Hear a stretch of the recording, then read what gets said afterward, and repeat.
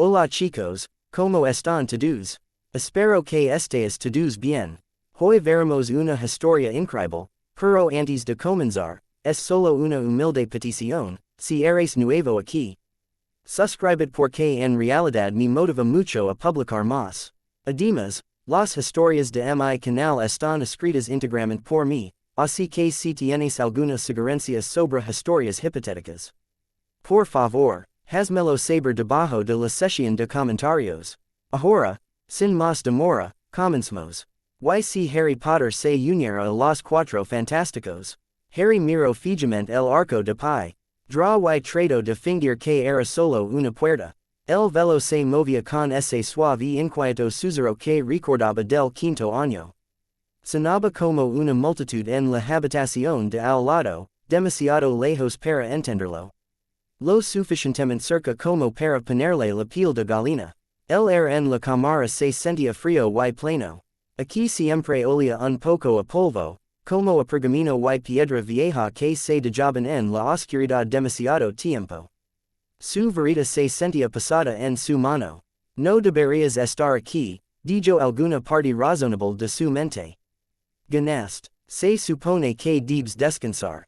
Al resto de él no le importaba. No quedaban mortífagos con los que luchar.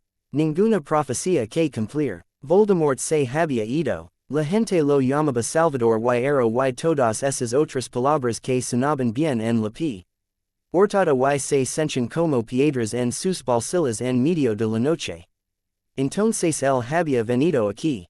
De regreso al único lugar que nunca dejaba de terrorir al borde de su oído.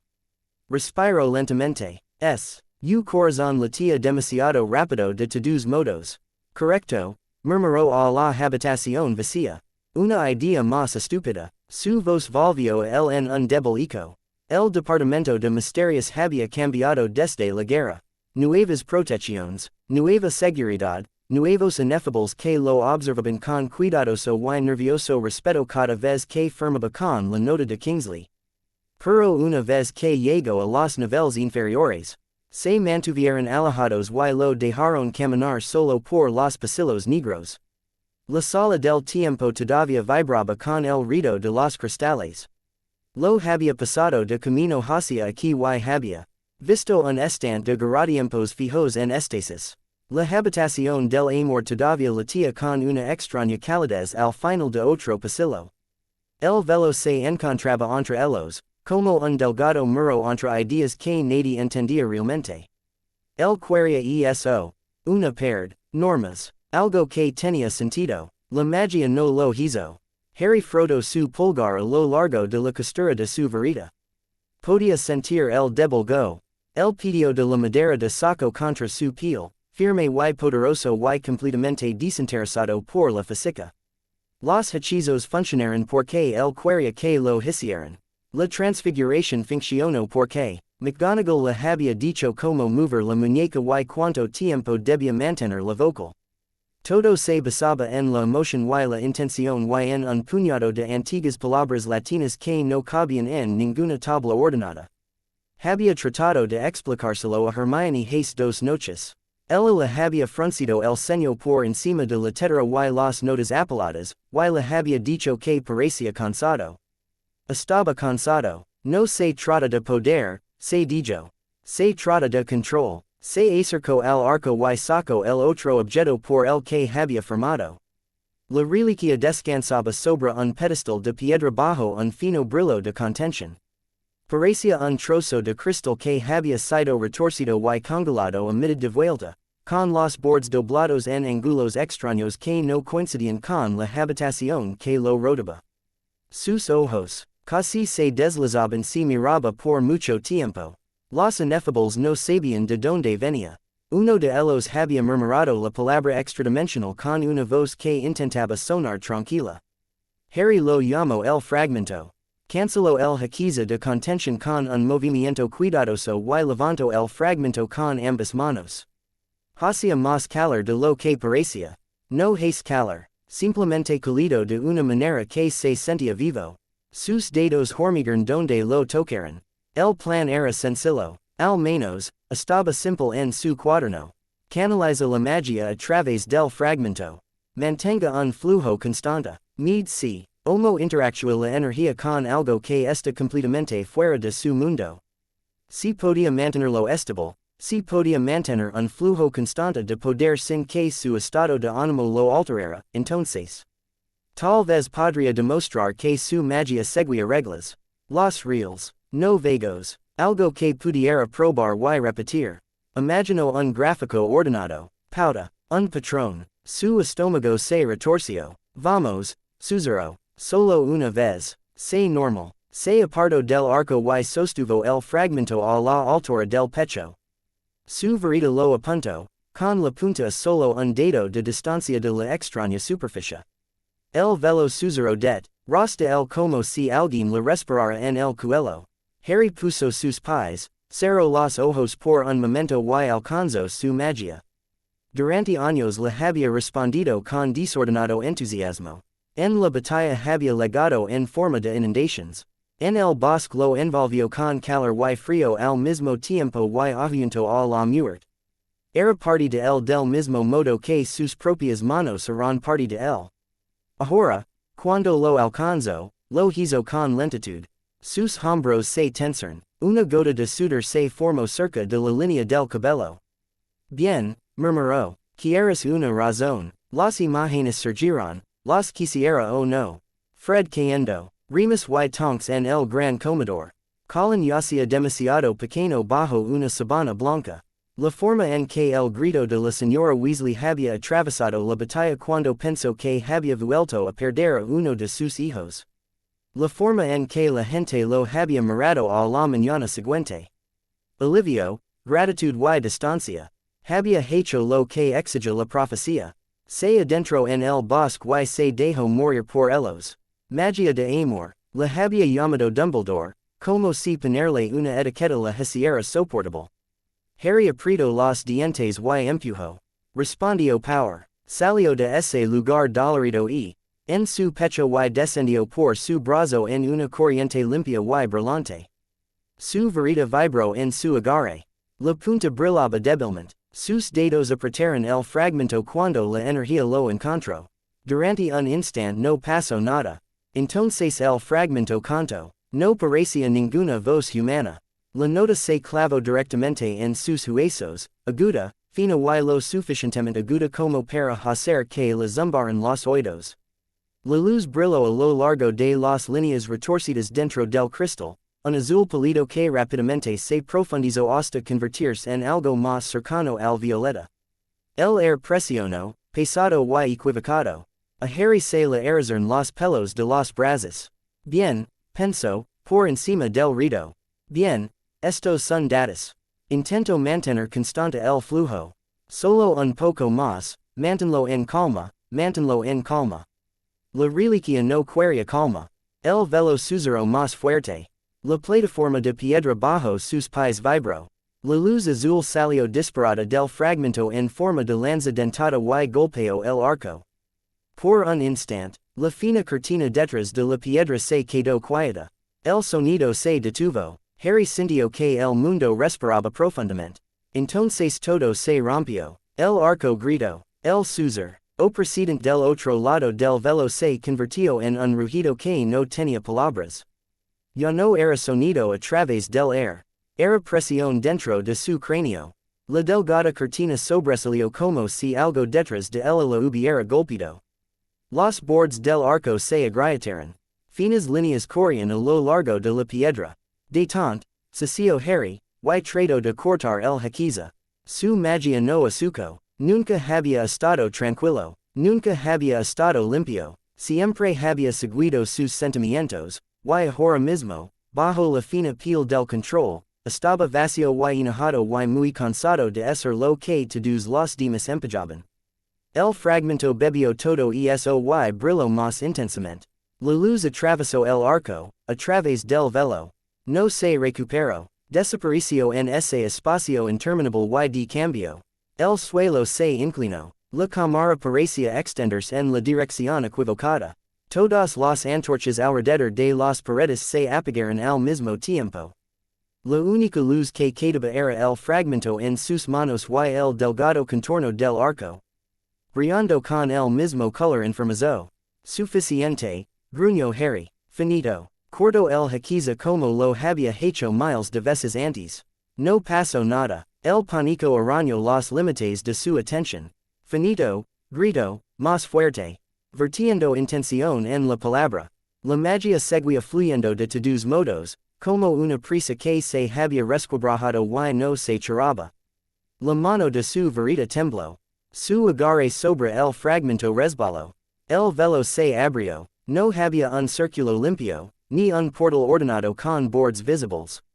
El espacio dentro del arco simplemente dejó de estar donde debería estar. La cámara a su alrededor se retorció, se deformó y luego se dobló hacia esa brecha. El sonido salió de sus oídos. Su estómago se sacudió de una manera que le recordó una aparición paralela que salió muy mal. Los blocos de piedra del arco se soltaron y quedaron suspendidos en el aire durante un segundo antes de estirarse en finas rayas y desaparecer en el desgarro. El frío de la habitación desapareció bajo una ráfaga de calor y luego de aire helado, los dos superpuestos de una manera que hizo que su piel ardiese. Harry perdió el equilibrio. Su rodilla golpeó la piedra. El dolor le subió por la pierna. Sus dedos finalmente se soltaron del fragmento. Voló hacia adelante, fue tragado por la brecha y desapareció. Sintió su ausencia como un gancho arrastrando su magia tras él. El mundo no giró. Girar habría tenido sentido. En lugar de eso, toda la habitación se dobló. La profundidad y la altura intercambiaron lugares. El velo se rasgó en un desordenado nudo de luces y sombras. Harry tenía un pensamiento único y claro. Ya no quiero estar aquí.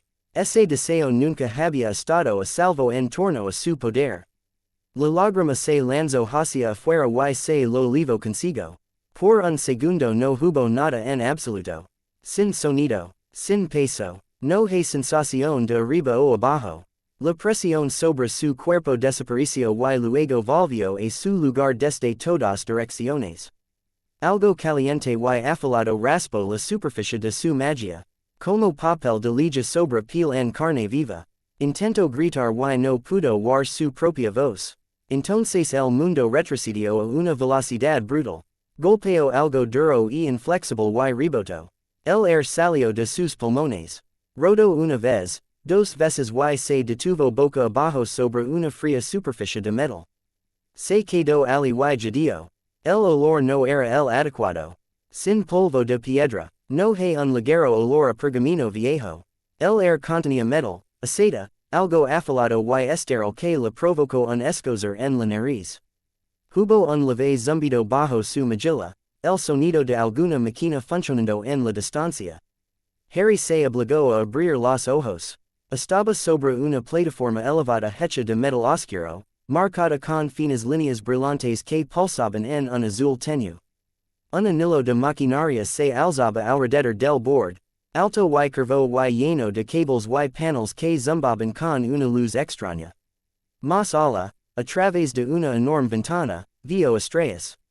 No los pocos pinchazos que había vi. Santo desde la torre de astronomía en las noches frías. Se trataba de una amplia extensión de espacio, negra y repleta de puntos de luz distantes, enmarcada por el borde de un planeta azul que ocupaba la mitad de la vista. Se le cortó el aliento. Está bien, susurró para sí mismo. Eso es nuevo. Una voz habló desde algún lugar detrás de él. El aumento de energía está fuera de serie. Eso no proviene de la zona negativa. Harry se estremeció y se puso sobre manos y rodillas. Cuatro figuras estaban al borde de la plataforma. Eran humanas, en su mayoría. Llevaban trajes oscuros a juego con un símbolo blanco en el pecho. El más cercano era alto y delgado, con cabello castaño salpicado de canas y un rostro arrugado por años de pensar demasiado. Sus ojos eran agudos y brillantes y estaban fijos. En Harry como si fuera un problema interesante.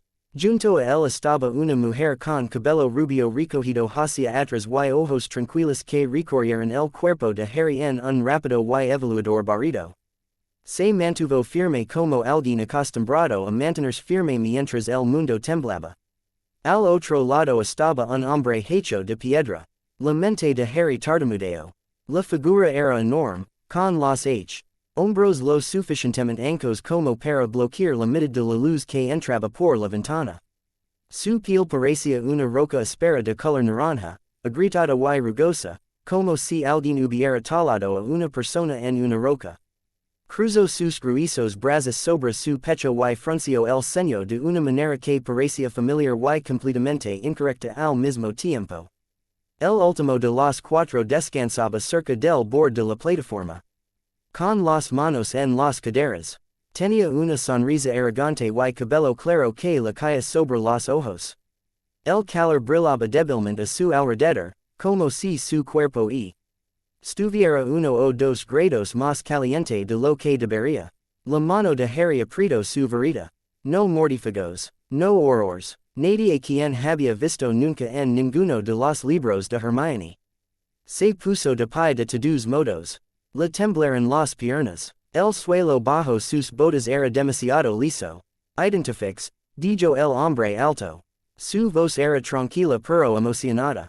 Estás en una zona restringida so. Bree Nueva York y tu vector de entrada no fue a través de ningún portal conocido. Que eres y de donde vienes? Los oídos de Harry captaron Nueva York y la archivaron. Su corazón latió con fuerza. Su magia, ya raspada por el viaje. Presionó contra su piel con punzante urgencia. Que date atrás, espeto. Su varita se levantó sin pensarlo conscientemente. No te acerques más. El hombre de piedra leva. Ento ambas manos en un movimiento lento y apaciguador. Tranquilo, chico, retumbo. Su voz tenía un tono áspero, como la grava. Nadie te está atacando. Todavía, la mujer rubia le lanzó una rápida mirada. Ben, dijo, advirtiendo en su tono. La mente de Harry se aferró a la única cosa clara frente a él. Un hombre hecho de piedra. Brazos como columnas de estatuas. Peso que sacudió la plataforma cuando se movió. Una maldición, suministraron sus pensamientos. Algún ritual oscuro. Alguna transfiguración permanente salió mal y Dumbledore nunca había mencionado. Su estómago se apretó. Pensó en el profesor Lupin. En el cabello gris y los ojos cansados y en un cuerpo arrastrado por el dolor cada mes por algo que nunca pidió. Pensó en las veces que Dumbledore había dicho que era necesario. No, dijo Harry. El hombre alto dio un paso cuidadoso hacia adelante. Mira, comenzó con las manos abiertas, no estamos aquí para lastimarte. Soy Reed Richards. Estos son Susan Storm, Ben Grimm y Johnny Storm. Detectamos una anomalía en la puerta de la zona negativa y estamos tratando de comprenderla. Estás irradiando una energía desconocida que no se corresponde con ningún espectro de corriente. Por razones científicas y por tu seguridad, necesito realizar algunas pruebas y Harry agitó su varita. Expelliarmus. Reed no tenía varita. El Hakiza todavía lo atrapó. Una luz roja atravesó el espacio. Lo golpeó en el pecho y lo lanzó hacia atrás con una fuerza que habría hecho volar a cualquier mago. Reed voló. Su cuerpo se estiró. En lugar de ser dentro de las máquinas, su torso se alargó como goma. Extendió los brazos. Agarró dos reels de soporte y lo hizo girar en un arco desordenado. Aterrizó de pie nuevamente con los ojos muy abiertos y el cabello ligeramente erizado. Fascinante. Espeto. Harry se quedó mirando. La mujer rubia se movió. Una pared invisible se colocó frente al equipo con un sonido suave y resonante que sintió más que azúcar. El aire se onduló como si alguien hubiera dejado caer una piedra al agua clara. El siguiente aliento de Harry encontró resistencia. Campo de fuerza hacia arriba. Johnny, mantén tranquilo. Ben, no cards. Reed, te acaban de arruinar. Tal vez no toques la anomalía todavía. El hombre de piedra resopló. Estoy bien, dijo Reed. Sus ojos no dejaron la varita de Harry. Viste el vector en ese proyectil. Se comportó como luz coherente pero con impulso variable. Eso no debería ser posible. Susan, esto es increíble. Enfocó algún tipo de energía a través de un dispositivo de canal. Es como un dirigido. Harry apuntó su varita nuevamente. Estupefacto. La luz roja se estrelló contra la pared invisible y se rompió en una lluvia de chispas. El escudo se estremeció pero aguantó. La mujer rubia apretó la mandíbula. Está bien, dijo. Ya basta de eso. Los pulmones de Harry ardieron. Sentía la cabeza ligera. Cada jaquiza raspaba la cruda superficie de su magia como piedras sobre piel. El viaje le había costado más de lo que quería admitir. El hombre al bord de la plataforma sonrió más ampliamente. Ya ves eso, dijo. Solo intento no read. Con un palo. Ya me gusta, Johnny, dijo Susan sin mirar a su alrededor, no lo animes. Johnny levantó las manos. Una llama floreció entre sus dedos, brillante y ansiosa. El calor se precipitó hacia afuera en una ola. Harry se estremeció. Su cuerpo recordaba a finfire y el calor. Arde las llamas malditas en la sala de las cosas ocultas. El recuerdo golpeó el fondo de sus ojos con tanta fuerza que supo a ceniza. El reaccionó. Protega. Una barrera translúcida se colocó a su alrededor. Se curvaba con fuerza. Una burbuja clara que distorsionaba la vista de los cuatro extraños que se encontraban más allá. Johnny se rió. Oh, tenemos un tipo con escudo, dijo. Tienes competencia. Ben cambió su peso. Sus pies de piedra rasparon el metal. Y está temblando, dijo Ben en voz baja. Harry lo era. Le temblaron las manos. El sudor se deslizó por su cuello. Su magia zumbaba en sus venas, salvaje y desgastada. Su cerebro intentó rastrear demasiadas cosas a la vez. Nueva York, espacio, portal de conocido, zona negativa, campos de fuerza que respondían a una mente humana, no a una verita. Un hombre hecho de piedra que actuaba así era normal. No lo estaban atacando, en realidad no. Estaban parados allí mientras él les lanzaba maldiciones y lo llamaba fascinante. Le dolía el pecho. Harry, se dijo a sí mismo. En voz baja, pensar. Lo intento. El campo frente a los cuatro volvió a parpadear cuando Susan lo ajustó. Las llamas de Johnny se calmaron hasta convertirse en un brillo constante. Reed siguió hablando en voz baja, las palabras salían a borbotones en un excitado derrame. Harry captó medias frases, firma energética, no local, enfoque del canal, intención, nabong como Hermione cuando realmente se puso a trabajar con los conjuntos de runas, solo que más fuertes y con más movimientos de las manos. No parecía una trampa, se sentía como entrar en una película de ciencia ficción muggle.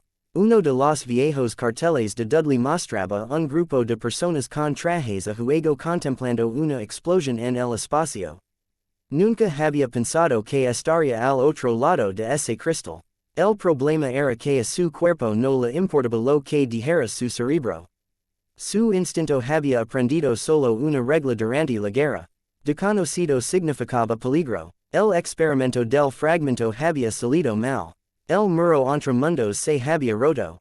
Había aterrizado aquí por error. Por lo que sabía, la lágrima todavía estaba abierta detrás de él y lista para tragarse a Londres. El miedo aumentó. Su escudo vaciló. Susan lo vio. Sus ojos se entrecerraron levemente mientras observaba sus manos, sus hombros, el movimiento de su mandíbula. Su boca se tensó y luego se suavizó. El campo de fuerza frente a ella se relajó un poco. Ben, dijo con voz tranquila. ¿Cuántas veces Reed ha encendido algo sin discernos primero el riesgo? Ben resopló de nuevo. Demasiados, dijo. ¿Quieres un número o una perorata? Johnny se rió por lo bajo. Reed miró a Susan con ligera confusión. Esto no se trata de mí, dijo. Siempre se trata de ti, dijo Johnny. Harry parpadeó. La normalidad de la discusión lo arrastró hacia un lado. Por un momento sonaron como Ron y Hermione en un pasillo de la escuela. Susan dio un paso hacia su propio escudo. Se onduló a su alrededor como si fuera cristal. Escucha, dijo. Y esta vez dirigió sus palabras directamente a Harry. No sé quién eres, pero parece que estás a punto de sar. Te tiemblan las manos. Tu respiración es superficial. Lo que sí que hayas hecho antes de sar aquí. Te dolió. Harry tragó. Podia sentir su corazón martelando contra sus costillas. Se la habían entumecido los puntos de los dedos. El escudo que lo rotaba parpadeó. Ella bajó la voz. No somos su enemigo, dijo. Si quisiéramos atacar, Johnny habría hecho algo llamativo y ben estaría de tu lado de la habitación. Ahora mismo estamos haciendo lo contrario. Estamos quietos. Tú eres el que nos apunta con la varita. Ella lo dejó reposar. Harry se lamió los labios. Su boca sabía a metal. No era mi intención venir aquí, dijo. Las palabras salieron ásperas. Hice algo estúpido con un portal y ahora estoy en una plataforma de metal sobre una ciudad que nunca he visto en mi vida. Ni siquiera sé si mi mundo sigue ahí. La expresión de Reed cambió. Parte de la excitación hambrienta se desvaneció. Algo parecido a la simpatía brilló en sus ojos por un segundo antes de que el científico retrocediera. Un experimento de portal, dijo. Por supuesto. Eso express. Lica la distorsión residual a tu alrededor. Esto es increíble. Susan realizó un tránsito dimensional autodirigido sin ningún dispositivo externo. Eso significa que su energía interna puede interactuar con la estructura del espacio-tiempo directamente. Si podemos medir eso. Susan levantó una mano. Caña, dijo. Más tarde, su mirada permaneció en Harry. Entiendo que tengas miedo, dijo. Lo estaría. Se te permite estarlo. Pero si te quemas más, te desmayarás en ese piso y entonces no tendrás ningún control en absoluto. Déjanos traer, verificar que tu cuerpo no esté a punto de fallar y luego podremos hablar. No te conozco, dijo Harry. Su rostro se suavizó un poco más. Mi nombre es Susan Storm, dijo. Ahí abajo está nuestra base de operations.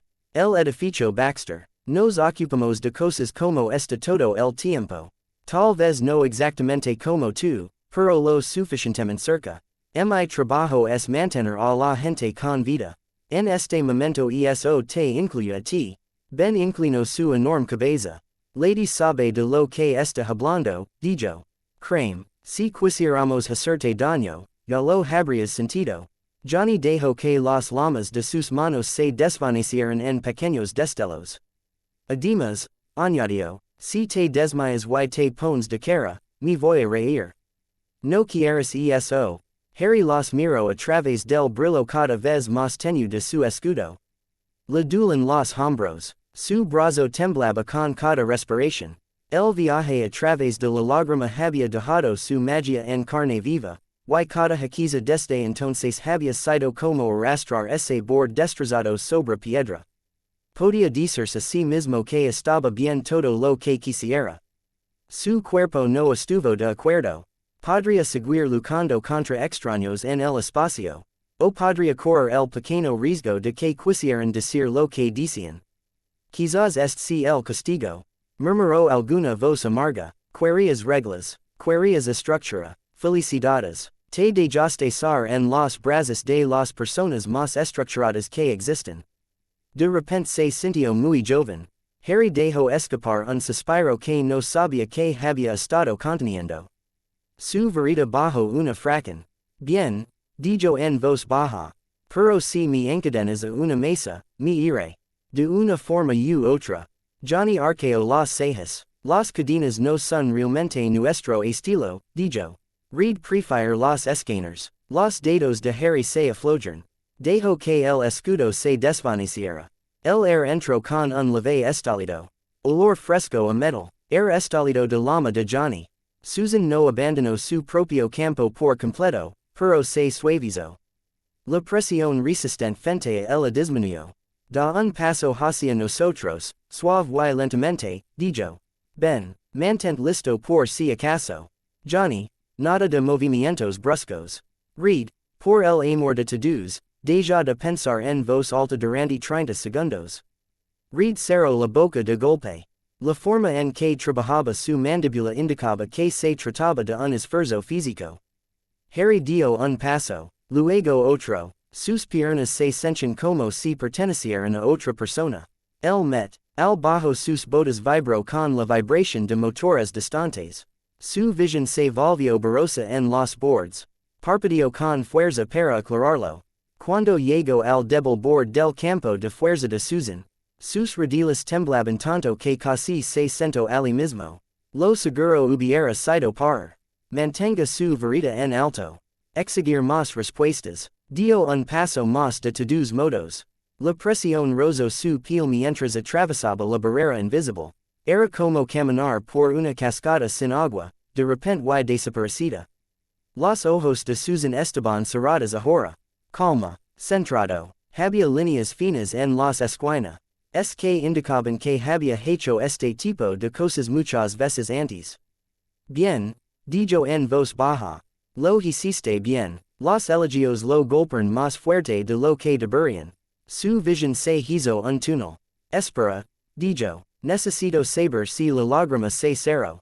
Si todavía está abierta, mi mundo está en peligro. Necesito regresar y. Su voz se quebró con la última palabra. Su garganta se negó a cooperar. Reed se inclinó. Incapaz de contenerse por más tiempo. Detectamos un solo pico, dijo rápidamente. No hay flujo continuo. Cualquier portal que abriste colapsó en el momento en que llegaste. Podemos confirmarlo más tarde, pero por ahora. No estás partiendo activamente el universo por la mitad. Mira, dijo Johnny, rompiendo solo ligeramente las reglas de la realidad. Harry intentó reír. El son, Ido salió como una exhalación temblorosa. Su verita se resbaló de sus dedos. Susan lo agarró del brazo cuando sus rodillas se doblaron. Su campo de fuerza volvió a rodearlos en una burbuja protectora cuando su peso se hundió contra ella. Ben se acercó con una zancada pasada, listo para atrapar a ambos si caen. Johnny corrió hacia el panel de control y golpeó con la mano el botón más cercano. Traernos, llamo, Bahía Médica, llega un invitado sorpresa, la plataforma se estremeció, las estrellas fuera de la ventana cambiaron cuando toda la estructura giró, moviéndose hacia la forma distante de y una torre reluciente que se elevaba sobre una ciudad abarrotada. Harry lo vio a través de la imagen borrosa. Vidrio y acero y luces. Un edificio que brillaba como un faro. El edificio Baxter, pensó débilmente. El zumbido en el suelo se hizo más fuerte. Su cabeza daba vueltas. Su cuerpo decidió que ya había hecho suficiente. Black apareció por las esquinas de su visión. Asuco la voz de Susan por última vez. Tranquila y firme por encima del ruido. Te tengo, dijo. Estás a salvo. Por primera vez en mucho tiempo quiso creerlo. El mundo se oscureció. Cuando la conciencia volvió lentamente, no vino acompañada de dolor. Eso lo sorprendió. Se quedó quieto por un momento y asuco. Las máquinas pitaban a un ritmo lento y constante. Alguien respiró cerca. El air olía limpio y penetrante. Con un leve toque de antiséptico sobre algo más dulce que no podía identificar. Sus ojos se sentían demasiado pesados para abrirlos del todo, así que los dejó cortar lo suficiente. Teco blanco. Luke. Es brillantes colocadas en panels que zumbaban suavemente. Un escáner médico de algún tipo se arquiva sobre su pecho, moviéndose en patrones pequeños y precisos. Por el rabillo del ojo vio paredes sí. Laras y más a la más máquinas y una ventana que mostraba una porción de la ciudad muy abajo. También vio cuatro formas familiares. Estaban agrupados a los pies de la cama. Reed sostenía una tableta en una mano y la golpeaba con dedos inquietos. Susan tenía los brazos ligeramente cruzados, una mano debajo del codo y una postura relajada pero preparada. Ben se apoyó contra la pared, con los brazos cruzados y el peso apoyado en un talón. Johnny se sentó en una silla cercana, girado hacia atrás para poder apoyar los brazos en el respaldo. La actividad cerebral está dentro del rango humano normal, decía Reed en voz baja y excitada. No hay señales de trauma permanente por el tránsito. Cualquiera que sea la energía que manipula, su cuerpo la maneja con notable resistencia. Hay alguna irregularidad en esa cicatriz en su frente. Pero nada que sugiera una posición continua. Bien, dijo Susan. Ben dejó escapar un gruñido bajo. Entonces, dijo, ¿qué es él? Es la measure suposición, los ojos de read se iluminaron. Es un ser humano que canaliza una fuerza fundamental a través de un dispositivo de enfoque, dijo. La verita parece actuar como conductor y amplificador. El patrón de energía es distinto de cualquier radiación cósmica conocida, pero el análogo más cercano sería la salida psiónica combinada con manipulación de materia dirigida. Excepto que no proviene de una mutación. No hay ningún marcador genético. Es como un sistema externo conectado directamente a su mente y estado emocional. Johnny silbó suavemente. Entonces estás diciendo que es magia, dijo. Reed frunció el ceño. Estoy diciendo que manipula la realidad a través de una forma de energía que no se ajusta a los modelos actuales, dijo. La palabra magia sería un marcador de posición hasta que podamos construir un marco adecuado. Reed, dijo Susan, eso es lo que la mayoría de la gente llama magia. Reed abrió la boca y luego hizo una pausa. Miró la forma inconsciente de Harry. Su mirada se suavizó solo un toque. Si lo que sí, dijo en voz más baja, casi lo quema. Ben movió los brazos y las placas de piedra chirriaron. El niño se defendió de nosotros cuando estaba medio muerto, dijo Ben. Eso requiere galas. Johnny estudió el rostro de Harry. Parecía aterrorizado, dijo Johnny. No con nosotros, solo en general. La garganta de Susan se movió mientras tragaba. Piénsalo desde su lado, dijo. Se arrancó de su propia realidad por error. Aterrizó en órbita rodeado de extraños con trajes a juego, uno de ellos hecho de roca, otro en llamas, otro hecho de goma. Y lo primero que hicimos fue hablar de él como de una muestra de laboratorio. Reed se estremeció. Estaba recopilando datos, dijo. También lo estabas asustando, respondió Susan. Johnny levantó una mano. Para que conste, dijo. Fui muy encantador. Ben resopló. Claro que lo eres, pez gordo, dijo. Reed se pasó una mano por el pelo. Está bien, dijo. Punto tomato. Cuando despierte, intentaré recordar que es primer. O una persona y luego una anomalía energética. Lo recordarás, dijo Susan. Su tono no dejaba lugar a discusión. Reed asintió. Harry dejó que sus ojos se cerraran nuevamente antes de darse cuenta de que estaba parcialmente despierto. El sonido de sus voces lo invadió. Calma, familiar ya de una manera que hizo que algo apretado en su pecho se aliviara un poco. Debería estar enojado. Debería exigir regresar. Arreglar el desastre que había causado. En ese momento no podía moverse sin sentir el fuerte tirón del cansancio en cada músculo. Su magia se enroscó sobre sí misma como un animal que hubiera sido sacudido demasiado fuerte. Por el momento, se dejó llevar. Lo último que asuco antes de que el sueño lo volviera a dominar fue la voz de Susan. Necesitamos decidir cómo lo llamaremos, dijo Johnny. El chico animalia suena grosero. Su nombre, dijo Susan, es Harry. La forma en que lo dijo hizo que pareciera una promesa. Fuera de los claros muros, las luces de la ciudad brillaban muy abajo. El edificio Baxter se alzaba sobre los cales, sólido y brillante, con un joven mago desconocido durmiendo en su interior y una delgada grieta en la pared entre los mundos quitar. Harry se despertó con la sensación de algo haciendo tic-tac debajo de sus costillas. Por un segundo pensó que era un reloj en la madriguera, o uno de los pequeños instrumentos platidos en el escritorio de Dumbledore. Luego el sonido se agudizó y se transformó en pitidos. Estable, electrónico, nada de magia. Abrió los ojos. Techo blanco brillante. Panels de luz lisos en lugar de velas. Un escáner curvo colgaba sobre su pecho. Moviendos en pasadas lentas que zumbaban débilmente con cada barrido. Su varita yacía sobre una pequeña mesa cerca de su mano derecha, junto a un vaso de agua clara y una pila de ropa. A cuidadosamente doblada que no era suya. Volvió la cabeza. La mitad de la pared de la habitación era de cristal. Más allá de eso, el mundo desapareció. Podía ver tejados, cales, un río y un montón de edificios altos que se elevaban hacia el cielo. Pequeñas luces se movían por los caminos.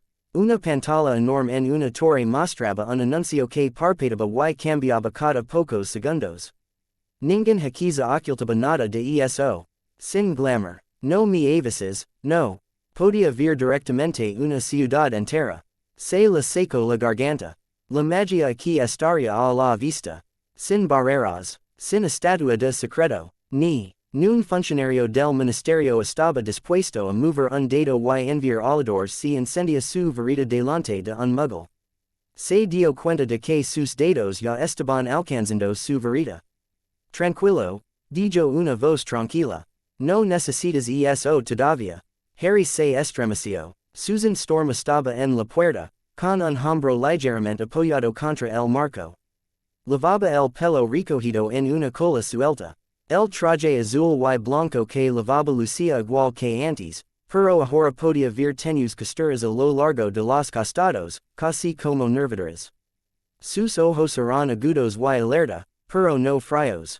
Detrás de ella, Reed Richards se desplazaba por una pantalla flotante. El panel flotaba en el air frente a él, líneas de luz y pequeñas formas bailando bajo sus dedos. Ben Grimm llenó un espacio más atrás. Con los brazos cruzados y la mandíbula apretada. Johnny se sentó en un mostrador, balanceando las piernas, un tenue brillo anaranjado todavía se aferraba a sus manos como si se negara a irse. Todos lo habían estado observando. Harry cerró los dedos alrededor de su vereda de todos modos. La madera familiar se calentó bajo su tuque. ¿Cuánto tiempo estuve fuera? Preguntó. Unas 6 horas, dijo Reed de inmediato. Estabilizamos sus signos vitales, nos aseguramos de que no sufriera ningún efecto retardado por el tránsito y realizamos algunos escaneos básicos. Su predicción de energía es fascinante. Hay un campo de referencia a su alrededor incluso en reposo. Nunca he visto algo así. Harry se levantó sobre sus codos. Le dolían los músculos de esa manera pasada que decía que había quem. Adu todas las reservas que tenía y algo más. Parece que son más de 6 horas, murmuró. Los viajes dimensionales hacen eso, dijo Johnny. Tienes la experiencia completa del desfase horario con náuseas adicionales. Sin embargo, no vomitaste, así que felicidades, eres más duro que la mayoría de los pasantes del laboratorio. Ben resopló. Harry parpadeó hacia ellos, luego de nuevo hacia la ventana.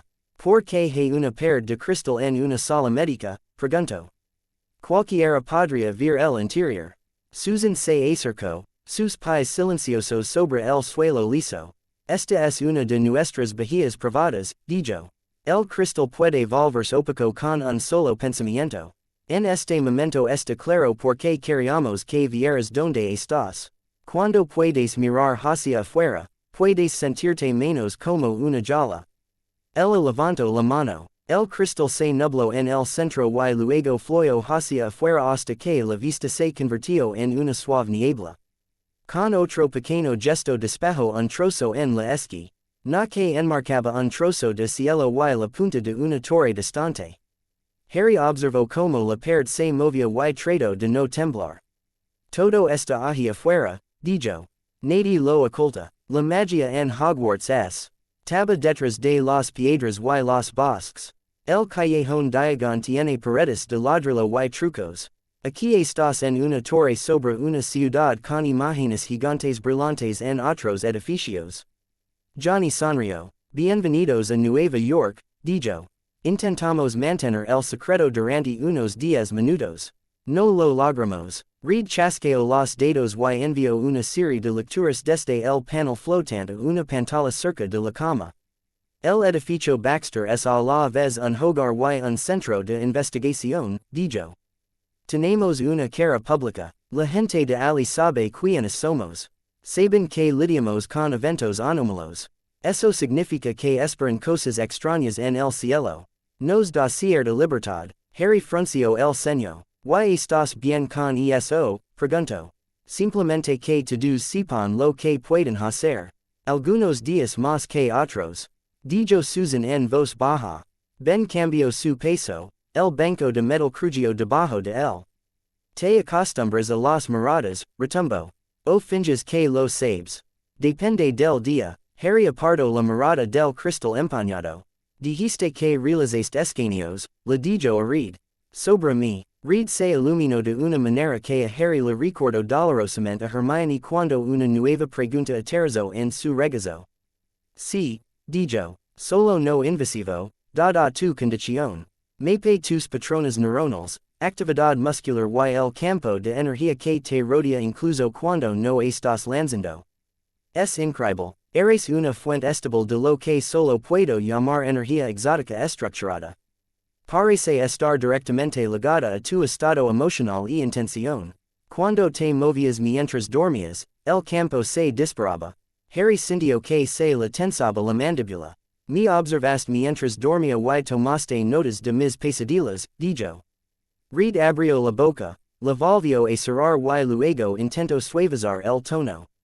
Necesitábamos comprender el riesgo, dijo.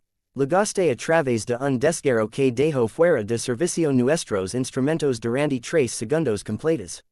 La puerta de la zona negativa. Registró una distorsión cuántica no euclidiana que no coincide con ningún perfil conocido. Si no hago preguntas ni recopilo datos, entonces les estoy falando a todos. Harry se enderezó completamente, y pasó las piernas por el costado de la cama. La habitación se tambaleó. Agarró el borde hasta que se estabilizó. No soy una puerta, dijo. No soy un campo. Soy una persona que se equivocó y abrió un agujero en algo que no debería haber tocado. Los ojos de Reed se dirigieron a las cicatrices en su frente y luego regresaron. Exactamente, dijo Reed. Interactuaste con un sistema que actualmente está más allá de mis modelos. Por eso necesito entender tus reglas. La palabra se hundió bajo la piel de Harry. Mis reglas, sí, dijo Reed. Se acercó, tableta en mano, el entusiasmo agudizó sus rasgos. He leído relatos de universos paralelos donde la gente trabaja con lo que ellos llaman magia.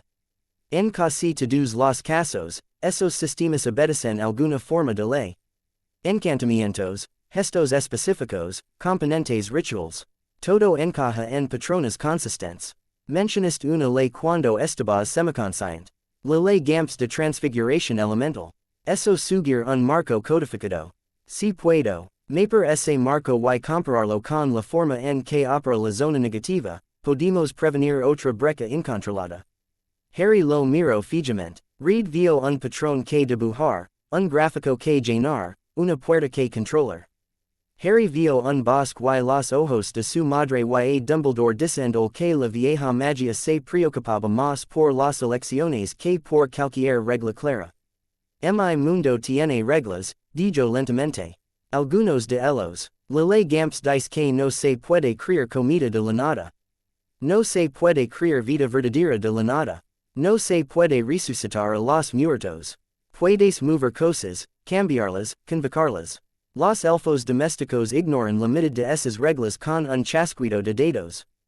Hay maldiciones que rompen el espines que nadie puede medir. Mi madre murió para que una maldición asesina fallara.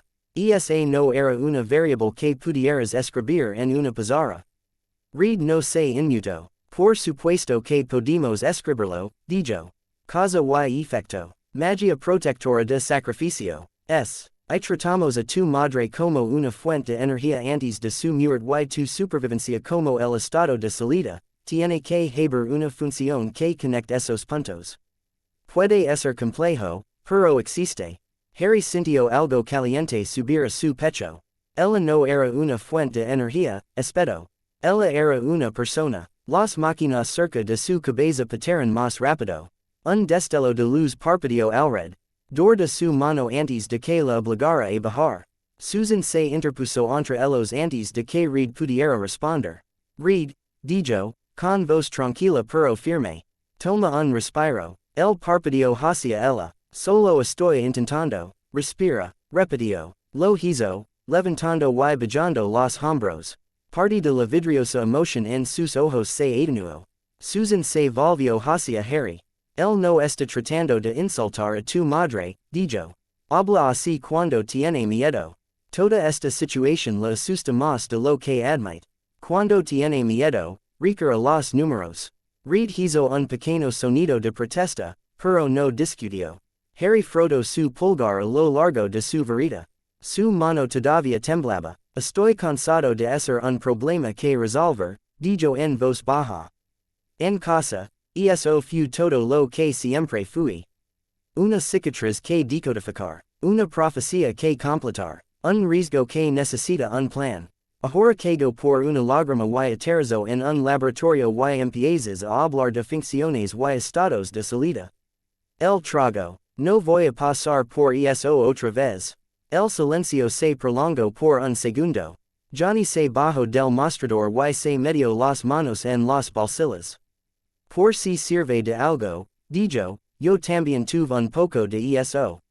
Read me vio prender fuego en el espacio un día y escribió 12 páginas antes de acordarse de preguntarme cómo me sentía al respecto. Read parecía personalmente herido. Eran más bien los días, murmuró. Ben resoplo. Niño. Le dijo a Harry, no te equivocas al estar enojado. Hemos tenido la misma discusión en esta sala muchas veces. Te despiertas con piedras en lugar de piel y de repente todos quieren meterla. Susan se acercó a la cama hasta que estuvo al lado de Harry. Harry, dijo, escúchame por un segundo. Lo que read ve es un perfil de amenaza. Una lágrima que pasó por alto nuestras salvaguardias. Una forma de energía que podría destrozar este edificio si se maneja mal.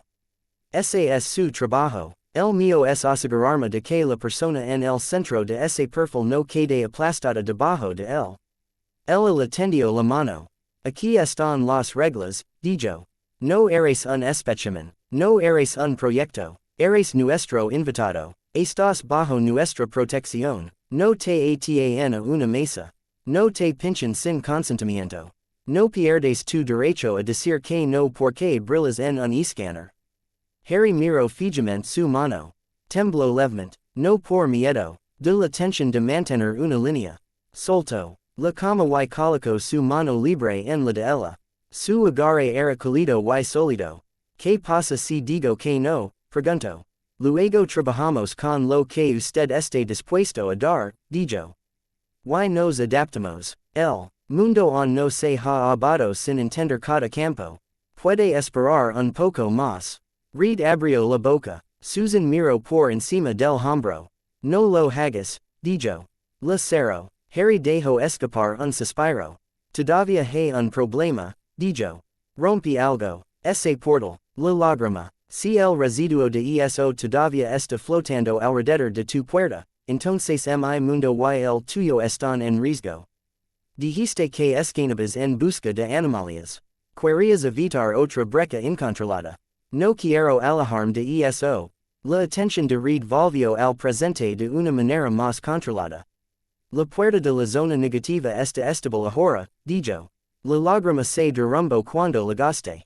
Dicho esto, todavía estamos recogiendo firmas místicas alrededor del marco que nuestros instrumentos pueden detectar pero no interpretar. Ahí es donde entras tú. Consultor de magia, dijo Johnny. Incluso suena genial. Necesitas un abrigo y una placa. Harry parpadeó. Consultor, repitió. Susan asintió. Nos ocupamos de rayos cósmicas, moléculas inestables. Extraterrestres que cambian de forma y gobiernos malhumorados, dijo. De lo que no nos ocupamos es de lo que sí que hayas arrastrado a través de ese velo. Tú entiendes ese lado mejor que cualquiera de nosotros. Estamos pidiendo tu ayuda, en tus términos. Harry pensó en el departamento de misterios. Indescriptibles murmurando a distancia mientras hurgaban en las profecías, el tiempo y el amor. No había sido invitado a esas mesas. Lo habían empujado al centro y le habían dicho que sobreviviera. Ser invitado, con reglas, se sintió diferente. ¿Qué significa exactamente ayudar? Preguntó. Reed avanzó con cautela, como si se acercara a un animal asustadizo. Quiero observar tu magia en condiciones controladas, dijo. Sin agujas, sin cortes, solo midiendo. Quiero ver cómo se comporta tu campo de energía cuando lanzas diferentes tipos de hechizos.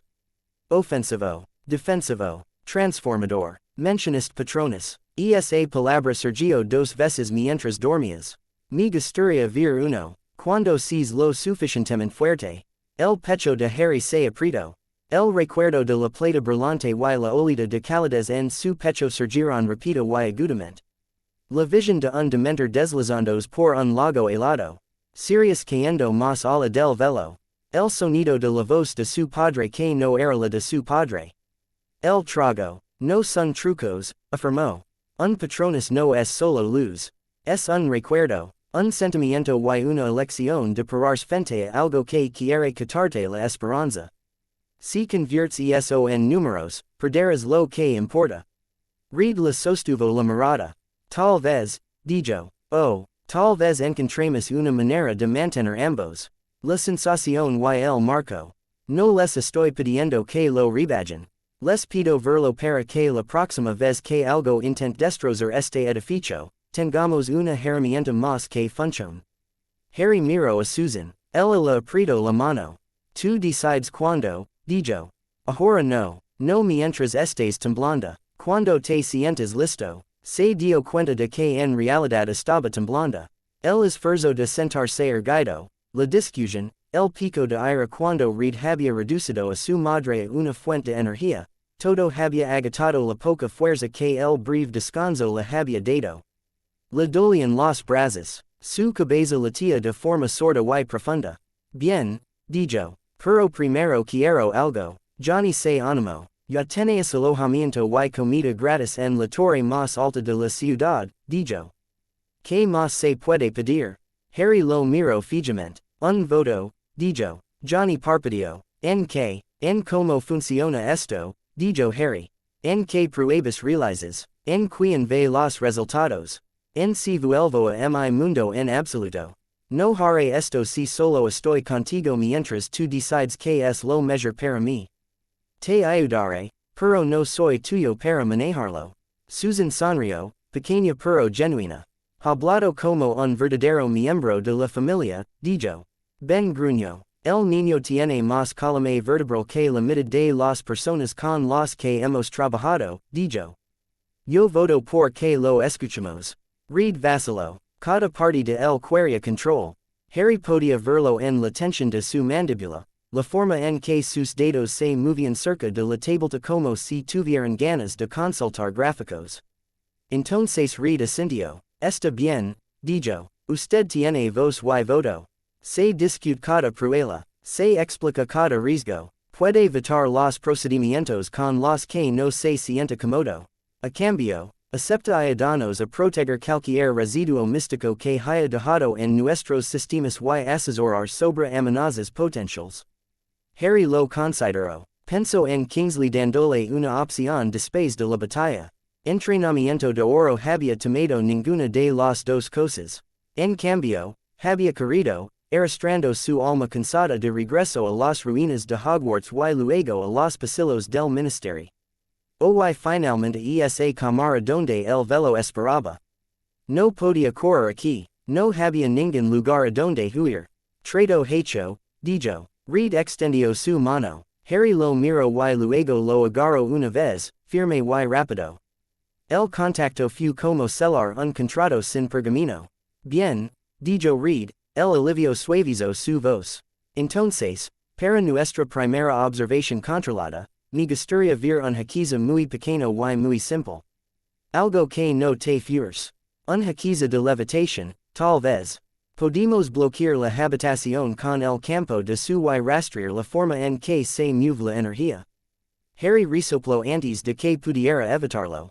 Quieres leviosa, dijo. Todos los problemas en este lugar y quieres practicar el primer año. Johnny se rió. Todo el mundo empieza por algún lado, dijo. Tuvimos que aprender a apuntar sin prender fuego a nuestro cabello. Bueno, algunos de nosotros. Reed nunca se prende fuego a su cabello. Es profundamente injusto. Ben negó con la cabeza. Habla por ti mismo, dijo. Extraño el cabello. Harry se deslizó lentamente fuera de la cama hasta que sus pies encontraron el suelo. El frío metal provocó un ligero escalofrío a través de sus finos calcetines de hospital. Le temblaban las piernas, pero aguantaron. Susan se mantuvo cerca sin acosarlo. Si te sientes un poco mareado, siéntate, dijo. Sí, mamá, murmuró. La palabra se le escapó por costumbre.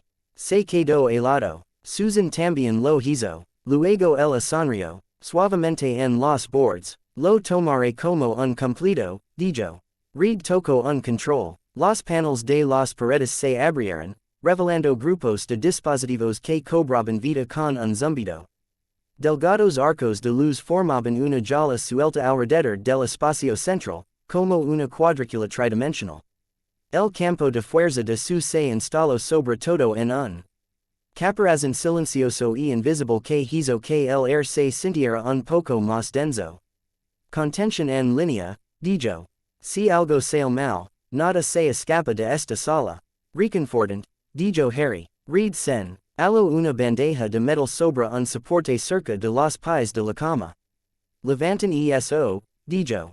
Con cuidado. Manténgalo a una altura constante si es posible. Registraremos el cambio de campo desde la línea de base. Harry levantó su varita. Por un momento, el miedo le apretó el pecho. La última vez que canalizó algo real, había abierto un agujero entre los mundos. Su magia todavía se sentía cruda dentro de él, como una rodilla raspada. Una parte de él quería dejar la varita y no volver a cobrarla nunca más. Inhaló. La bandeja era solo de metal. Esto fue solo un encanto. Lo había lanzado 1000 veces. Sobre plumas, sobre calabazas, sobre ron. Le dio a la varita un movimiento pequeño y preciso. Wingardium Leviosa, dijo. Las palabras le supieron familiares. El poder se acumuló en su brazo y floi. A través de la varita en una corriente mucho más delgada que antes.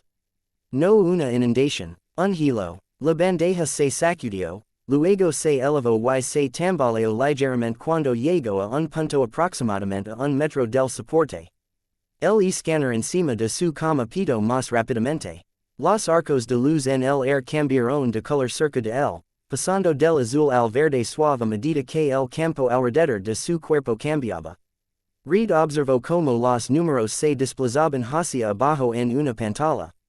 Increíble, susurró. Hey un patrón distintivo. En el momento en que pronunciaste el encantamiento, y el campo se alineó a lo largo de la dirección de la varita y formó un canal.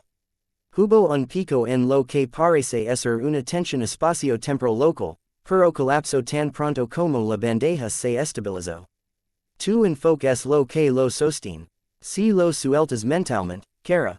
Harry miró la bandeja. Se permitió pensar en cómo Ron había agitado mal su varita en primer año. Sobre Hermione mostrando el gesto adecuado. Sobre sí mismo en un salón de clases con ventanas luminosas y escritorios viejos en lugar de un laboratorio en el cielo.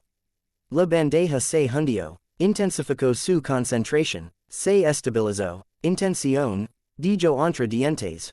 Puedes verlo. Reed asintió, con los ojos brillantes. Sí, no es solo la palabra o el movimiento. Es el modelo mental detrás de ellos. Estás sosteniendo una imagen, de la bandeja suspendida en el espacio y tu energía se alinea con esa imagen. El brazo de Harry empezó a doler. Bien, dijo, tienes tus números. Bajo la bandeja, cuando tocó el soporte, los escáneres se calmaron. La regla de luz en el air se desvaneció. Harry se tambaleó. Susan intervino y le agarró el codo. Eso es suficiente por hoy, dijo. Reed abrió la boca, captó su mirada y asintió. De acuerdo, dijo. Gracias, Harry. Eso me dio más información en 10 segundos que la que he tenido en meses de teoría. Harry logró esbozar una media sonrisa cansada. Bienvenidos a Charms de primer año, dijo. Espera hasta que ves un jaquiza adecuado. Johnny volvió a apoyarse en el respaldo de la silla. Quiero ver el tema de los animales, dijo. El platido que mencionaste, el patronus, just que combate a los chupadores de almas. Eso suena a metal. Harry lo miró fijamente. Dementors, dijo. No son solo chupadores de almas. Te quitan todos los buenos recuerdos que tienes hasta que, y no puedes recordar lo que se siente ser feliz. Estar cerca de uno es como retroceder a cada peor momento de tu vida.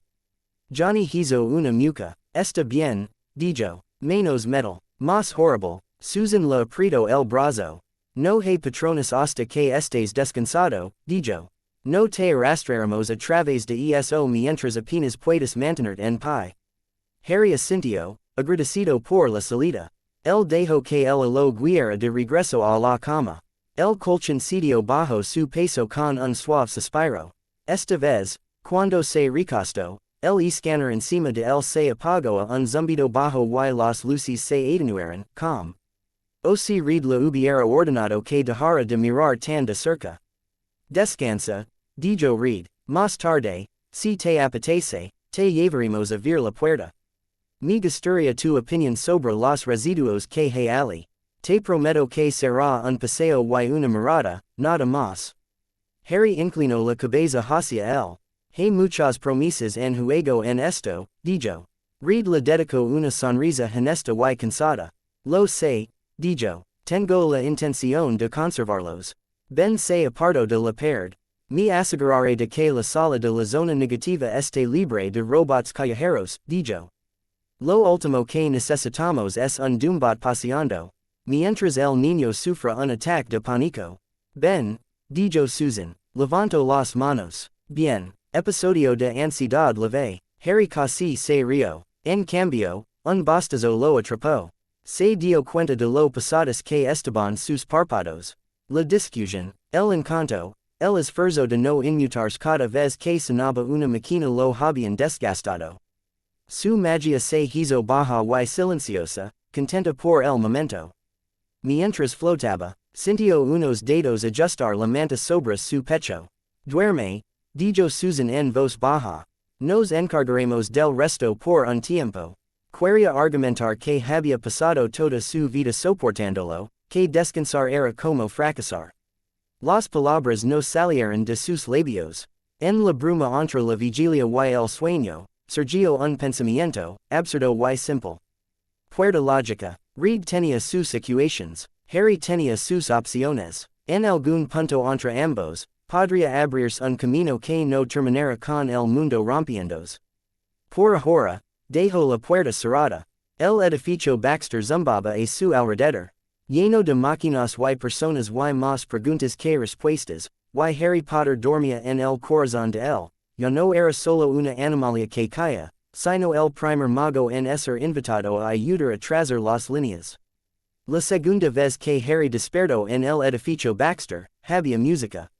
Ni un crujido inalámbrico ni una guitarra Weird Sisters. Algo brillante y ruidoso con un ritmo grita sobre el fuego. Gall, peo débilmente a través de la pared sobre su cabeza, como si alguien hubiera subido el volumen dos niveles más de lo que cualquier persona en su sano juicio permitiría. Harry abrió un ojo. El techo era del mismo blanco limpio que antes. El escáner que tenía encima del pecho estaba hacia atrás, inactivo. Su varita yacía en la mesa auxiliar al lado del vaso de agua. Alguien había dejado caer un mont. De ropa doblada sobre una silla cercana. Azul oscuro, con un símbolo blanco en el pecho. El número 4 dentro de un círculo. La música subió de volumen. Definitivamente ahora estaba encima, como. Si quien quiera que fuera su dueño hubiera decidido que el mejor lugar para un sistema de sonido era directamente encima de la bahía médica.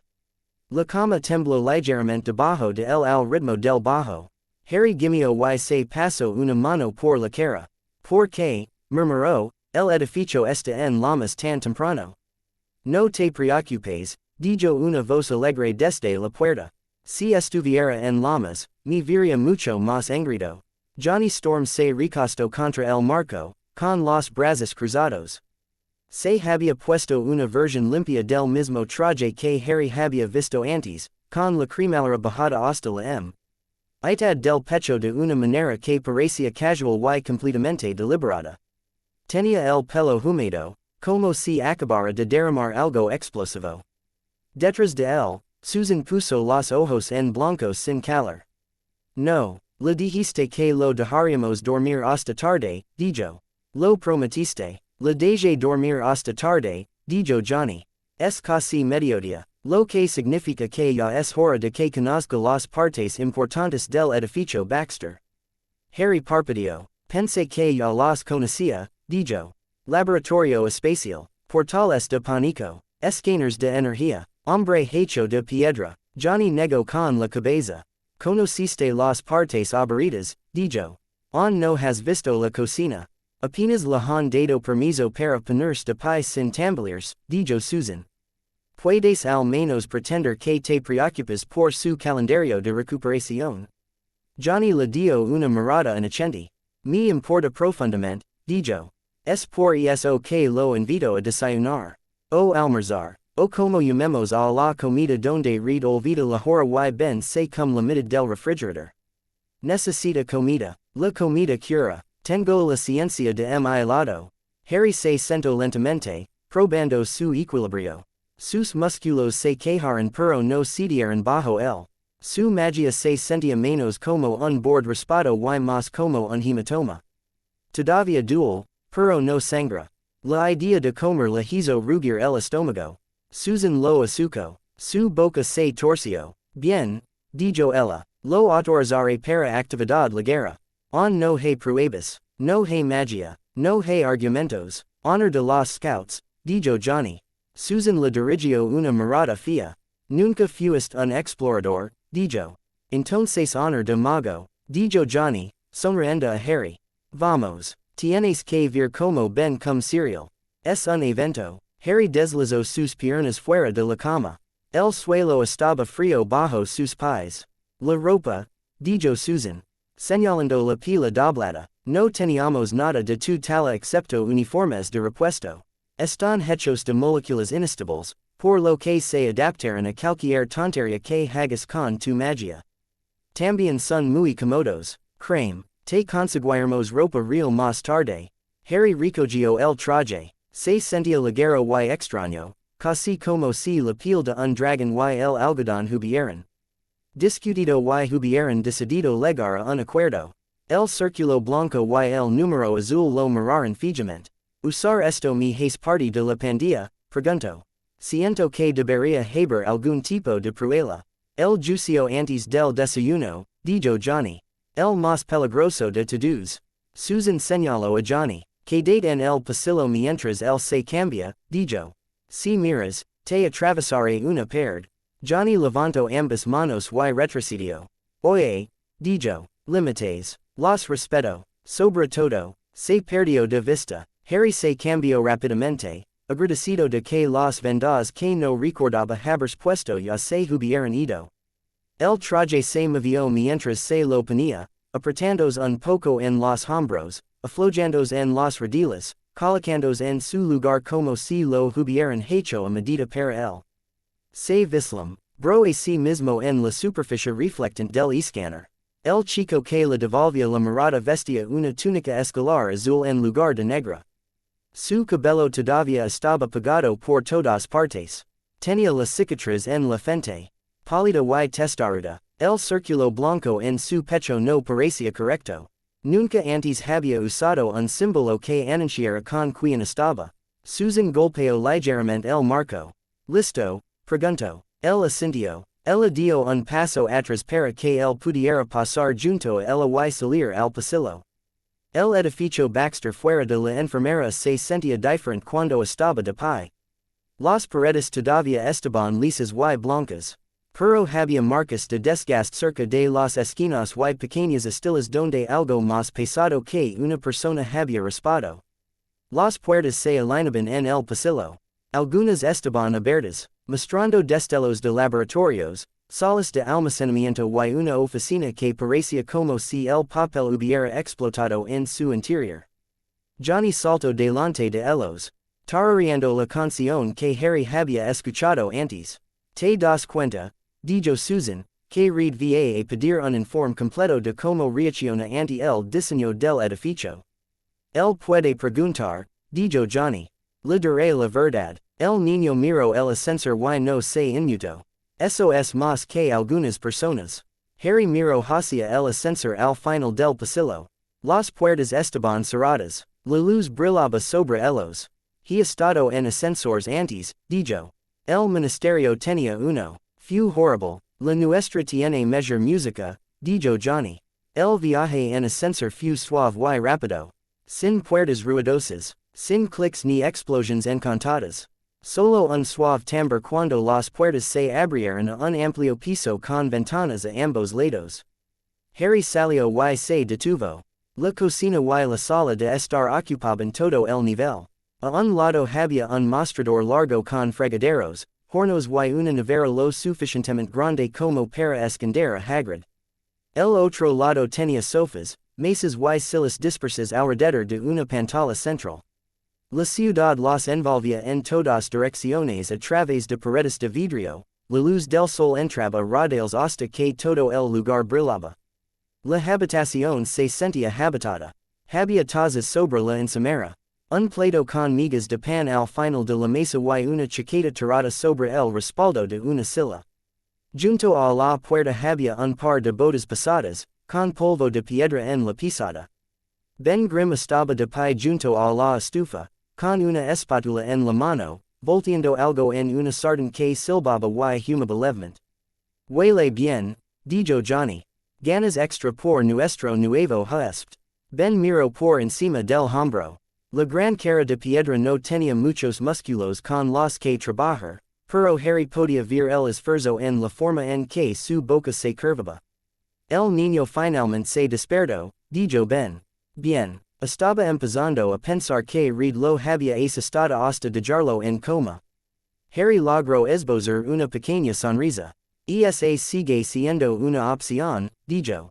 Y le damos suficientes escaneos y gráficos, es posible que mi rinda y duerma durante el resto de esta realidad.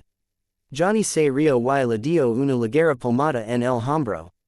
Ali, dijo, ese es el espíritu. El sarcasmo significa que encajarás perfectamente. Susan pasó junto a ellos hacia el mostrador. Déjame ayudarte, dijo, alcanzando los platos. Lo tengo, dijo Ben.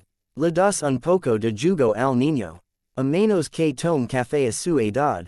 Lo que explicaría muchas cosas. Harry se deslizó en un asiento en la mesa.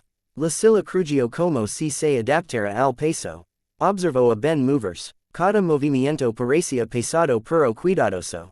La espátula que tenía en la mano era de tamaño normal. Parecía pequeño entre esos esporoteo cuando la apartó del fuego. Johnny tomó un vaso y sirvió un líquido naranja de una jarra.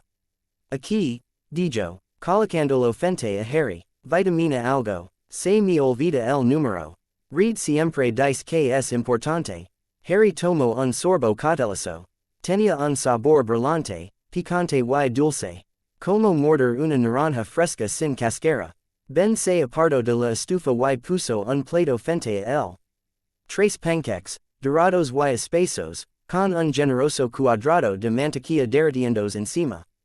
Y un pequeño río de almíbar en un bord. Puedes levantar una bandeja sin desmayar, dijo Ben. Puedes comer esto. Harry miró hacia arriba. Gracias, dijo. Ben se encogió de hombros.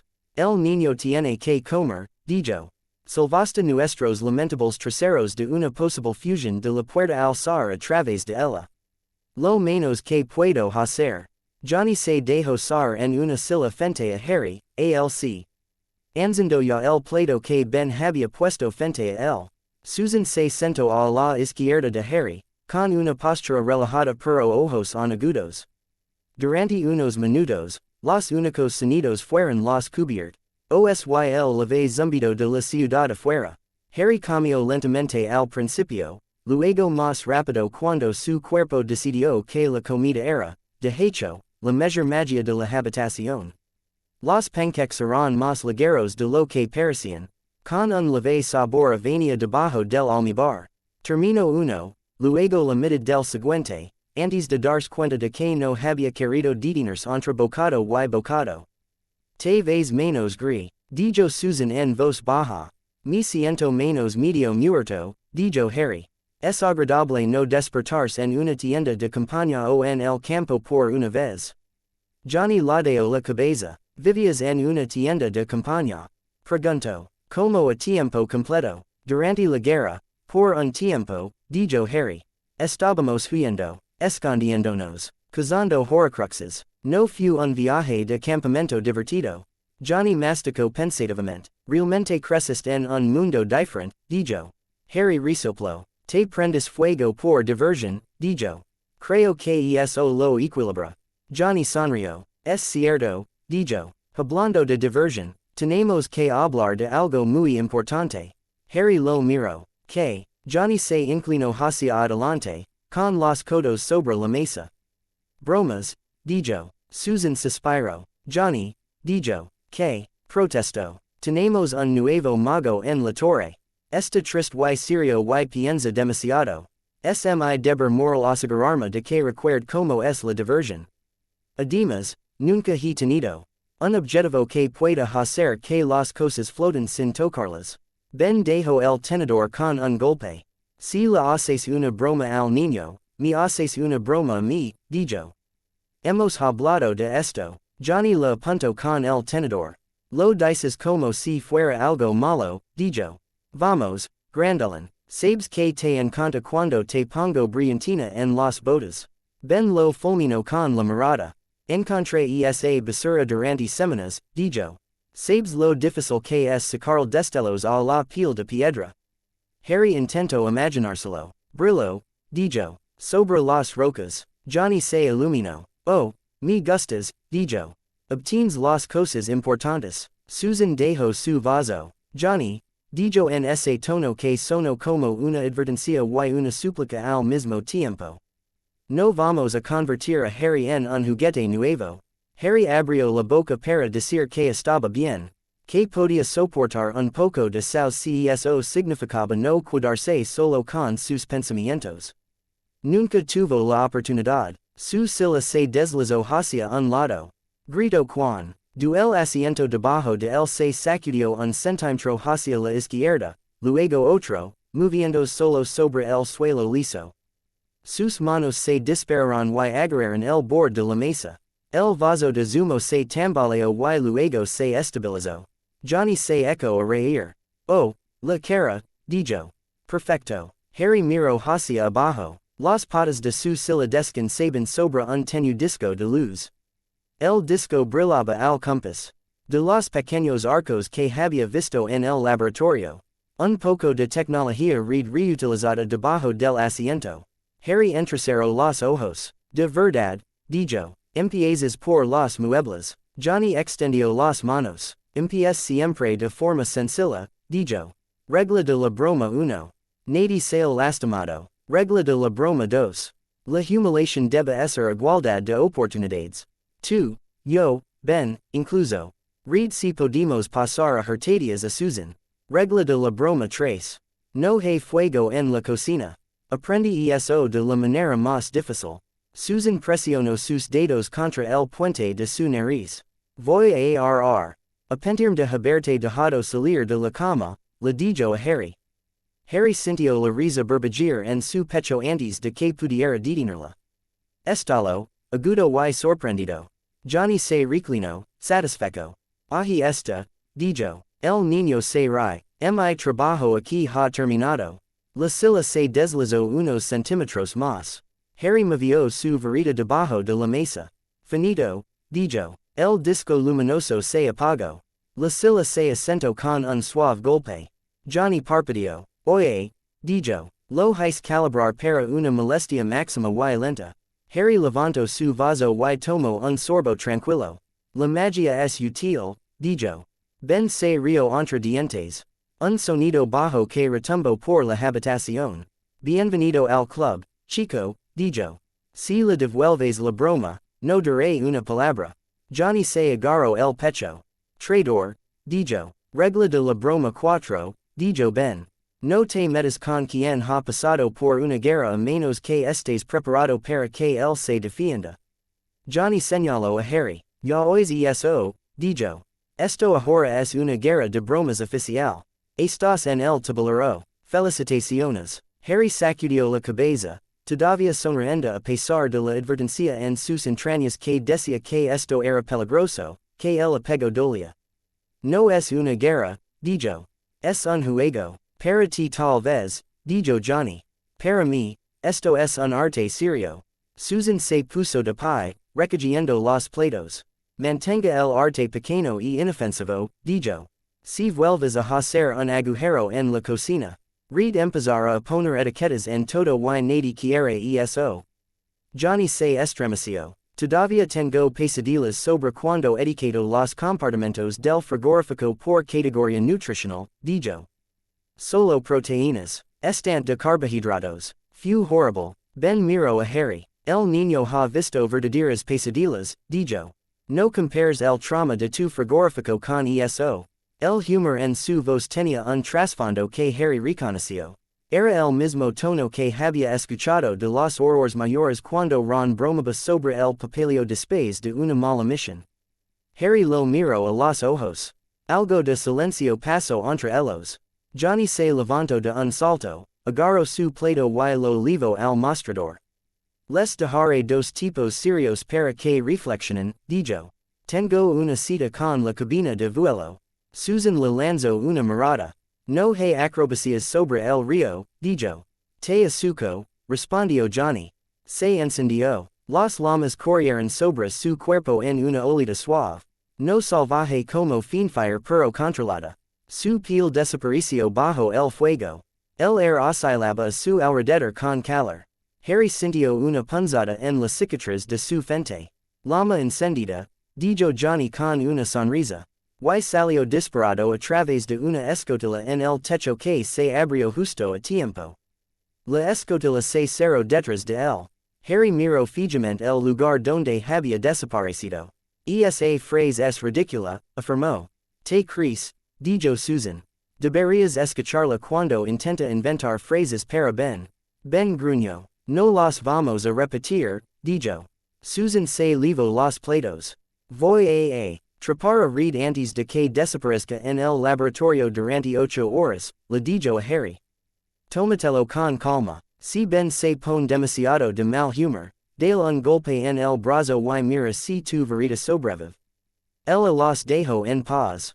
La habitación se sentía más tranquila sin Johnny y Susan. Ben rodeó la mesa y se hundió en la silla que ella había dejado libre. Los muebles crujeron bajo su peso y luego se sentar quedaron allí sentados, escuchando el débil zumbido del edificio. Harry estudió la textura de la piel de Ben Grimm. No fue fácil. Las placas de piedra se superponían formando un patrón que parecía casi natural. Como tierra seca y agrietada. Había estilas y líneas donde algo más duro que él había golpeado. Bajo el color naranja había vetas más oscuras, casi como vetas minerales. Harry había visto piel maldita antes.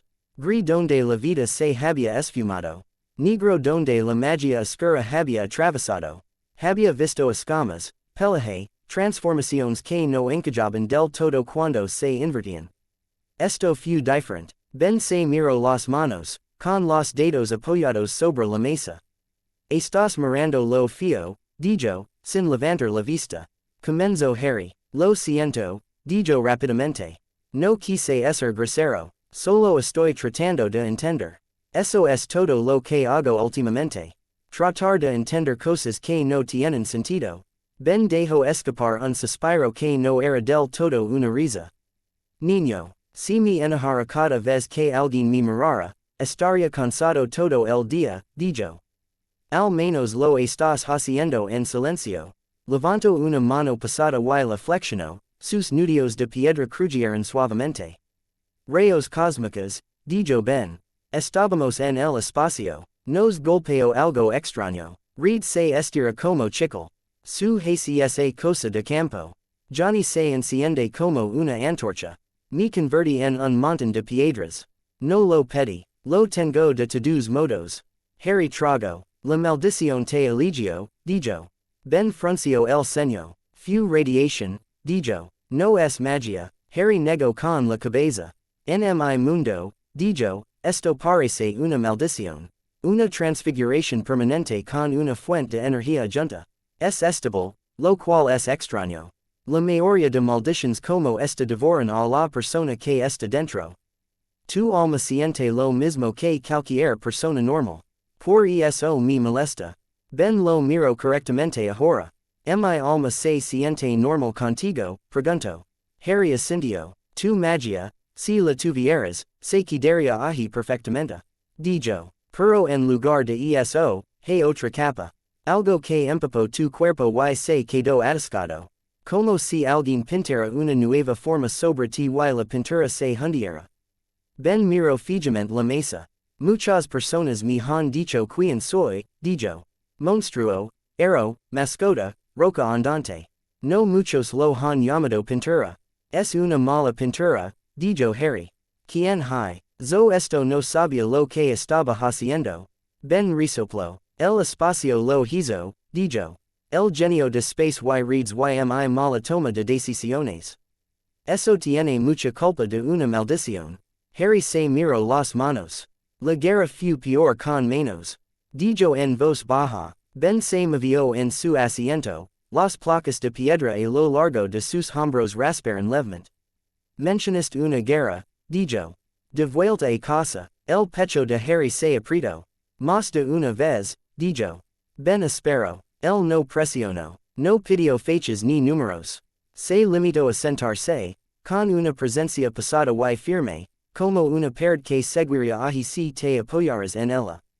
Harry respiró hondo. La versión corta, dijo, es que un loco decidió que era mejor que todos los demás debido a la sangre. Reunió seguidores, comenzó una campaña de terror y trató de apoderarse del mundo mágico. La versión larga son años de miedo, escondida y gente muriendo. Estaba ligada a ella por una profecía. Uno de nosotros tenía que matar al otro. Esa es la parte que todos recuerdan. El duelo. La última batalla. El niño que vivió. Hizo una mueca. No hablan mucho del resto, afirmó. Las noches en el hospital después de las maldiciones que casi acaban con mis amigos. Las tumbas. La forma en que todos me miraban como si fuera un símbolo, no una persona. La sensación de que si fallaba, todo volvería a suceder y sería mi culpa. Podía sentir el pulso en la garganta. Ben asuco sin interrumpir. ¿Cuántos años tenías cuando esto empezó? Preguntó Ben. Harry lo pensó. La profecía se hizo antes de que yo naciera, dijo. Él vino por mí cuando yo era un bebé. Mis padres murieron tratando de detenerlo. Crecí con parientes que odiaban la magia. Vi a mi primer asesinado a los 11 años. Escuché a mi padrino gritar mientras caía a través del velo a los 15. Caminé hacia el bosque para dejar morir a los 17. Lo dijo pleno, practicado. El silencio que siguió fue pesado. Ben dejó escapar un lento suspiro. 17 es demasiado joven para decidir eso, dijo. Harry se encogió de hombros. Realmente no había elección, dijo. No si quisiera que alguien más viviera.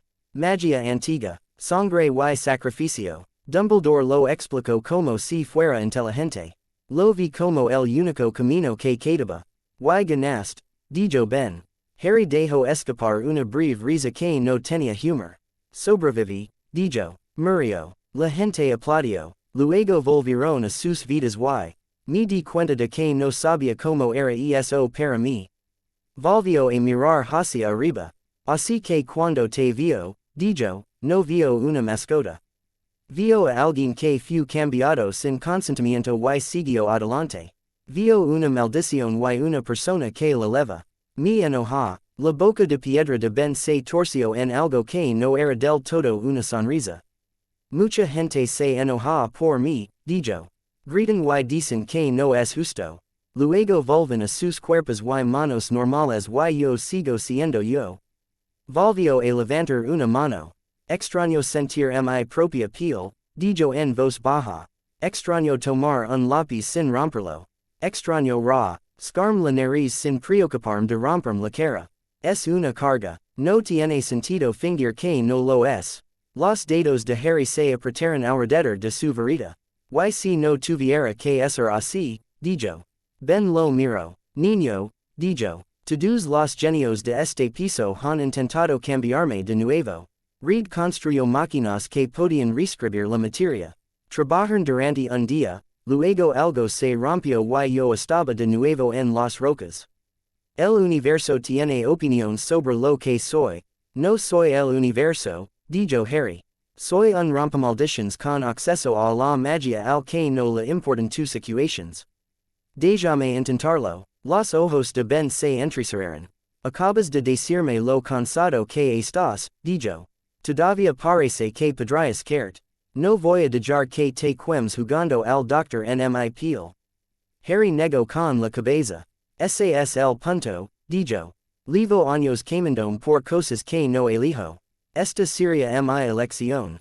Algo bueno. Algo que tome esta ira y la use para algo más que gritarle a los muertos.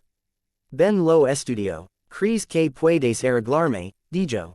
Harry tragó. Creo que puedo intentarlo, dijo. Vio un patrón. Magia que se ha sentado donde no pertenece. Puede que no funcione. Puede ser contraproducente. No mentiré sobre eso. Pero si nadie más puede ver las líneas como yo, entonces me corresponde a mí al menos mirar. Ben se reclinó y la silla gimió. Eres un niño testarudo, dijo. Preguntale a cualquiera en casa. Dijo Harry. Estarán de acuerdo. Ben permaneció en silencio durante un largo momento. Cuéntale a Reed sobre esto, dijo finalmente, y él construirá un laboratorio completamente nuevo. Quiero medir cada contract en mientras intentas quitarme esto. Su se preocupará muchísimo. Johnny hará bromas sobre las exfoliaciones con piedras y las máscaras de barro. Suspiro. Pero si existe aunque si una pequeña posibilidad, dijo, de que un día pueda despertarme y mirarme en un espejo sin ver la cara de un extraño, sería un idiota si no la aprovechara. Se encontró con los ojos de Harry.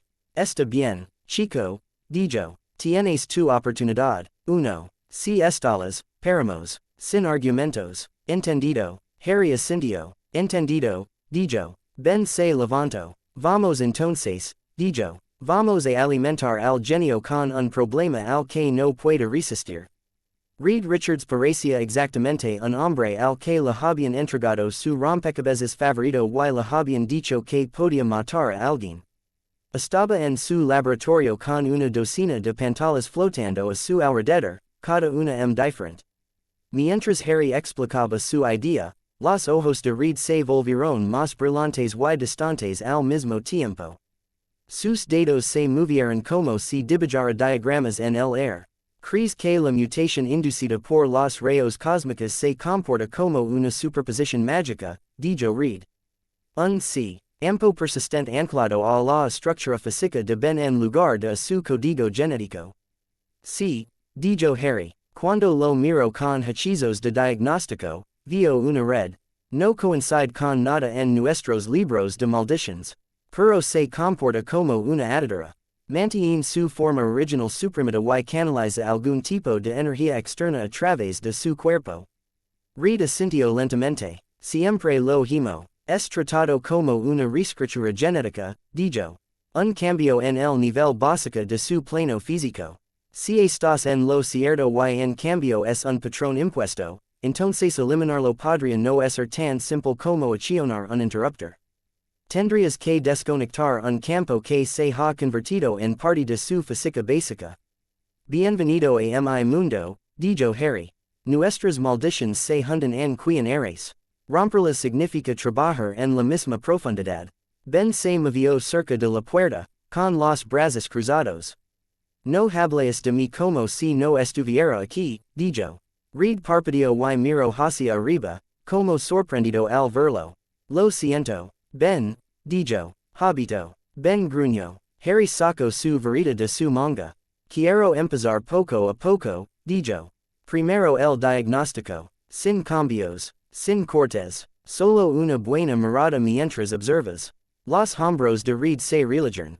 Eso parece razonable, dijo. Susan lo preferiría, estoy seguro. Maldita sí, lo haría, dijo la voz de Susan desde la puerta. Ella entró, con los brazos cruzados y la mirada penetrante. ¿Realmente pensaste que podrías realizar un gran experimento mágico con mi compañero de equipo sin decírmelo? Le dijo a Reed. Reed hizo una mueca. Iba a llamarte, dijo. Siempre dices eso, respondió ella. Harry levantó una mano. Esta fue mi idea, dijo. Si quieres gritarle a alguien, empieza conmigo. Susan negó con la cabeza. No le grito a la gente que quiere ayudar. Dijo. Le grito a la gente que olvida que la ayuda conlleva riesgos. Read. Puedes observar. Harry. Puedes trabajar. Ben. Puedes decir que pares en cualquier momento. Esas son las reglas. Ben asintió. Por mí está bien, dijo. Johnny se deslizó detrás de ella, con los ojos brillantes de interés. Escuché las palabras gran experimento mágico, dijo. No me lo pierdo, solo espectador, dijo Susan. Con solo encender un dedo, te dejaré fuera del suelo. Johnny hizo como si cerrara los labios. Harry notó que en realidad no hizo contacto con su piel. Read desp. Ejo un espacio en el centro del laboratorio. Quédate allí, le dijo a Ben. Apareceré las pantallas del campo de energía. Harry, ¿qué necesitas? Harry lo consideró. En mi mundo, romper maldiciones utiliza tres herramientas principales. Dijo. Palabras, patronas y sustancias. Encantamientos para derrigar el poder, runas para darle forma, pociones y ungüentos para anclarlo en el cuerpo. No tengo un carrito lleno de ingredientes aquí, pero puedo adaptarme lo que tienes. Señaló con la cabeza un estante de viales. Reed siguió su mirada. Compuestos químicos, dijo. Tenemos muchos. Algunos de ellos son peligrosos. Marcaré los que no puedes tocar. Harry resopló. Crecí en el aula de Snape, dijo.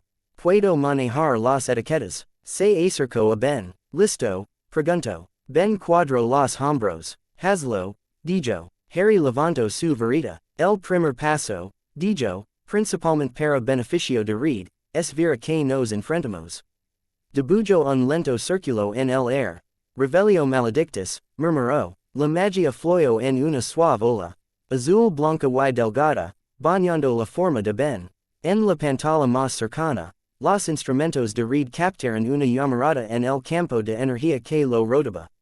Línea. Esta luz aparecieron sobre el cuerpo de Ben, trazando los contornos de las placas de piedra y luego hundiéndose más profundamente. Harry vio más que la pantalla. El entramado que había mencionado estaba allí. Una red de líneas tenues que envolvía a Ben de la cabeza a los pies. Latía suavemente, un latido constante que coincidía con el ritmo de su corazón. No se sentía oscuro, no en el sentido del cruciatus o la marca en el brazo de un mortífago. Se sintió extraño, como magia que había crecido en un suelo diferente. Harry frunció el ceño. No está ligada a tu alma, dijo. Está ligada a tu patrón físico. Eso lo es más fácil y más difícil. Reed garabatió notas en un bloc sin mirar hacia abajo. ¿Cómo es eso? Preguntó. Es más fácil porque no corremos el riesgo de arrancar pedazos con él, dijo Harry. Más difícil porque tu cuerpo se ha adaptado. Tienes músculos desarrollados alrededor de esta forma. Si lo eliminamos todo de una vez, podrías colapsar. Ben se movió. Estoy aquí, dijo de nuevo. Harry asintió. Lo sé, dijo. No voy a romper nada. Hoy no. Bajo su varita. Necesito tiempo para diseñar esto, dijo. Nunca antes había trabajado en magia como esta. Tendré que probar algunos pequeños rituals de enfoque para ver qué tan receptivo es el campo. Si responde, nos dignamos. Reed abrió la boca. Harry interrumpió antes de que pudiera sugerir algo relacionado con campos de resonancia y matrices de inversión. Y estoy haciendo esto a mi manera, dijo Harry. Runas, círculos, pociones. Puedes verlos y traducirlos más tarde, pero si pones una máquina entre la magia y yo, no responderá. Es así de complicado. Reed apretó los labios y luego asintió. Muy bien, dijo. Les daremos espacio. Diseñar el ritual tomó la mayor parte de la tarde. Harry estaba sentado en una mesa de laboratorio con una pila de cuadernos de notas en blanco de Reed y una taza de algo que sabía a té fuerte con extra de cafeína. Dibujó patronas, las tachó, añadió nuevas líneas, murmuró par. Así mismo y ignoró los constantes comentarios de Johnny sobre su letra. No puedo leer eso, dijo Johnny en un momento. Se supone que no debes hacerlo, dijo Harry. Reed se mantuvo a una distancia educada. Observando las formas con una intensidad que le recuerdo a Harry a Hermione inclinada sobre un problema de aritmencia. Susan revisaba cada hora para asegurarse de que no se hubiera quedado dormido en la mesa. Ben se quedó en la habitación, sentado en un rincón, fingiendo hojear una revista. Harry se centró en tres objetivos. Primero, quería probar una pequeña sesión del campo sin tocar el resto. Algo así como levantar suavemente una esquina de una manta pesada. En segundo lugar, necesitaba un ancla en caso de que la energía intentara saltar hacia él. Una forma de desviarlo hacia un CIR, cuido inofensivo en lugar de dejar que se clave en sus propios huesos.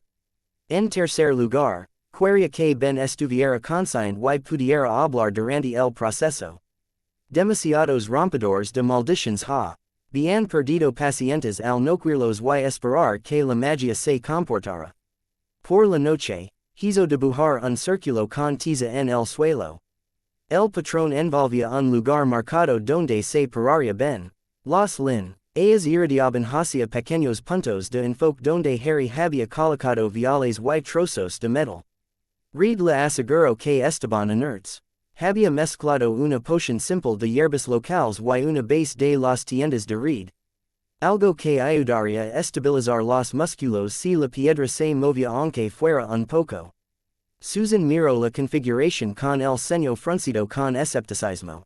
Esto parece la parte de una película de terror en la que todo sale mal, dijo.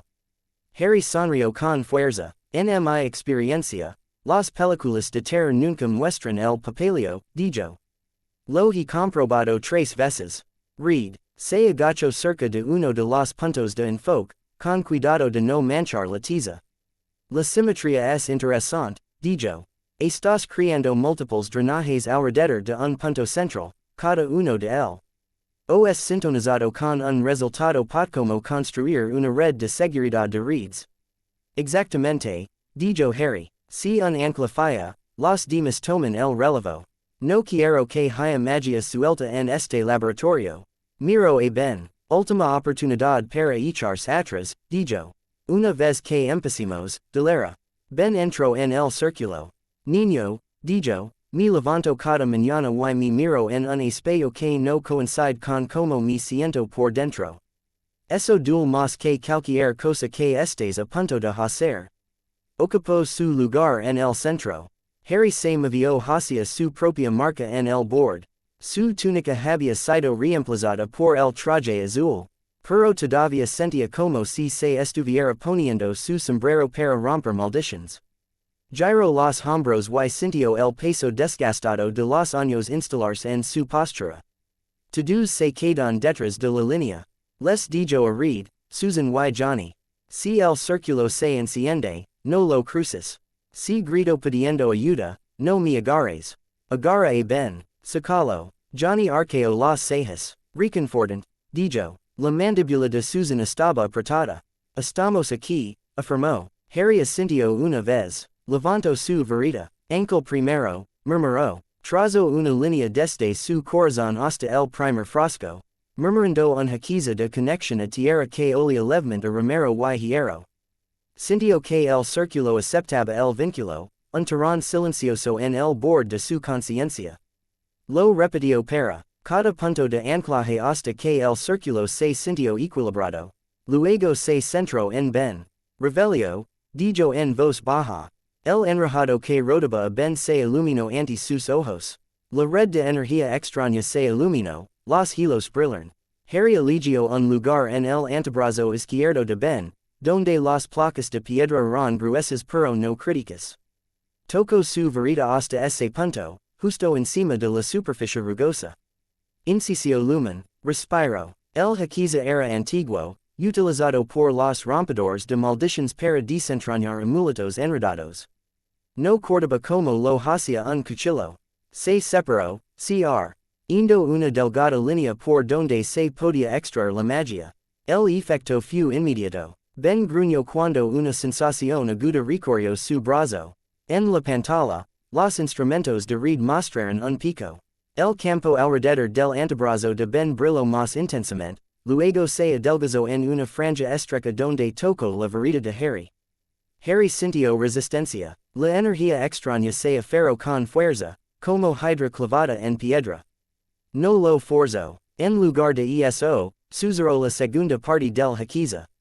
Vení ad lumen, ven a la luz. La magia respondió. Un pequeño hilo se desprendió del enrejado y siguió la punta de su varita.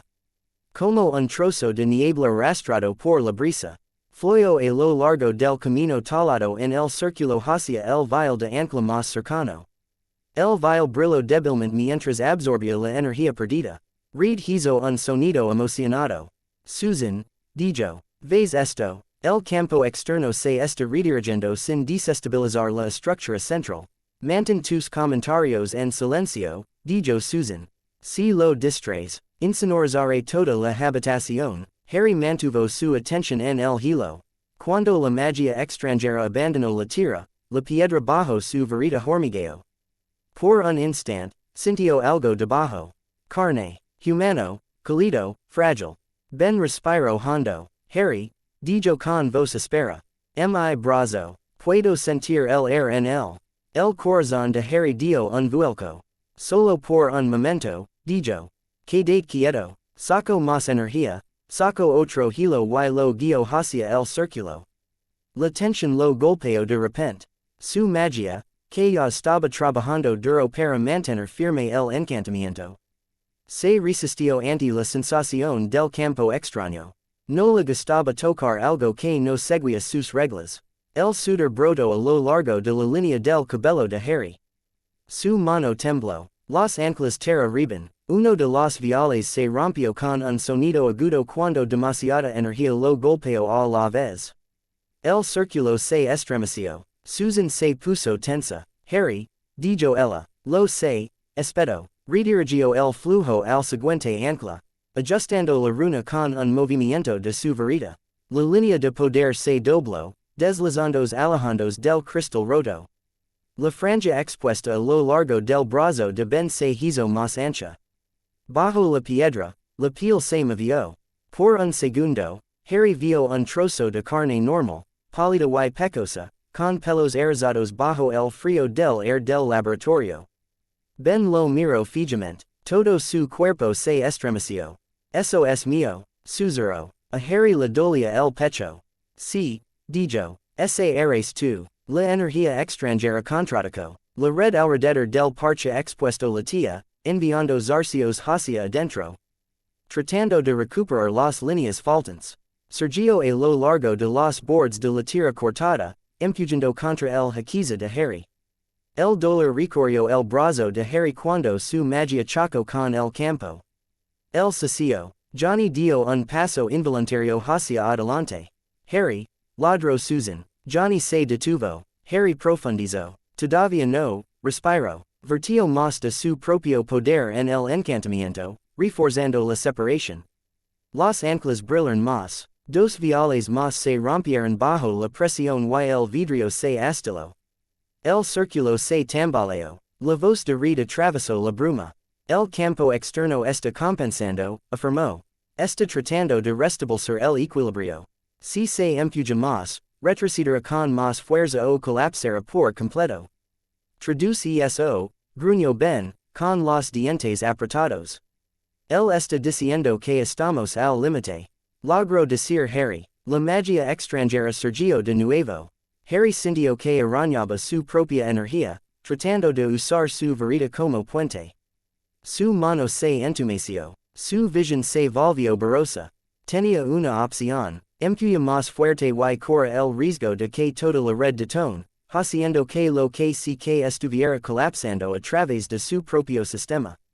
O dejarlo ir. Cada parte testaruda de él gritaba que siguiera adelante. Recordó a Fred inmóvil. Recordó la forma en que cada fracaso se había acumulado detrás de sus ojos. Recordó haberse prometido a sí mismo que nunca dejaría de luchar mientras existiera una oportunidad. Pero esta no fue una guerra en la que las únicas opciones fueron morir o matar. Este era Ben. Y Ben lo miraba con una mezcla de dolor y algo parecido a esperanza. Niño, dijo Ben, con la voz tensa. Si esto te di prime, nunca me lo perdonare. Harry exhalo, mavio su verita, cortando el encantamiento. Finito, dijo, el hilo de energía, extraña volvió a su lugar con una sacudida.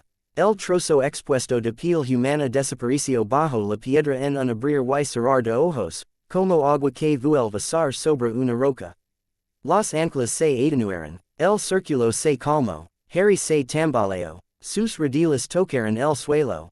El mundo se redujo hasta el punto de arder en su brazo y un rugido en sus oídos. Alguien lo agarró del hombro antes de que cayera de bruces. El parpadeó. Susan se rodeó a su lado, con una mano en su hombro y la otra apoyada en el suelo, fuera de la línea de tiza. Fácil, dijo. Hiciste suficiente. Intento decir algo inteligente. Todo lo que salió fue un graznido. Ben, estoy aquí, dijo Ben. Su voz tembló de una manera que Harry nunca había escuchado antes. Harry giró la cabeza. Ben permaneció exactamente donde había estado, con las manos apretadas a los costados. Su pecho se agitó. Su cara de piedra estaba húmeda. Las lágrimas brillaban sobre la superficie áspera y corrían por extraños caminos sobre las grietas. Lo sentí, dijo Ben. Por un segundo, mis dedos, mi brazo, sentí air y frío y nada chirriaba cuando me movía. Luego desapareció. El estómago de Harry se retorció. Lo siento, dijo. No pude sostenerlo. El campo está demasiado arraigado. Si lo hubiera forzado, podría haberte destrozado. Ben dejó escapar un suspiro entrecortado. Así que es permanente, dijo. Harry cerró los ojos. En mi marco, dijo, está más allá de mí. Esta energía no se encuentra dentro de los regia. Respeta los límites lo suficiente como para evitar que la libere. No es una maldición, es un nuevo tipo de ser. El silencio se apoderó del laboratorio. Las pantallas de red todavía parpadeaban con lecturas. Las manos de Johnny ardían con un leve calor que no dejaba salir. El agarre de Susan sobre el hombro de Harry se hizo más fuerte. Harry se levantó hasta sentarse con las piernas cruzadas dentro del círculo. Te fale, le dijo a Ben. Ben dio un largo paso hacia adelante y cruzó la tiza sin dudarlo. El círculo brilló débilmente, reaccionando a su masa, y luego se apagó. El ritual había terminado. La magia había hecho lo que podía y se detuvo. Ben se agachó frente a Harry con esfuerzo, sus rodillas de piedra protestaron. Mírame, dijo. Harry levantó la cabeza. No fallaste, dijo Ben. Lo intentaste. Nadie me había devuelto ese segundo de mi antes. Ni Reed, ni ningún médico. Nadie. Tú lo hiciste. Por un segundo, me sentí como yo. Extendió la mano y puso su pesada mano sobre el hombro de Harry. No voy a fingir que no me duele que haya desaparecido, dijo. Lo es. Duele mucho. Pero prefiero se. Entireso por un segundo que nunca saberlo. Y prefiero que estés respirando que tirado en el suelo porque trataste de borrarlo todo de una sola vez. Harry sintió que le picaban los ojos. Quería arreglarlo, dijo. Lo sé, dijo Ben. No eres el único que leva peso. No tienes que levantar el mío encima del tuyo. Aprieto suavemente. Me diste pruebas de que todavía hay un hombre aquí, dijo. A veces eso es más importante que una cura. Harry dejó escapar un suspiro tembloroso. Suenas como mi amigo, dijo. Ella siempre dijo que la lucha consistía en recordar quiénes éramos bajo el miedo. Ella es inteligente, dijo Ben. Ella murió en la batalla, dijo Harry. La mano de Ben se apretó. Lo siento, dijo. Harry asintió. Yo también, dijo. Susan se sentó sobre sus talones, mirándolos con una expresión que mezclaba preocupación y un silencioso orgullo. Ambos me asustaron, dijo. Pero supongo que no puedo discutir el resultado. Reed finalmente habló, con voz más suave que antes. Lo que usted hizo confirma algo importante. Dijo. El campo que rodea a Ben no es solo un estado pasivo. Resist. Se adapta. Eso significa que mi modelo ha estado equivocado en algunos lugares. Puedo arreglar eso. Puedo trabajar con eso. Ben risoplo. Por supuesto que puedes, dijo. Johnny se acercó, con las manos todavía parpadeando con las bajas. Esa fue una de las cosas más valientes que he visto en mi vida, dijo. He visto a Ben cargar contra un dragón espacial. 2 veces. Harry se secó los ojos con el dorso de la mano, molesto por las lágrimas. No me sentí valiente, dijo. Sentí que estaba a punto de romperme. Ben risoplo. Ahí es cuando la valentía cuenta, dijo. Cualquiera puede pavonearse cuando está seguro. Se enderezó lentamente, las placas de piedra crujeron. Vamos, chico, dijo. El tiempo de laboratorio ha terminado. Necesitas comida otra vez. Una siesta. Tal vez sentarte en algún lugar que no esté iluminado. Harry dejó que Susan lo ayudara a levantarse. Sus piernas temblaron pero aguantaron. Le palpitaba el brazo donde su magia había luchado con el campo extraño. Salieron juntos del laboratorio. Mientras caminaban, Ben habló en voz baja que solo Harry podía oír. No me debes una cura, dijo. Aquí no le debes un milagro a nadie. Estar vivo y esforzarte es suficiente. Harry tragó. En casa, dijo, nunca me pareció suficiente. Ben lo miró. Entonces tal vez si hora de que aprendas lo que se siente, dijo. Llegaron al ascensor. Harry se apoyó contra la pared, respirando lentamente. ¿Qué pasa si nunca llego a casa? Preguntó en voz baja. Ben se encogió de hombros. Un enorme rolo de hombros de piedra. Entonces nos tienes a nosotros, dijo simplemente. La familia no es solo sangre y profecía. A veces son las personas que te vi. En casi quemarte en un laboratorio y aún así se sientan contigo a cenar. Harry dejó escapar una risa suave. Habla como un hombre que ha cenado muchas veces aquí, dijo. No tienes idea, respondió Ben. Las puertas se abrieron. Mientras subían, Harry observó cómo pasaban los pisos y pensó en las cargas. Los suyos, Ben's, los que read lavaba en ecuations, Susan en reglas y Johnny en bromas y lamas. Su intento de levantar uno había terminado en dolor y fracaso y en un breve y brillante momento de algo suave. Quizás eso era lo que podría ser este lugar. No es una cura, una carga compartida. Cuando volvieron a salir a la cocina, Johnny ya había colocado los platos y fingía no haber estado paseando. Ambos están vivos, dijo con evidente alivio. Excelente. Eso significa que todavía puedo hacerte una broma. Ben puso los ojos en blanco. Hasta luego, Sarala, dijo. Harry se hundió en una silla. Todavía sentía el eco del entramado extraño en sus huesos, pero su propia magia se había asentado. Cansado, tranquilo, no roto, Susan le entregó un vaso de agua. Aquí, dijo. Hoy te encargas de la quemadura de otra persona.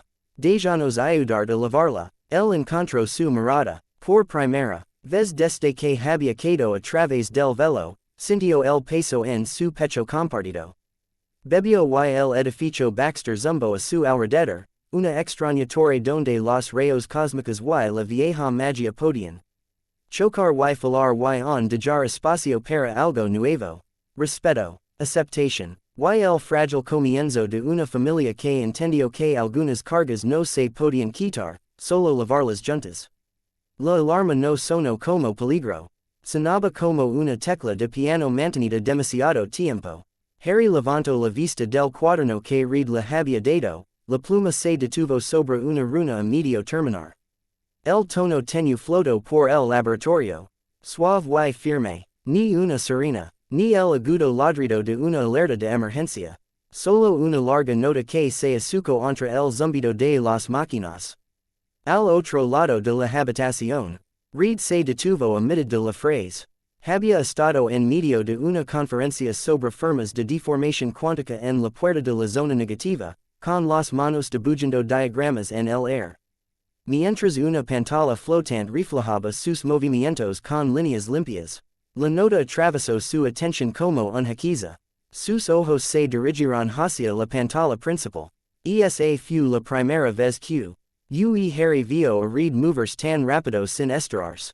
El científico cruzó el laboratorio en tres largas zancadas, con la tableta olvidada sobre la mesa. Nuevas pantallas aparecieron parpadeando alrededor de la consola central. Arcos de luz que mostraban gráficos y formas giratorias. Harry se deslizó de su taburete, todos sus sentidos repentinamente en alerta. El entrenamiento en Hogwarts le había enseñado a escuchar los cambios en el sonido. La guerra le había enseñado a prestar atención cuando cambiaba el aire. En ese momento el laboratorio se sentía más apretado, como si una sola hubiera notado que algo andaba mal. Susan apareció en la puerta casi tan pronto como comenzó el tono. Lavaba su traje y una expresión concentrada, con el cabello recogido hacia atrás. ¿Qué es? Preguntó. Reed no apartó la mirada de los datos. El sensor de nivel 3 acaba de detectar un patrón extraño en nuestro escudo orbital, dijo. Su voz era tranquila pero tensa. Coincide con la cola de la perturbación del otro día, con una nueva modulación que no estaba presente en la brecha original. Harry frunció el ceño. ¿Quieres decir cuando fracasé? Dijo. Reed asintió una vez. Sí, dijo. La misma frecuencia base, la misma distorsión no local, pero esta vez se produce en pulsos cortos en lugar de un solo pico. Alguien está tocando la herida. La mano de Harry apretó el cuaderno. La piel de sus brazos se erizó. Al otro lado del laboratorio, la nota se hizo un poco más fuerte y luego volvió a calmarse. Johnny llegó menos de un segundo después, deslizándose por la puerta con su habitual falta de re. Spedó place y una mancha de jalen en la mejilla. Sentí que el escudo se movía, dijo. Pensé que era una mala señal o que Reed finalmente hizo café lo suficientemente fuerte como para hacer vibrar toda la torre. Ben entró pesadamente detrás de él, con los pies de piedra pasadas sobre el suelo de metal. ¿Qué se rompió el niño ahora? Preguntó. Harry puso los ojos en blanco. Yo no, dijo. Al menos no esta vez.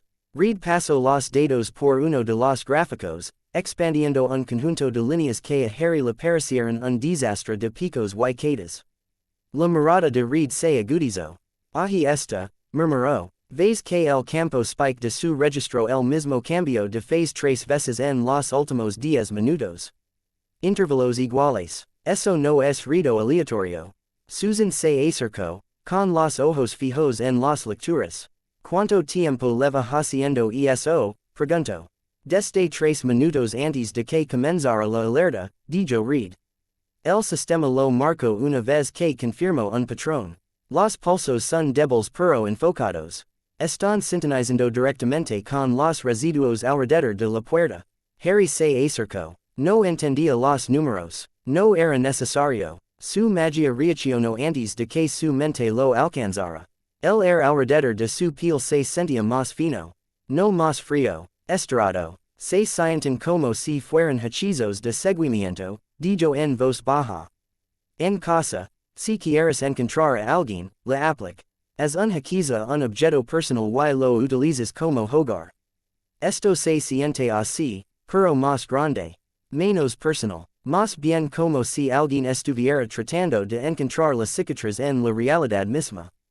Reed lo miró. ¿Se puede sentir? Preguntó. Harry asintió. Puedo sentir algo rozando el residuo que deje, dijo. Como un dedo presionando un hematoma. A quien si no le importa lo que arrastre con él. Solo quiere ver qué pasa cuando pincha. Johnny hizo una mueca. Espeluznante, dijo. Entonces alguien está sintonizando nuestro extraño agujero y presionando botones. Ben se cruzó de brazos. Si siguen pinchando se vuelve a abrir el agujero, preguntó. Reed negó con la cabeza. Es poco probable en el corto plazo, dijo. La puerta de la zona negativa está en espera. La lágrima que trajo a Harry aquí está cerrada. Esto parece más bien una sonda. Un escaneo. Alguien vio el pico original y quiere aprender más. La garganta de Harry se sintió apretada. Lo he visto antes, murmuró. Un gran acontecimiento inicia la historia y luego ligan los butres. La mirada de Susan pasó de la pantalla a Harry.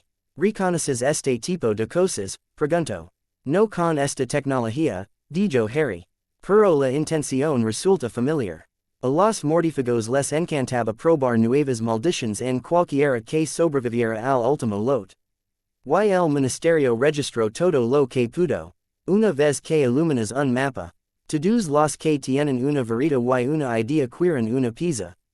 La mandíbula de Reed se tensó. Bueno, dijo, no reciben una pizza sin pasar por mi primero.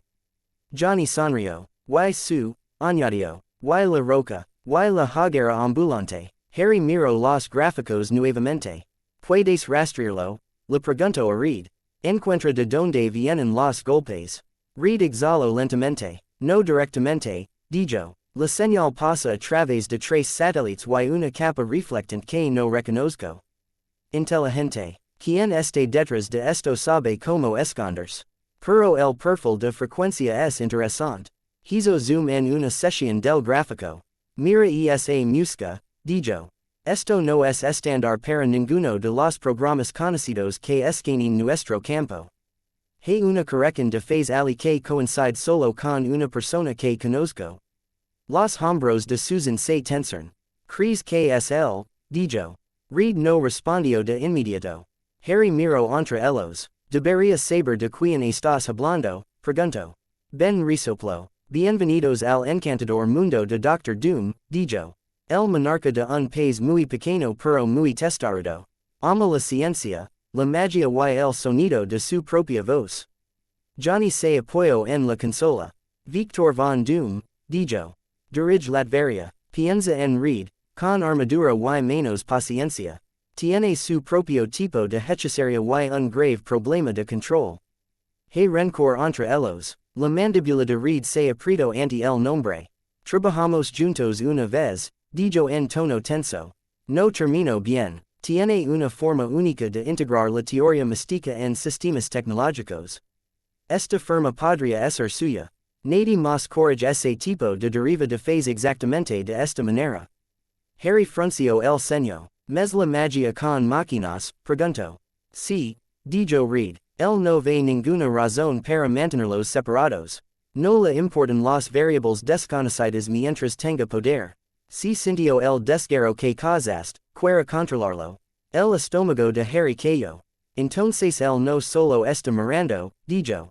Él está apuntando. La nota en el laboratorio quedó en silencio cuando el sistema confirmó el último pulso y decidió que había hecho su trabajo. El silencio resultante se sintió ruidoso. Susan se cruzó de brazos. ¿Qué hacemos? Preguntó. Reed miró fijamente los gráficos, su mente claramente corriendo a través de los modelos.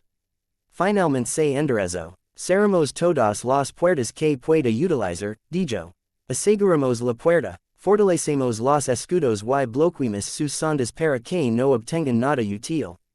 Si Doom quiere información sobre nuestro nuevo campo de energía, tiene que intentar algo más arriesgado. Eso nos da tiempo. Se volvió hacia Harry. Necesito tu ayuda, dijo. La mano de Harry apretó su varita. Mi ayuda es la razón por la que está interesado en primer lugar, dijo. Si no estaba ya picando antes. En el momento en que empieza a lanzar escudos y animales ligeros en la repetición, se lamera los labios. Reed asintió. Exactamente, dijo. Entiendes las barreras de una manera que yo nunca entenderé. Puedo enderezar la torre con más metal y campos, pero Doom esperará eso. Ha visto mis hábitos. No ha visto los tuyos. Susan miró entre ellos. ¿Quieres que Harry proteja el edificio Baxter con magia? Dijo. Sí, dijo Reed. En conjunto con nuestra tecnología.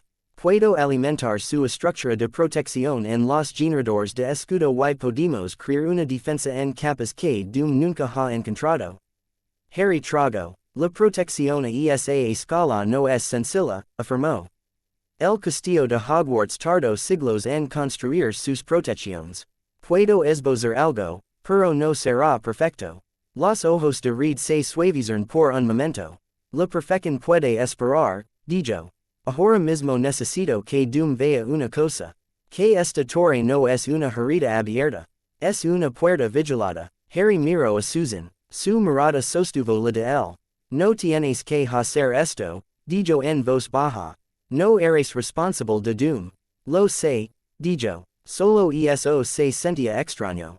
Que le dijeron que tenía una opción. Cerró los ojos por un momento y dejó que su magia se extendiera hacia afuera. Rozó los residuos de la lágrima, todavía levemente presentes en la puerta de la zona negativa y ahora enter. Tejidos con los propios sistemas de Baxter. Rozó la sensación de la propia torre, sólida y brillante. Rozó la mente de red llena de números y la preocupación silenciosa y constante de su. Mucho más allá de eso, creo sentir el más leve roce de algo agudo y distante. Perdición, supuso, con la mente como una espada, presionando contra el hematoma. Harry había huido de los problemas antes. Se había escondido en tiendas de campaña y bosques mientras el mundo ardía.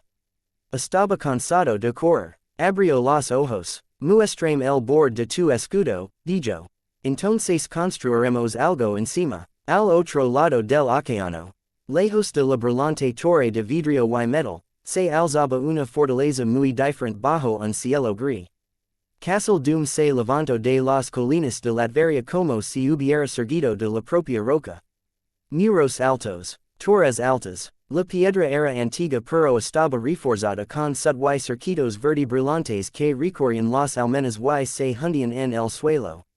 En el interior, en una habitación iluminada por una fría luz verde, Victor von Doom observaba el edificio Baxter a través de una serie de pantallas. La pantalla principal mostraba la torre desde un ángulo de satélite, un punto brillante en el horizonte de Nueva York. Ventanas más pequeñas mostraban secuencias de números, gráficos y un modelo giratorio de la puerta de la zona negativa. La sonda que Reed había notado ya se había retirado. Doom ya no lo necesitaba activo. Ya había visto suficiente. Juntó sus manos cubiertas de metal detrás de su espalda y respiró lentamente. La máscara que ocultaba su rostro no le daba expresión, pero sus ojos brillaban débilmente desde el interior de las rendijas. Intrigante, dijo a la habitación vacía. La grabación se reprodujo de nuevo. Un leve destello de energía alrededor de la puerta. Una distorsión en el campo. Un pico que no coincidió con ningún evento cósmico conocido. Luego aparece una figura en la plataforma. Pequeño, humano, envuelto en ropa que no encajaba en ningún catálogo que reconociera. Una varita en mano. Doom detuvo la imagen en el momento en que Harry levantó su varita hacia los cuatro. Había algo en la línea de los hombros del chico. La forma en que tenía esa sencilla herramienta de madera como si fuera tan natural como su propia mano. Canal puro, murmuró Doom. Sin dispositivo visible, sin traje, sin armadura, atravesó el velo con nada más que voluntad y un palo. Había visto hechiceros antes. Había estudiado con algunos y robado a otros. La mayoría de ellos necesitaban rituals complejos. Círculos, cantos largos, bailes prolongados en torno al poder que realmente no entendían. Este chico se movía como alguien que hubiera pasado años lanzando hechizos en tiempo real.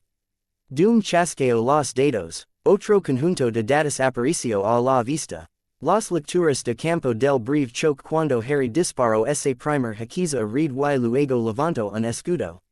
Los gráficos mostraron un pico limpio de energía casi sin ruido. Un estallido enfocado, de una fuente que no estaba vinculada a ningún generador externo que Doom pudiera detectar. Todo eso desde una sola mente, dijo. Pensó en sí mismo a esa edad. Menor, estafador, ya tengo hambre, ya enojado. Había construido sus primeras máquinas antes de que su voz se calmara. Había llamado a los espíritus por su nombre antes de que sus maestros entendieran lo que había hecho. Había entrado a todos los pasillos sabiendo que era la persona más inteligente allí. Luego, un accidente le quitó la cara y convirtió la máscara en una necesidad. El dolor lo había seguido. También tenía un propósito. Y apartó de las pantallas y camino hacia el otro lado de la habitación. Un círculo de runas brillaba débilmente en el suelo. Viejos celos de libros antiguos, dibujados en metal y talados en la piedra. En el centro del círculo había un pequeño altar de piedra, y sobre el altar había una única fotografía enmarcada. Una mujer miró desde allí. Pelo oscuro, ojos amables, una sonrisa que no llegó a las comisuras de su boca. La fotografía era vieja y estaba ligeramente descolorida. Madre, dijo Doom en voz baja. El aire alrededor del círculo se estremeció. No había ninguna presencia visible. Ninguna llamarada de llamas. Doom no se lo esperaba. A Mephisto le gustaba el teatro, pero también le gustaba la sutileza. Tú también lo viste, dijo Doom. La lágrima. El niño. El aire se calentó una fracción. Una voz débil rozó el oído de Doom, suave y divertida. Siento cada lágrima entre mundos, dijo la voz. Ese fue interesante. Un niño desesperado atravesó la vieja cortina, envuelto en antigua magia de sangre con un nuevo sabor. La mandíbula de Doom se apretó detrás de la máscara. Nunca se relajaba por completo cuando Mephisto le prestaba atención, incluso cuando era solo un hilo de pensamiento. Lo usaré, dijo. Tu reino sostiene mi madre. Tu dominio sobre su alma te da influencia. Tengo la intención de eliminar esa influencia. Esta nueva energía podría ser la clave. La voz se rió entre dientes. On perseguimos la libertad, decía. Sigo construyendo escaleras con números y siglos. Nunca cambias, Victor. Doom no se inmutó ante el nombre. El cambio es para aquellos que se equivocaron en primer lugar, afirmó. No me equivoqué. Estaba incompleto. Dejó que su mirada se posara en el rostro de su madre. Cuentan historias de amor, dijo en voz baja. Magos que se lanzan a maldiciones y los retorcen con la fuerza del sentimiento.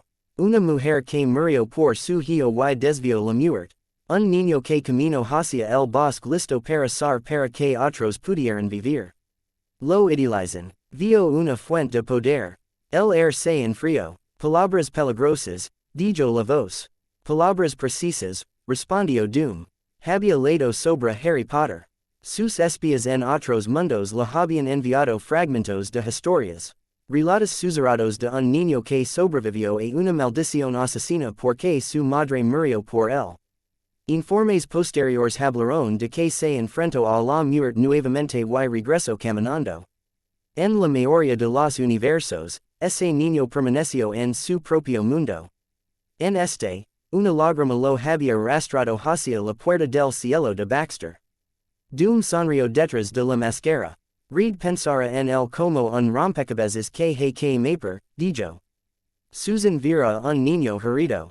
Ben vira a otro soldado. Johnny vira un juguete. Ninguno de ellos vira lo que yo vio. La voz terrario con interés. ¿Y qué es eso?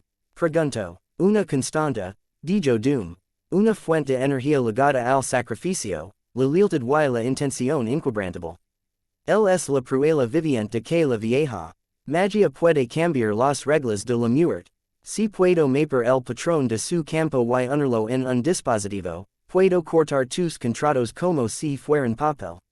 Silencio. Luego una risa suave. Estoy deseando ver intentarlo, dijo la voz. Y se retiró. Doom dejó que el círculo se oscureciera. Volvió a las pantallas. En uno de ellos, el programa de seguimiento mostró un cambio en el escudo de Baxter. Nuevas líneas de poder se arrastraban a lo largo del borde del campo de la torre. Runas, si no se equivocaba. Símbolos que no procedían de ninguno de los diseños habituales de Reed. Bien, dijo Perdition. Lucha contra mí. Construya tus muros. Aprenderé de cada piedra. Toco un control en su consola. Activad el relevo de Latveria, ordena. Un dumbad en la pared del fondo cobró vida y sus ojos se iluminaron. Mas máquinas en las sombras hicieron clic, listas para llevar a cabo su voluntad. Comienza un escaneo de bajo nivel de los nuevos patrones, dijo. No presionan, no activan sus alarmas. Este no es el momento de la fuerza. Este es el momento de estudiar. Observó cómo sus sistemas se ajustaban y los gráficos comenzaban a cambiar nuevamente. La sombra de Latveria se extendía a través del océano, invisible pero muy real. Alcanzando la brillante torre donde un niño con una cicatriz y una varita había comenzado a dibujar líneas que nadie más entendía. Las manos de Harry temblaron. Ligeramente mientras presionaba la tiza contra el suelo. Odiaba eso, no fue el temblar en sí. Era lo que representaba. Que su magia aún recordaba la pelea con la maldición de Ben. Que su cuerpo todavía tenía límites. Se obligó a reducir la velocidad. El círculo que estaba dibujando ahora no era para la batalla. Fue para protección. Se encontraban en una de las salas de escudos principales. Las paredes vibraban de poder. Gruesos cables corrían desde el suelo hasta el techo, transportando la energía que alimentaba el campo defensivo de la torre. Los paneles de metal brillaban bajo luces brillantes. Reed había despejado un amplio espacio cerca del centro para el trabajo de Harry. Susan estaba cerca de la puerta, mirándolo a él y a los monitores. Johnny se apoyó contra la pared del fondo, con una expresión de haber que no coincidía con el interés en sus ojos. Ben estaba sentado en una caja, con los brazos apoyados en los rediles. Reed caminaba cerca de la consola principal, mirando entre las líneas de tiza de Harry y los datos. Recuerd, dijo Reed, el escudo en sí ya funciona con la carga máxima segura. No estamos agregando más potencia bruta. Estamos cambiando la forma en que reacciona. Harry asintió sin levantar la vista. Lo entiendo, dijo. No estamos construyendo muros más altos. Estamos cambiando lo que hacen los muros cuando alguien los mira. Terminó el círculo exterior, y comenzó a agregar formas más pequeñas dentro de él. Los simples. Runas de protección, antiguos de la biblioteca de Hogwarts. Símbolos por los que el profesor de runas antiguas había suspirado cuando Hermione preguntó sobre ellos. Fuerte, confiable, no tergiversaron la realidad tanto como otros. Le dieron un codazo. ¿Cómo se llaman? Preguntó Susan. Harry se sentó sobre sus talones por un momento, limpiando el polvo de tiza de sus dedos con un paño. Algas, dijo, señalando una forma que parecía una línea recta con ramas en la parte superior. SAS para protección, Ansus, para ver con claridad.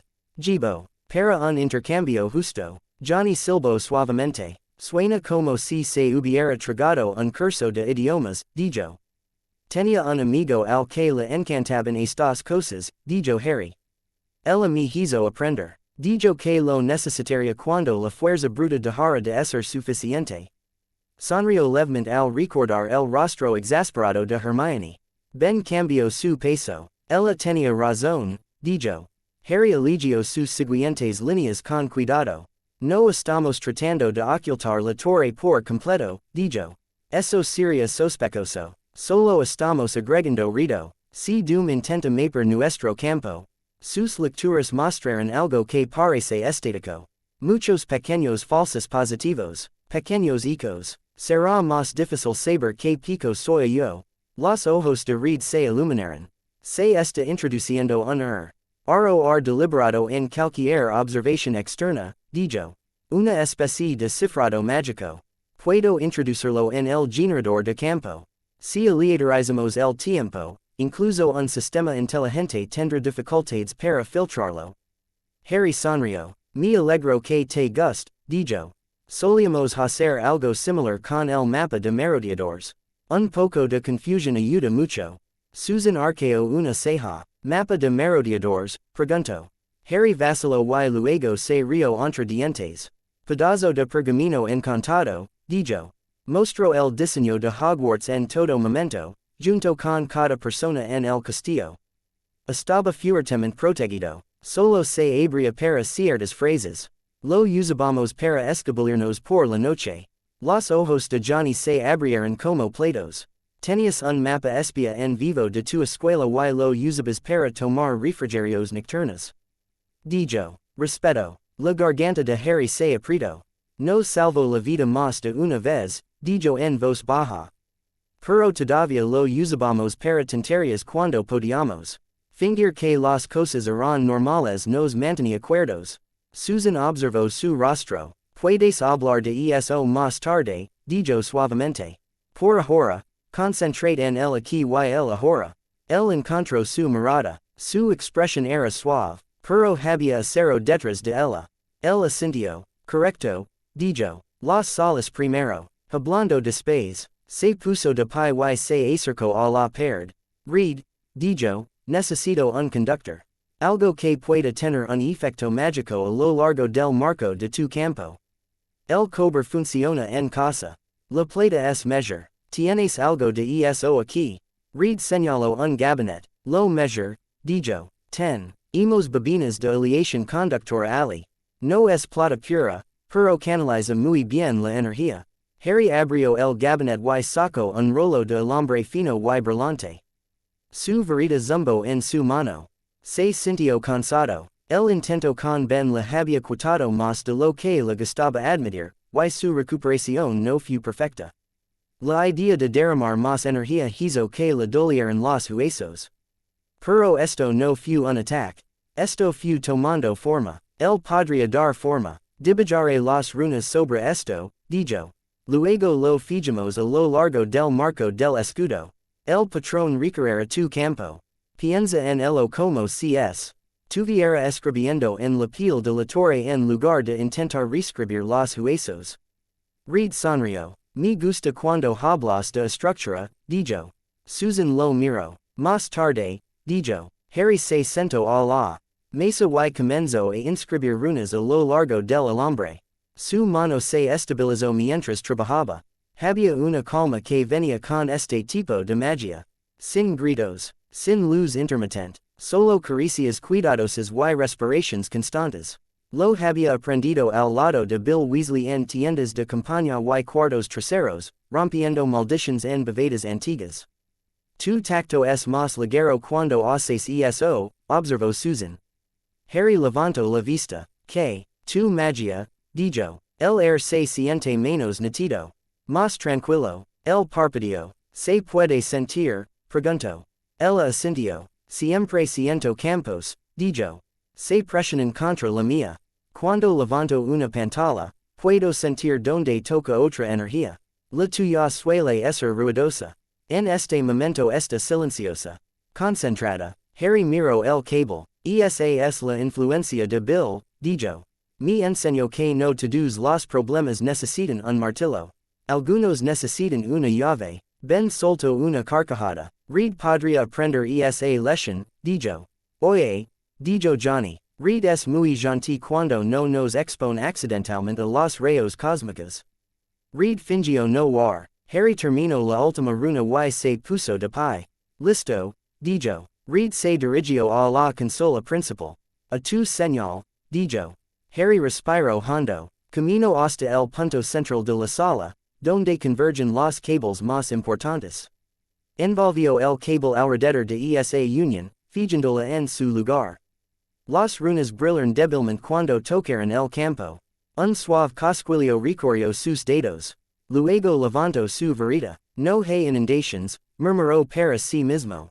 Solo una corriente. AP. Unto con la varita al cable y pronunció una palabra sencilla. Arma. La magia fluyó. No como una explosión ni como un ataque, sino como un flujo constante de intenciones. Se imaginó la torre envuelta en una fina capa de luz. Se imaginó las runas cabalgando sobre esa piel, reflejando cualquier mirada hostil, inclinándola hacia un lado, enturbiando cualquier intento de ver con claridad. Vertió esa imagen en el cable.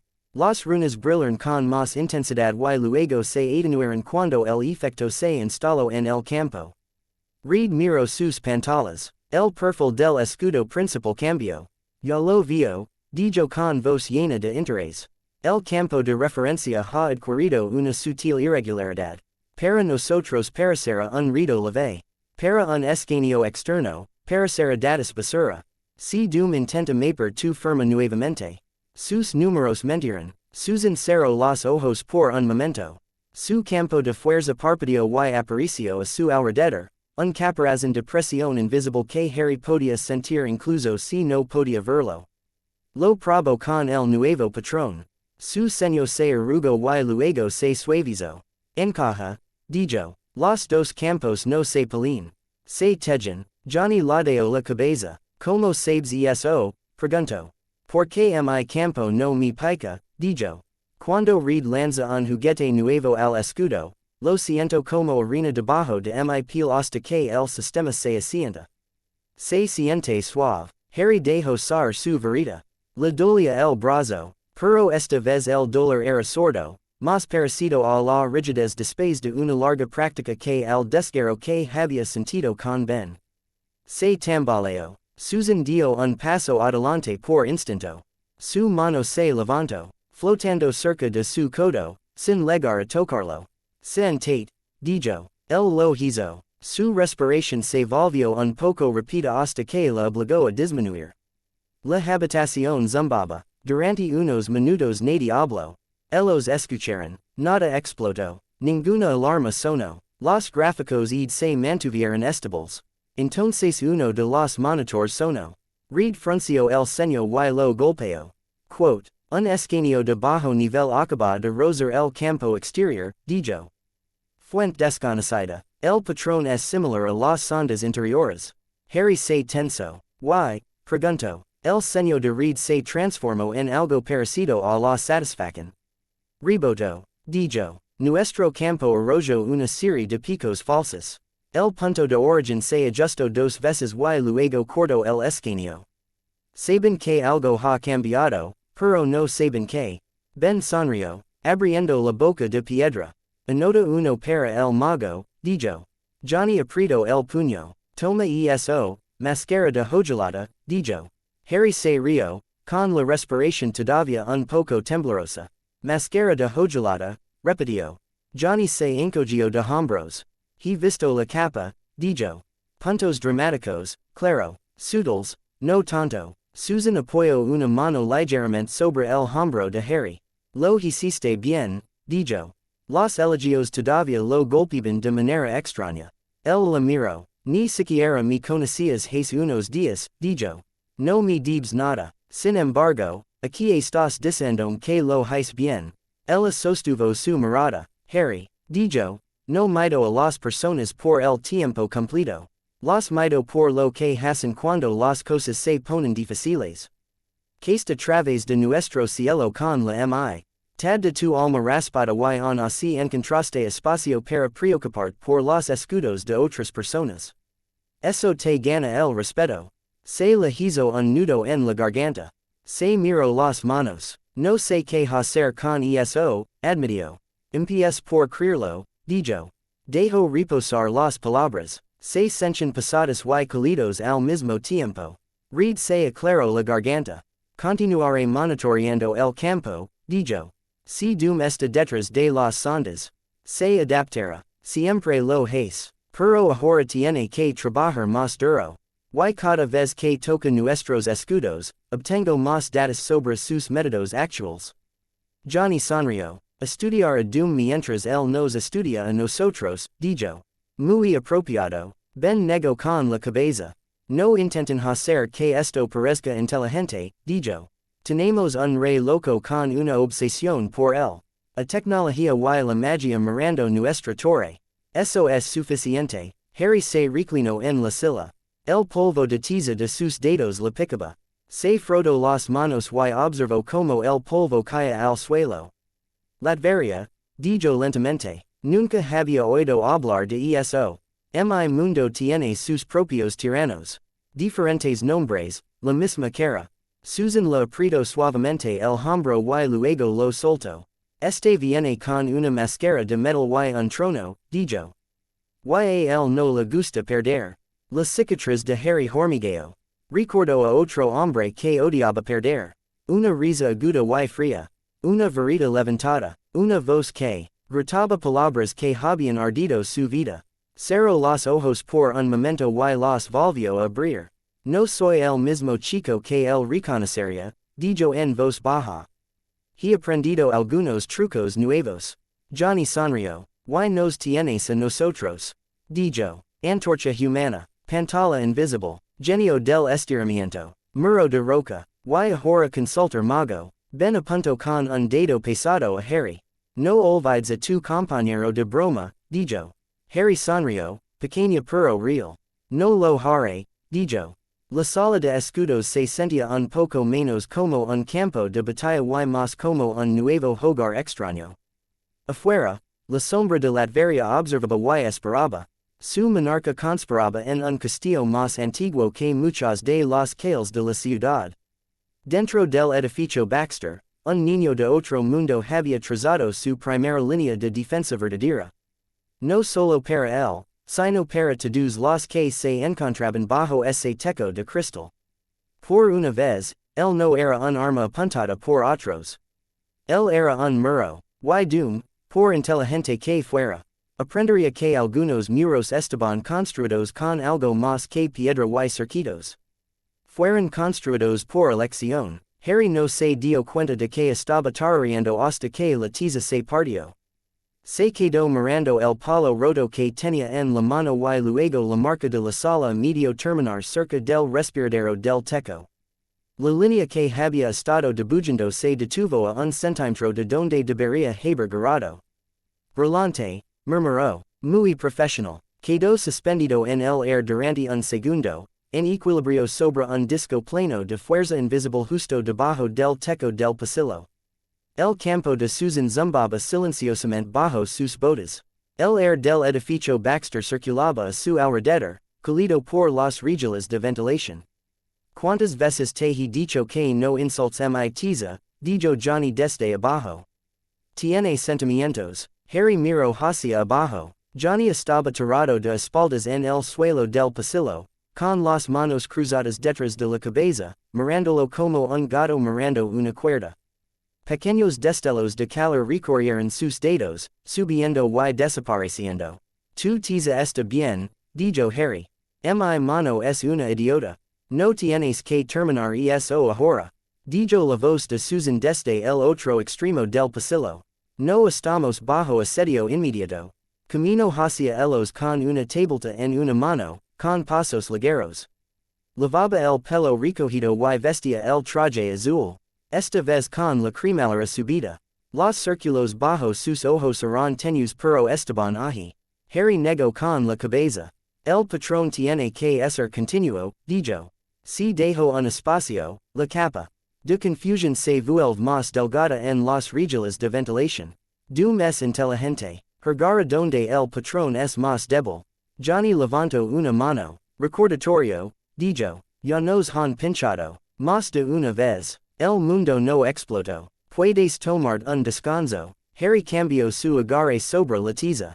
Es una semana. Habría estado de acuerdo. Es una semana. Había estado en un castillo en ruinas tratando de fingir que sabía que hacer después de una guerra. Ahora estaba en una torre en un universo diferente, dibujando runas en los respiraderos para confundir a un dictador con cara de metal. Su vida nunca había sido sencilla. Seguía encontrando nuevas formas de seguir siendo complicado. Sacó una nueva tiza de la bolsa que lavaba en el cinturón y terminó la marca. La runa se iluminó por un segundo y luego se hundió en el metal. Un leve cosquilleo recorrió el pasillo mientras se conectaba con el resto del patrón.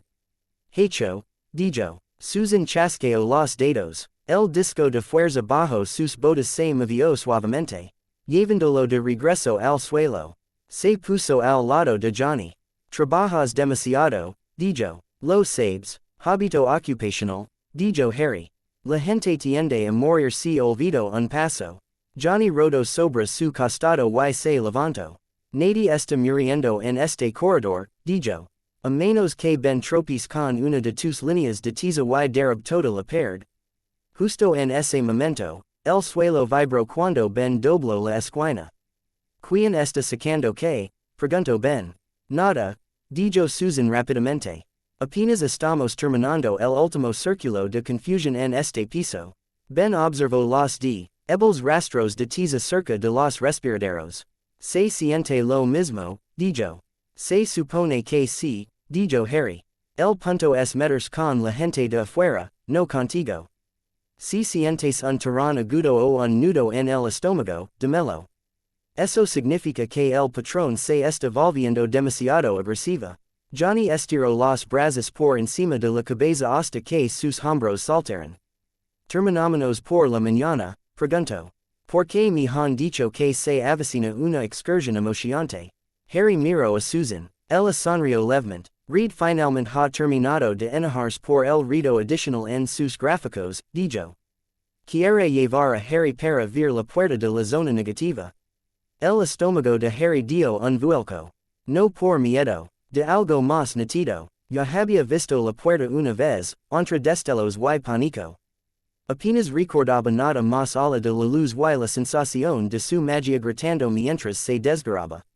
Al verlo tranquilo, con los dos pies en la tierra, sintió como volver a adentrarse en el bosque morir. Solo que esta vez no estaba solo. Él asintió. Hagámoslo, dijo. Johnny sonrió. Viaje de estudios, dijo. Llamo a no sentarme junto a la voz de conferencia de Reed. La sala de la puerta de la zona negativa se encontraba en lo profundo de la torre. Bajaron en el ascensor central. Las luces pasaron los números hasta que las puertas se abrieron en un nivel que parecía diferente de los demás. El aire era más fresco. Las paredes eran más gruesas. El zumbido del edificio era más profundo allí, como el latido de un corazón amortiguado bajo capas de tela. Reed ya estaba esperando cuando salieron. Estaba parado frente a una consola frente a un gran marco circular en el centro de la habitación. La estructura se elevaba desde una plataforma elevada, de grueso metal rodeta de espirales y nodos brillantes. Desde allí iban cables hasta hileras de máquinas a lo largo de las paredes. El espacio a su alrededor olía levemente a ozono y polvo. A Harry se le cortó el aliento. La última vez que vio ese anillo. Estaba lleno de luz y espacio desgarrador. Ahora estaba vacío. El círculo dentro era solo air. Su magia reaccionó de todos modos. Un leve tirón tiro de su cicatriz. El mismo dolor que es.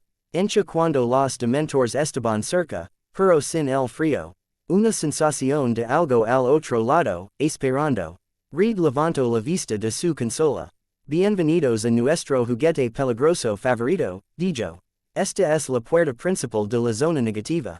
Apagada, selada y actualmente no conectada a nada más interesante que una fuente de diagnóstico. Johnny rodeó el borde de la plataforma. Dale una hora, dijo.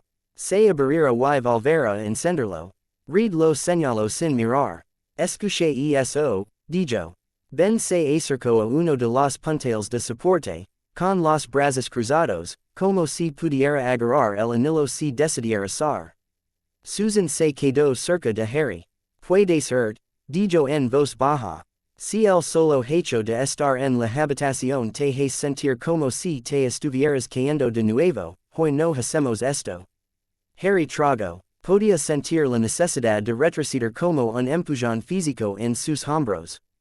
La parte de él que recordaba la luz verde y el tirón del velo no quería tener nada que ver con él. Illes en el air y puertas a ninguna parte. Ya había tenido miedo antes. Podría hacerlo de nuevo. Necesito ver lo que hice, dijo. De lo contrario, me perseguirá más. Susan asintió y no discutió. Reed hizo un gesto hacia el ring. Cuando construimos esto por primera vez, dijo, era un marco de portal simple. Abrir cuando se lo ordena, cerrar cuando se lo ordena. La zona negativa en el otro lado. Es un universo de bolsillo con sus propias constantes físicas. Muy útil para la investigación. También muy bueno para tratar de matarnos. La mayoría de las cosas lo son, dijo Johnny alegremente. Reed continuó. Cuando tu lágrima se cruzó con él, le dijo a Harry, cambió la forma en que el marco interactúa con el espacio. Aquí hay un campo residual que no coincide con la energía de la zona negativa ni con cualquier otra cosa que hayamos catalogado. Es como si alguien hubiera metido la mano y torcido el límite mismo. Harry se acercó a la plataforma. Su cicatriz picaba más fuerte. Magia antigua, dijo en voz baja. Se supone que el velo en mi mundo no debe tocarse. Hay advertencias grabadas en las paredes en idiomas que nadie habla.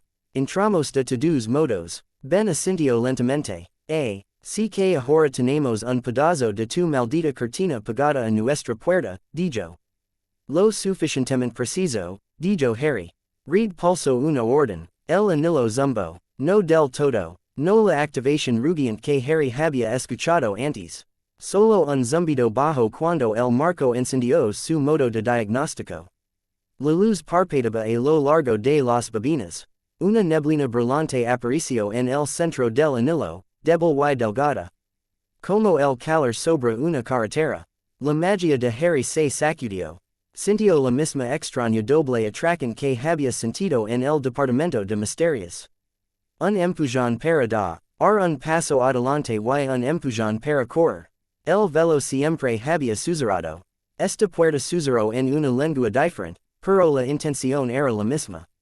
No te acerques, dijo Susan de inmediato. La se había puesto delante de él antes de que él se diera cuenta de que se había movido. Su campo de fuerza se elevó en una delgada capa entre él y la plataforma. Harry se detuvo. No iba a intervenir, dijo. Sus ojos se suavizaron. No sabías que te estabas mudando, dijo. Observé tus pies. Eso le hizo sentirse tonto y extrañamente atendido. Johnny ladeó la cabeza. ¿Qué se siente? Preguntó. Solo obtenemos lecturas. Obtienes. Cualesquiera que son tus sentidos de mago. Harry se obligó a desviar su atención del tirón y trató de ponerlo en palabras. Se siente como una habitación detrás de una cortina, dijo lentamente. Oscuro y lleno de ecos. La cortina es delgada, pero si pasas la mano a través de ella es posible que no la recupere de la misma manera. Hay algo al otro lado. No es una persona, no es una mente, solo, reglas. Los dedos de Reed se detuvieron en la consola. Reglas, repitió. Harry asintió. El velo de mi mundo está integrado en una cámara del ministerio, dijo. Nadie sabe quién lo hizo. Pero tiene este sentido de la antigua.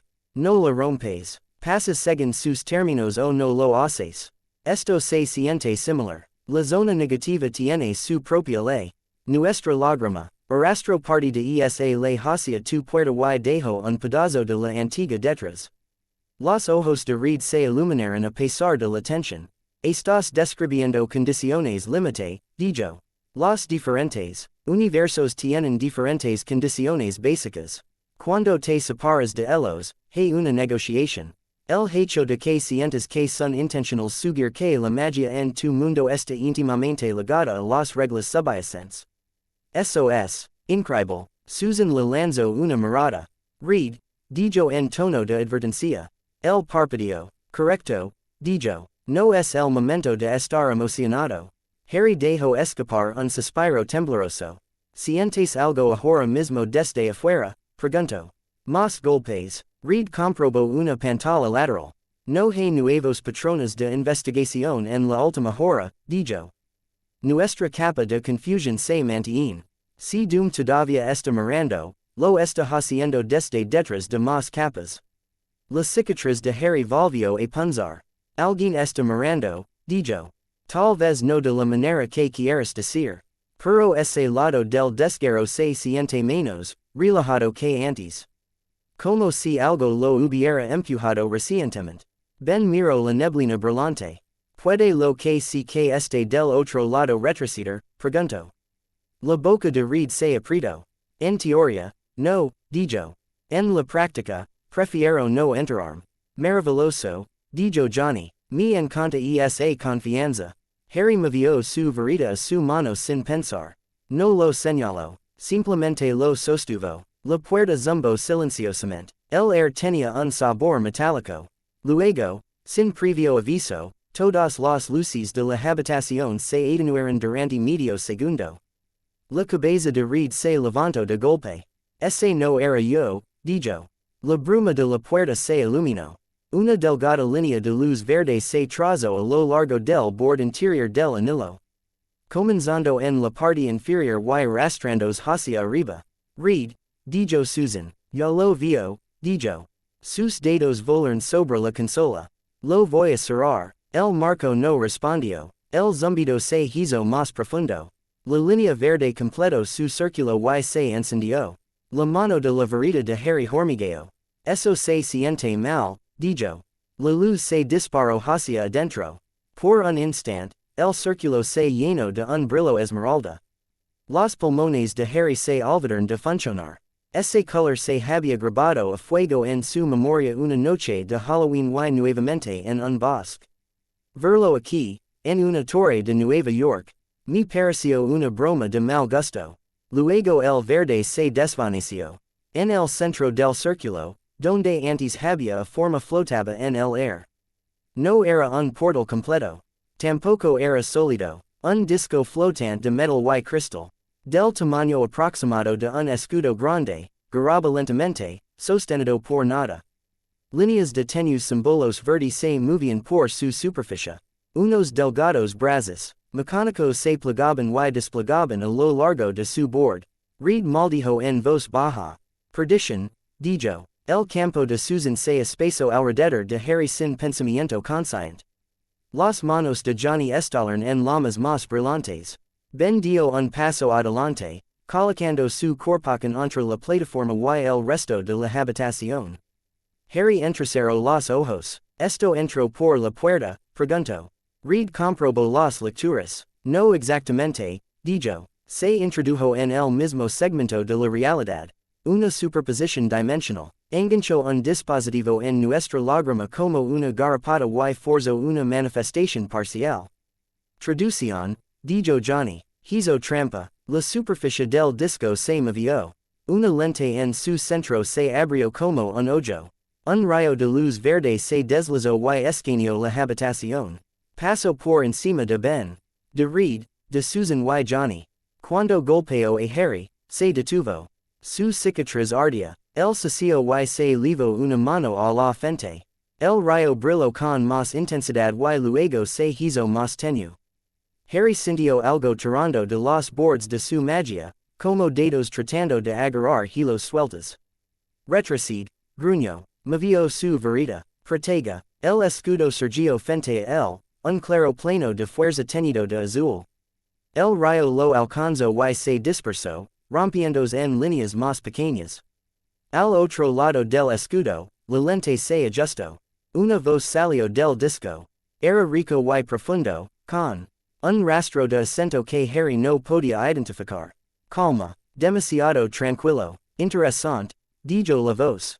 Reflejo directo, sin demora en el encantamiento. Eres más rápido de lo que esperaba, Harry Potter. La sangre de Harry se heló. Los hombros de Reed se pusieron rígidos.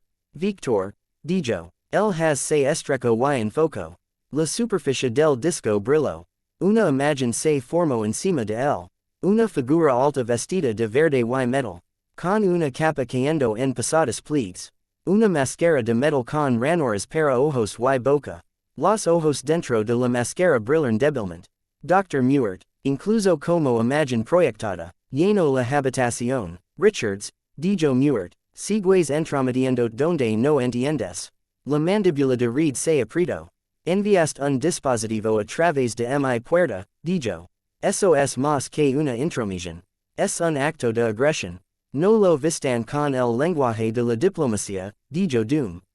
Conocías los riesgos cuando abriste ese agujero. Te faltaba la disciplina para cerrarlo por completo. Estoy aquí para ver lo que no pudiste estudiar. Su mirada se dirigió a Harry. El escudo de Harry aguantó. La viga presionó contra él y se deslizó. Has causado un gran revuelo, Harry Potter, dijo Doom. En todos los universos, tu historia ha legado a oídos que aprecian el poder. Sobrevivir a la muerte, doblar la vieja magia, ahora has abierto un nuevo camino entre mundos con tu propio campo. Notable, Harry sintió sus dientes rechinar. No rompí nada a propósito, dijo. El velo me levo. Si buscas un experimento controlado, llegas tarde. Doom inclinó levemente la cabeza. La intención importa menos que el resultado, dijo. Eres una constante, una prueba viviente de que el sacrificio legado a la voluntad puede cambiar el flujo de la muerte. Eso te es importante. Susan se acercó al lado de Harry. Él no es tuyo, dijo con voz aguda. No se puede hablar de él como de un componente. Los ojos de Doom se dirigieron hacia ella. Mujer invisible, dijo. On proteges a los demás. Sigues desperdiciando tu potencial a la sombra de Richards. La mandíbula de Susan se tenso. Las llamas de Johnny ardieron más intensamente. Cuidado, dijo Johnny, estás hablando con mi hermana. Doom no le dedico más que una mirada. La antorcha, dijo, espero que ahora sea un poco menos molesto. Ben dio un paso adelante. De mi nombre, retumbo. Vamos, sabes que quieres. Doom miro de arriba abajo su cuerpo rocoso. La cosa, dijo, un hombre que sigue cargando peso que no fue su elección. Tienes mi respeto. Ben parpadeó. Eso es nuevo, dijo. El escudo de Harry S. Y tenso mientras el rayo continuaba presionando. El brazo de su varita tembló. ¿Qué quieres? Le preguntó Harry a Doom. Has pasado por muchos problemas para charlar. Los ojos de Doom se posaron en el de nuevo. Quiero libertad, dijo simplemente. La palabra aterrizó como una piedra en la habitación. ¿De qué? Preguntó Harry. Viejos acuerdos, dijo Doom. Viejas dudas, viejos demonios, tú los conoces. Harry pensó en horcruxes y profecías. De contratos escritos con sangre y de opciones eliminadas antes de que pudiera caminar. Sí, dijo en voz baja. Sí, la mirada de Doom se agudizó. Quote, el alma de mi madre está retenida por un demonio, dijo. Una criatura mezquina que se delita en el tormento y los negocios. He utilizado mi ciencia y mi hechicería para la tarea de liberarla. He estado cerca más de una vez. Pero los contratos que la unen están escritos en el lenguaje de la muerte misma. No puedo cortar ese nudo con herramientas que conozco. Necesito una nueva ventaja. El estómago de Harry se retorció. Miró el círculo brillante en el suelo que contenía el dispositivo de Doom. Entonces pensaste que agarrarías al niño que sobrevivió a la muerte y lo usarías como un cuchillo, dijo. Porque eso siempre termina bien. Doom no se inmutó. Pensé, dijo, que te ofrecería la oportunidad de usar tu carga para liberar a otro. Llevas una culpa lo suficientemente pesada como para quebrarte. Caminaste hacia la muerte para salvar a otros. Te estoy ofreciendo la oportunidad de hacer que ese acto signifique más. Reed se puso delante de la consola. No estás negociando con él, dijo. Lo estás manipulando. Siempre tienes un ángulo, Victor. No te preocupes por Harry más allá de la forma en que se adapta a tu plan. La voz de Doom se enfrió. Ahorme tus proyecciones, Richards, dijo. Hablas de manipulación mientras mantienes a este chico en tu torre, estudias su energía y la entrelazas en tus escudos. Harry sintió las palabras golpear. No estaban del todo equivocados. Miró a Reed. El rostro de Reed estaba tenso. Tengo su consentimiento, dijo Reed. Hacemos acuerdos. Respeto sus decisiones. Y lo dejarías salir si quisiera dijo Doom. Por supuesto. Eres un hombre de honor. Simplemente lo envolverías en culpa y deber hasta que él elija lo que tú quieras. Susan se acercó. Suficiente, dijo. Su campo se espesó alrededor de Harry, presionando contra su escudo y reforzándolo. El rayo del dispositivo de Doom vaciló y luego se estabilizó nuevamente. Doom ladeó la cabeza. Ese es el problema con ustedes dos, les dijo a Reed y Susan. Uno se aferra a la lógica. El otro se aferra a la moral. Ninguno entiende lo que se necesita para romper verdaderamente las cadenas. Volvió a mirar a Harry. No les estoy pidiendo que confíen en mí, dijo. Te estoy ofreciendo información. Puedo mostrar la estructura de los contratos que unen a mi madre.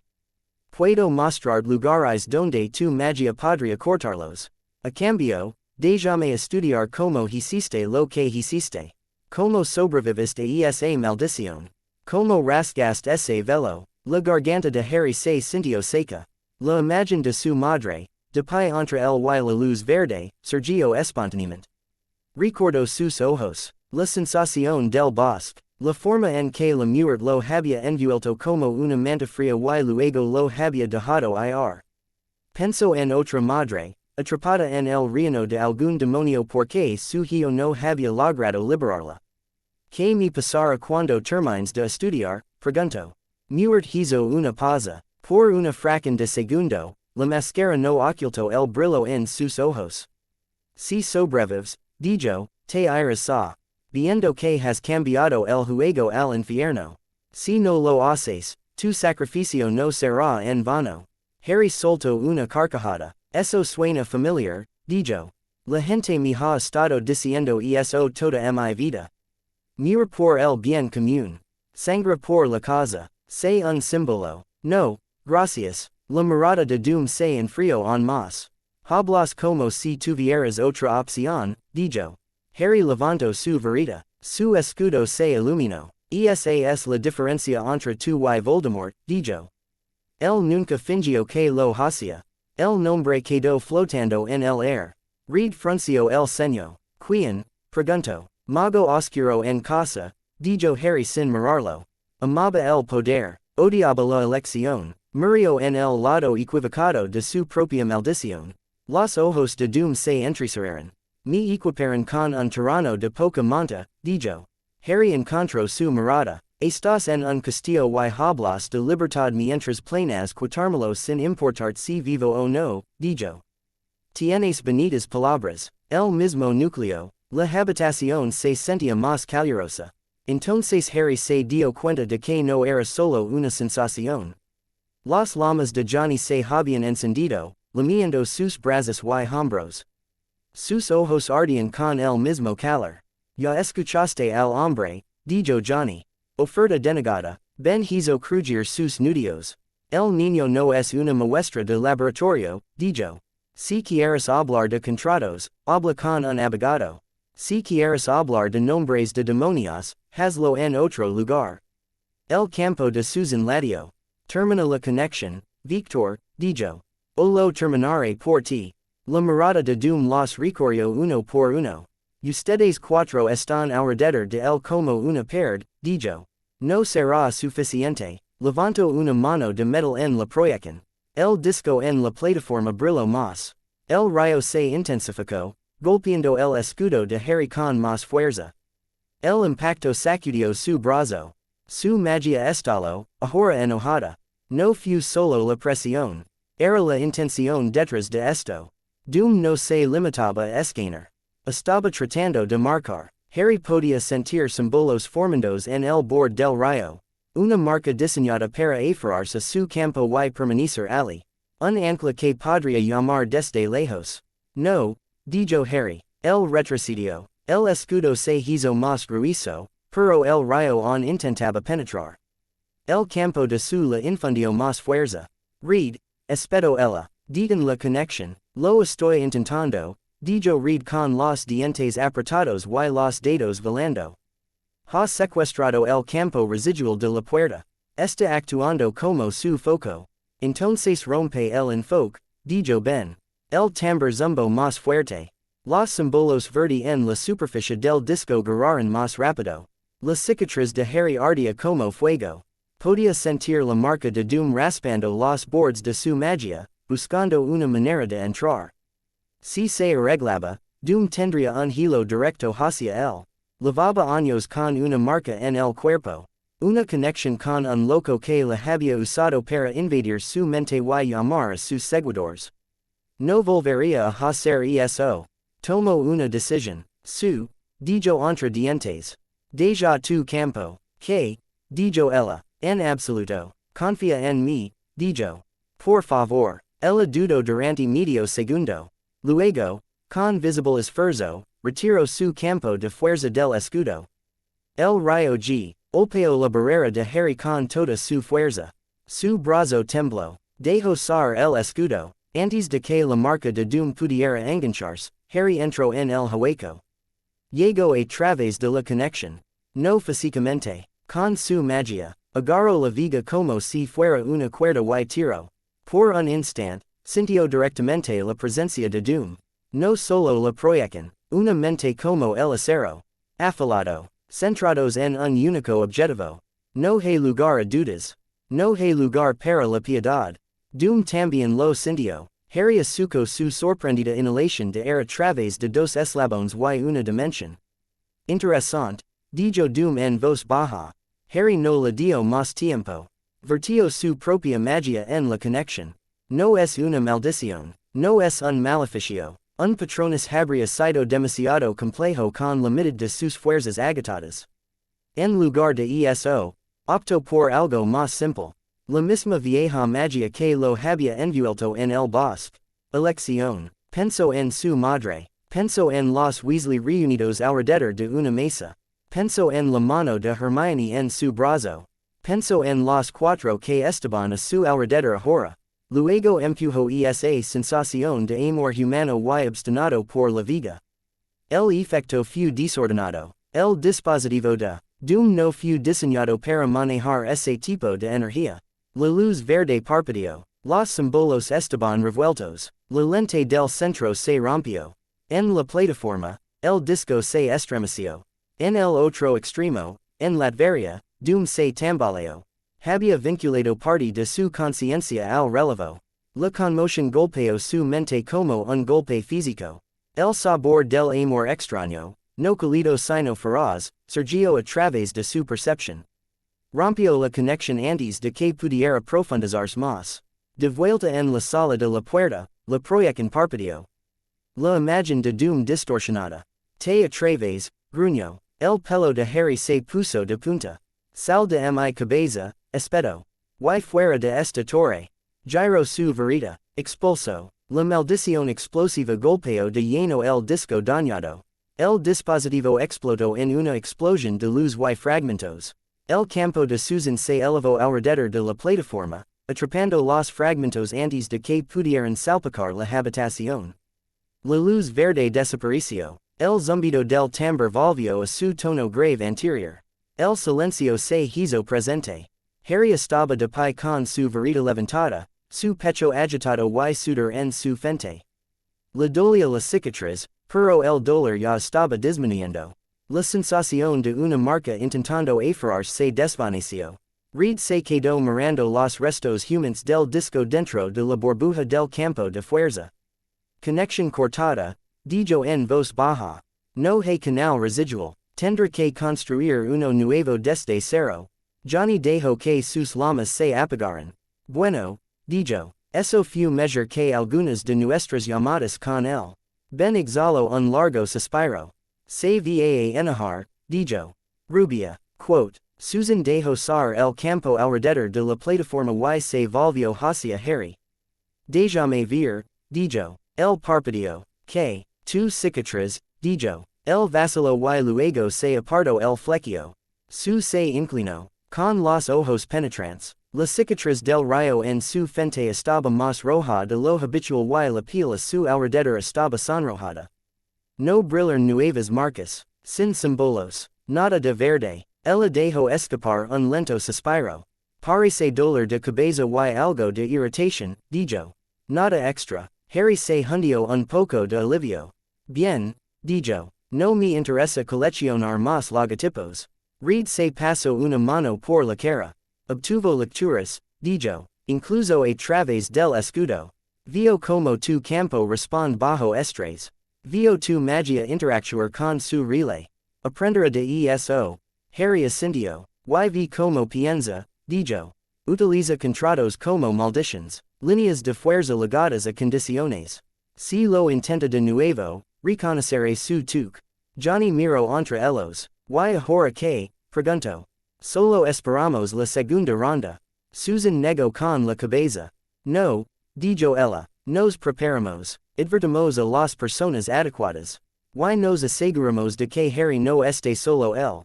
A próxima vez que Doom intent lograr algo. Ben puso una mano pesada sobre el hombro de Harry. Lo hiciste bien, chico, dijo. Retrocediste y no te caíste. Eso es una victoria. Los redilas dejar. Y eligieron ese momento para tambalearse. Susan lo agarró del brazo antes de que pudiera comprobar la declaración de Ben. Es hora de sacarte de la sala de la puerta, dijo con firmeza. Hoy no habrá más competencias de miradas con tiranos. Harry dejó que el lo guiara hacia el ascensor. Cuando las puertas se cerraron, miró hacia atrás una vez. El ring permaneció en silencio. La plataforma estaba dañada pero intacta. No había ningún brillo verde. Por primera vez desde que había quedado, Harry no se sentía como lo uni entre el desgaro y todo lo demás. Tenía un equipo, doom se arrancó la pulsar. A de vigilancia de su muñeca y la aplastó. El metal chirio y se arrugó. Estaba de pie en el círculo de runas en la cámara central de su castillo, con la capa remolinándose a su alrededor y respirando más rápido de lo que admitiría. El relay había explotado, no solo físicamente. El vínculo que había forjado a través de la cicatriz en realidad se había visto inundado de algo que no esperaba. Amar, no del tipo suave de libro de cuentos. Una fuerza dura y tenaz que se negaba a romper incluso cuando se doblaba. Había quemado a lo largo de su vínculo con una textura de la que sus adversarios demoníacos siempre se habían burlado. Lo había subestimado, odiaba eso, el era en el círculo tembló. La débil voz de antes regreso, divertida. Tocaste al niño, decía. Sentiste lo que se afera él. Doom no se dignificó con una respuesta. Fue a la consola en el borde de la cámara y sacó la imagen congelada de Harry, con el escudo levantado y los ojos brillantes de ira. Una constante, dijo, pero no el que pensaba. Había esperado poder puro. Del tipo que vio en los ataques de Thor o en la explosión de una piedra del infinito. Algo que pudiera medir y derrigar. Lo que había encontrado estaba estructurado. Atado al sentimiento. Guiado por la elección. Eso lo hizo más peligroso. También lo hizo más valioso. No lo torcerás fácilmente, dijo la voz. Él ya revisó sus propios contratos y los rompió. Ahora conoce el truco. Las manos de Doom se apretaron en el borde de la consola. No tengo intención de torcerlo, dijo. No como los demás. Si la coerción no funciona, usaré la necesidad. Él se preocupa por los demás. Esa es una debilidad. Esa es una entrada. La voz se rió entre dientes. Se habla de libertad mientras se planifican cadenas, decía. La libertad requiere romper viejas cadenas, respondió Doom. Si tengo que ponerme unos nuevos alrededor de mis muñecas para ganar influencia, lo haré. Por un tiempo, observó el bucle de la explosiva maldición de Harry golpeando el relay. Tempestad, pensó, ni un bisturí, una tormenta. Si pudiera controlar esa tormenta y dirigirla hacia el objetivo correcto, los contratos que unían el alma de su madre se romperían. Se alejó de la consola. Prepara un nuevo relevo. Le dijo al Doombot más cercano. Un blindaje más profundo. Un campo de captura más amplio. Y mejorar las protecciones del castillo. Richards está ocultando su torre detrás de una nueva capa. Quiero que ese ruido se modele y se elimine. El robot hizo una reverencia y se alejó. Doom volvió a quedarse solo. Miró la fotografía de su madre en el altar. Te liberaré, dijo. Incluso si debo someter a un niño de otro mundo a mi voluntad. El aire se enfrió. La débil voz se apagó.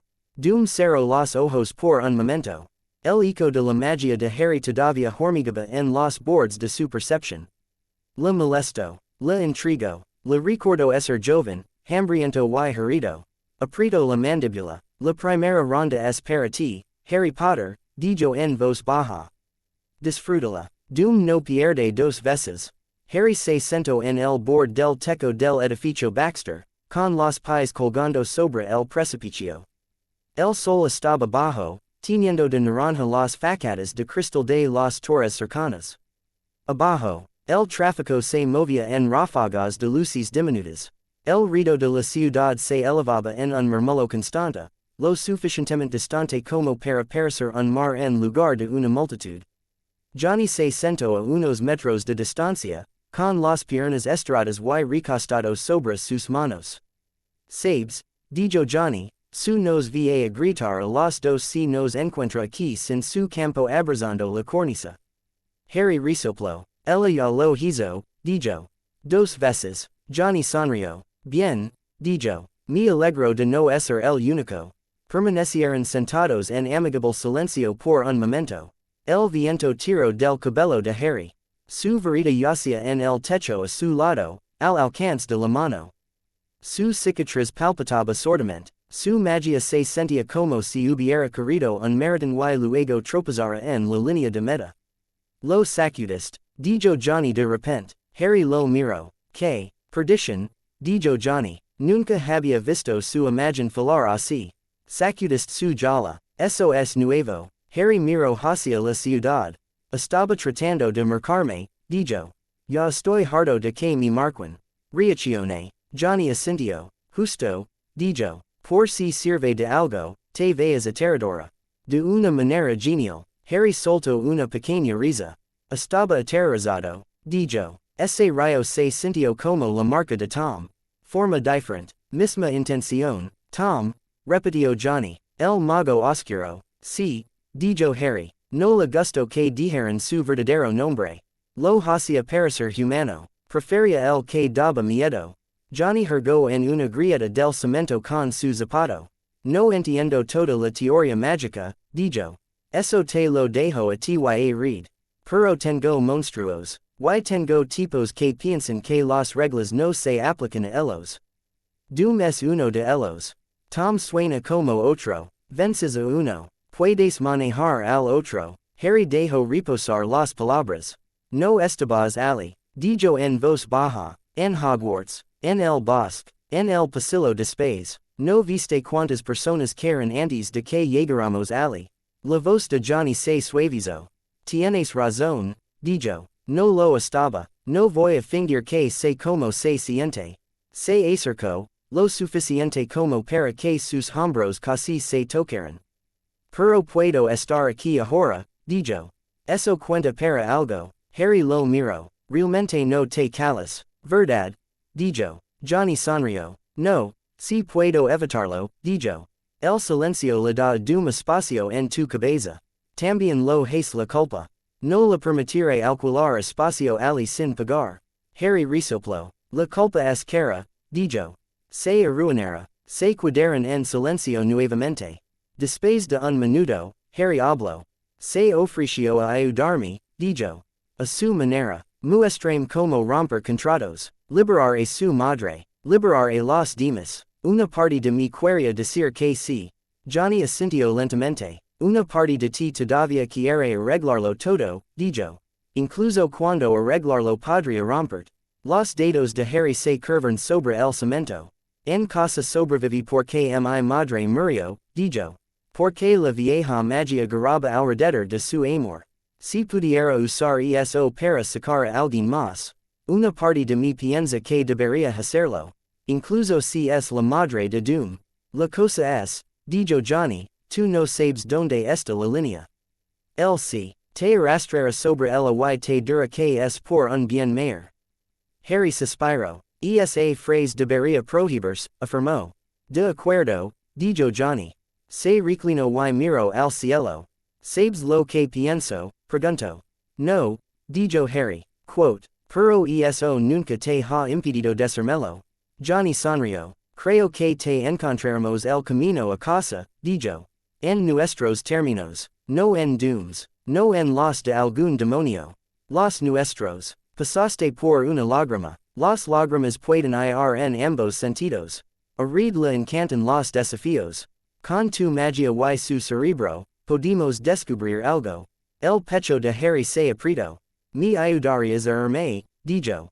Después de todo este trabajo para proteger tu torre y molestar a tus reyes. Johnny se encogió de hombros. La familia ayuda a la familia, dijo simplemente. Incluso cuando eso significa decir adiós. Además, si no te ayudamos. Doom seguirá intentándolo. Soy lo suficientemente egoísta como para querer quitarlo de encima. Harry se rió. Ahí está, dijo. La verdadera razón. Johnny golpeó ligeramente su hombro contra el de Harry. No eres un arma, dijo. No eres un escudo. Eres una persona que cayó en nuestro lío.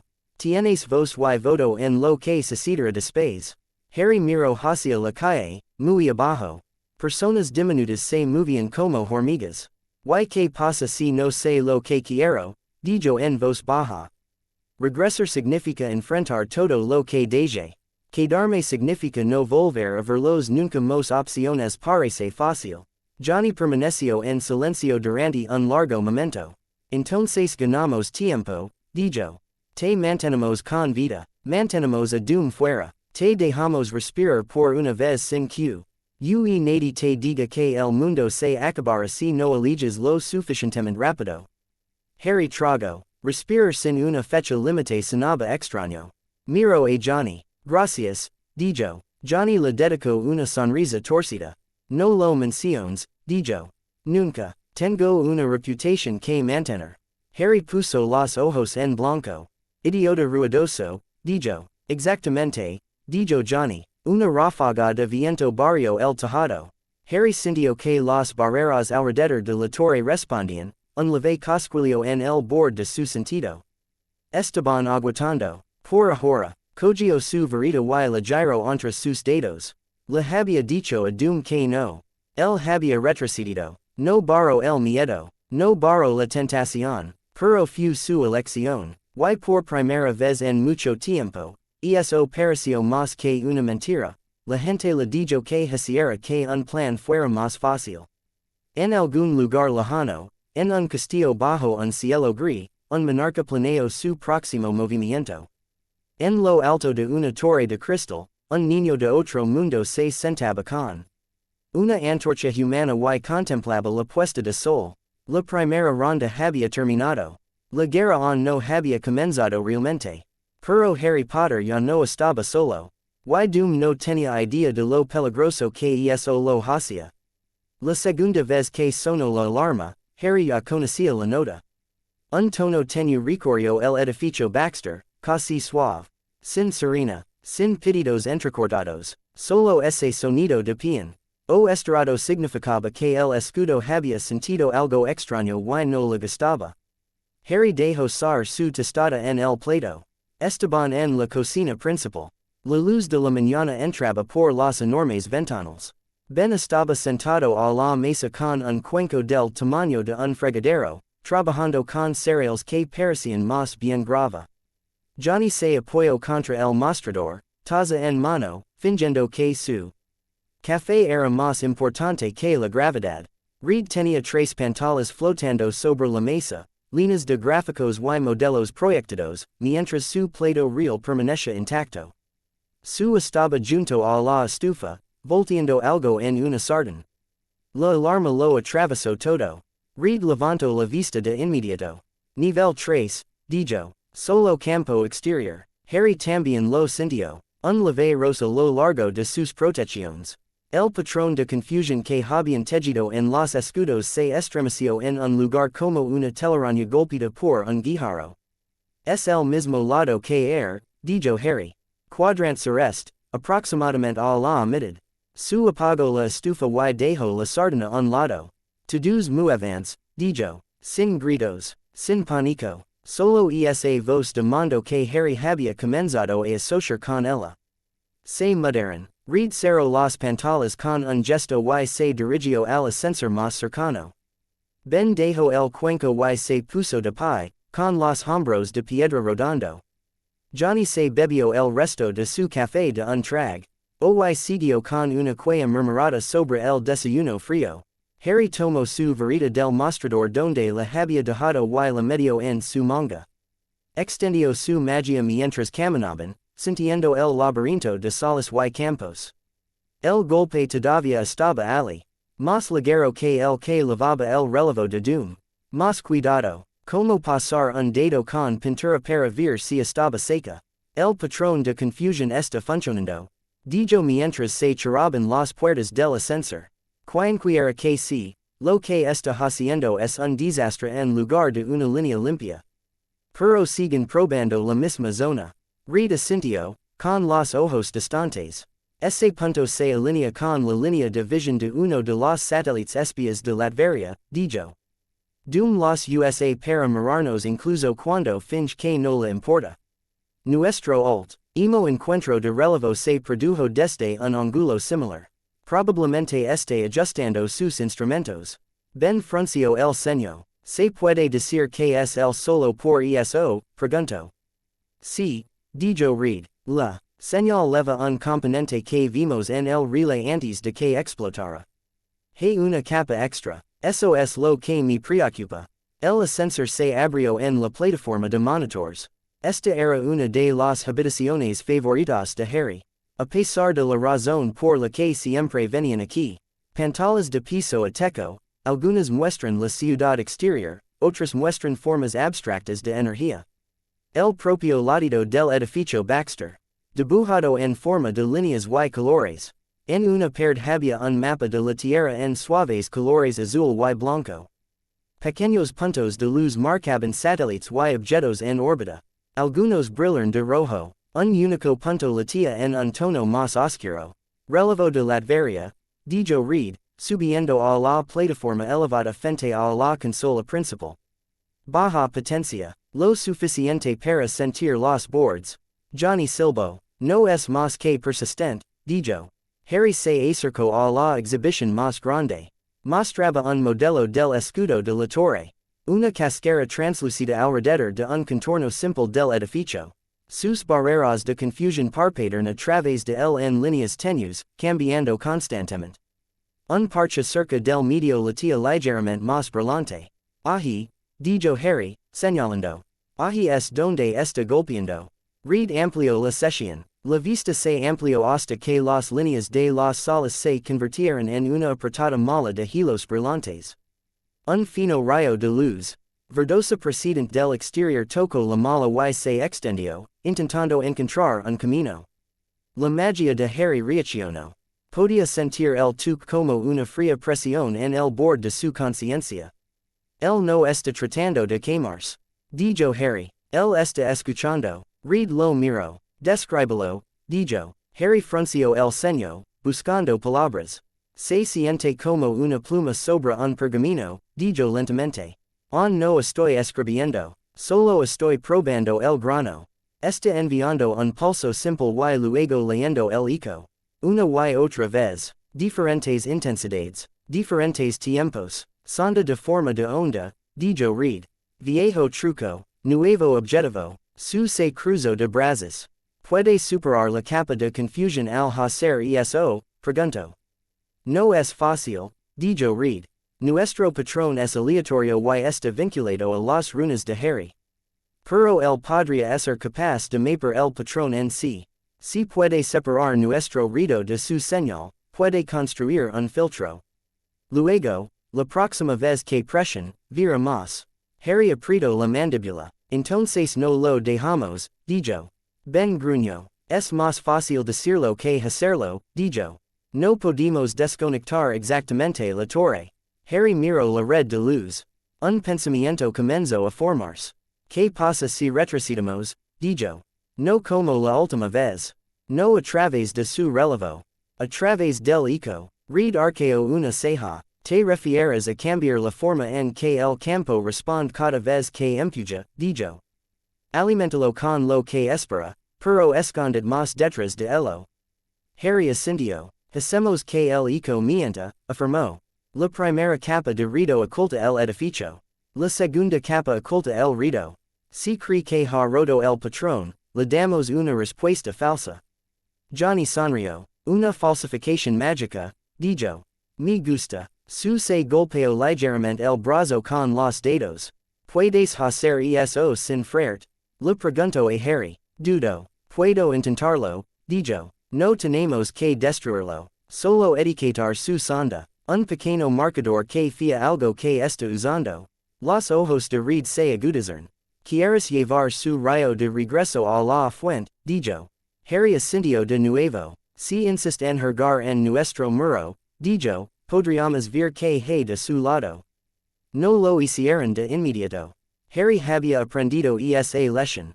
Apresurarse a implementar un plan porque parecía inteligente generalmente terminaba con alguien herido. En cambio, fueron al laboratorio. Reed sacó los últimos patrones de ondas registrados del relay destruido de Doom. Harry extendió sus propias notas y clamó un lugar cerca de la exhibición principal. Johnny volvió a saltar el refrigerador y regresó con un montón de bocadillos. Que colocó entre ellos como reservas de combustible. Ben colocó un taburete cerca de la puerta y observó todo con los ojos entrecerrados. Impies con lo que sabemos, dijo su. Read Acintio. El relevo de utilizo dos componentes principales, dijo. Una sonda de energía estándar basada en su tecnología habitual y una superposición. Esa superposición no se parece a nada que haya visto de él antes. Leva una forma que se ve y sabe, a falta de un término measure, como la zona negativa y algo más en capas. Toco la pantalla, aparecieron dos formas de onda. Uno azul, suave y familiar. Uno rojo, irregular y extraño. Harry se inclinó hacia adelante. El rojo hizo que la erizara la piel. Eso es lo que atrapó mi magia, dijo. Sí, dijo Reed. Esta es la parte que intento dejar una marca en ti. Cuando envías tu empuja hacia atrás a lo largo del rayo, desestabilizó esta capa. Eso es lo que causó que el relay explotara. Las secciones tecnológicas podrían haber recibido el golpe. La otra pieza no pudo. Harry miró fijamente la línea roja. Se siente mal, dijo en voz baja. Viejo, pero no como el velo. Codicioso. Su miró su rostro. Esa es la pieza demoníaca, dijo. Johnny se detuvo a mitad de abrir un paquete de patatas fritas. Espera, dijo. Ahora estamos hablando de demonios literales. Ya sabíamos que Doom había hecho tratos con algo desagradable, dijo Ben. Esto simplemente nos muestra su hula digital. Reed amplió una pequeña sesión de la ola roja. Según los datos, dijo, este patrón no proviene de la zona negativa. No coincide con nada de nuestro catálogo de rayos cósmicos. Redo extradimensional o salidas místicas estándar. Sin embargo, cuando lo compare con lecturas antiguas de ciertos eventos que strange nos pidió que mantuviéramos en secreto. Hay una superposición parcial. La cabeza de Harry se levantó de golpe. Extraño, preguntó. Dr. Stephen Strange, dijo su. El principal hechicero de la tierra. El y Reed comparten notas a veces. Con mucho cuidado. Hubo un incidente hace un tiempo que involucró a un demonio y un contrato. Strange nos dejó registrar el patrón de energía del círculo ritual para que pudiéramos construir monitores en caso de que alguna vez sucediera cerca de la torre. Reed trajo otro saludo a la pantalla. No era idéntica a la línea roja de Doom. Pero rimaba, crestas similares, ritmo parecido, retorcido lo suficiente como para ser una variación. El estómago de Harry cayó. Eso es un contrato, dijo.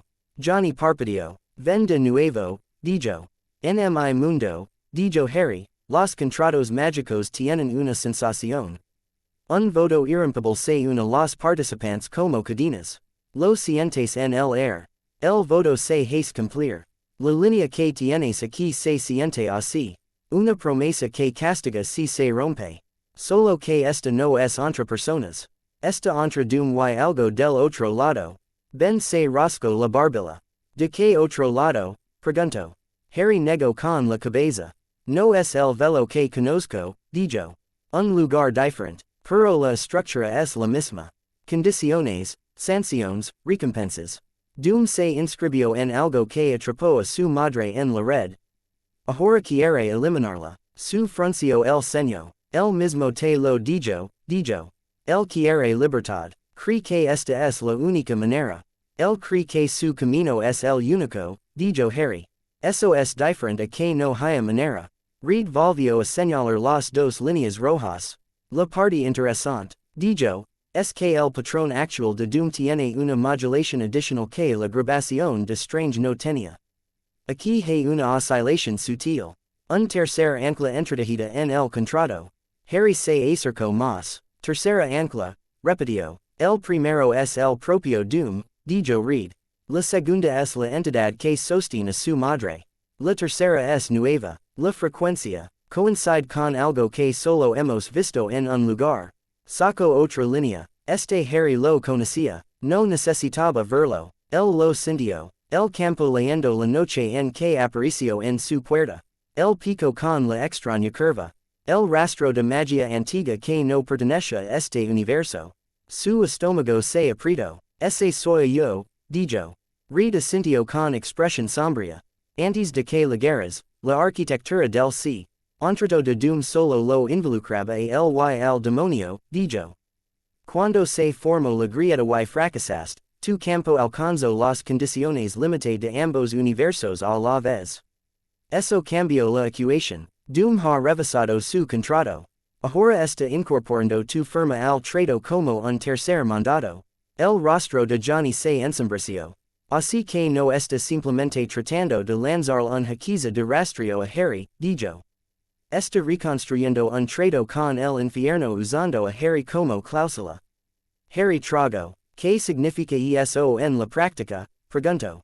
Para mí. Reed respiró lentamente. Todavía estamos modelándolo, dijo.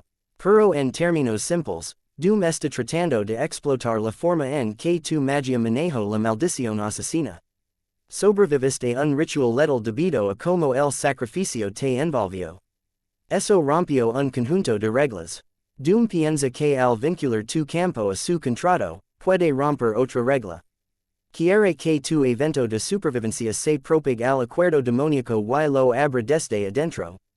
Ben hizo una mueca, así que quiere conectar al niño a un contrato infernal como si fuera una batería, dijo. Más cerca de un bisturí, dijo Reed. Quiere eliminar cláusulas específicas sin destrozar todo. Eso requiere precisión. Por eso sigue escaneando tu cicatriz. Está buscando el patrón exacto que convirtió a vada cadavra en algo que no pudo terminar.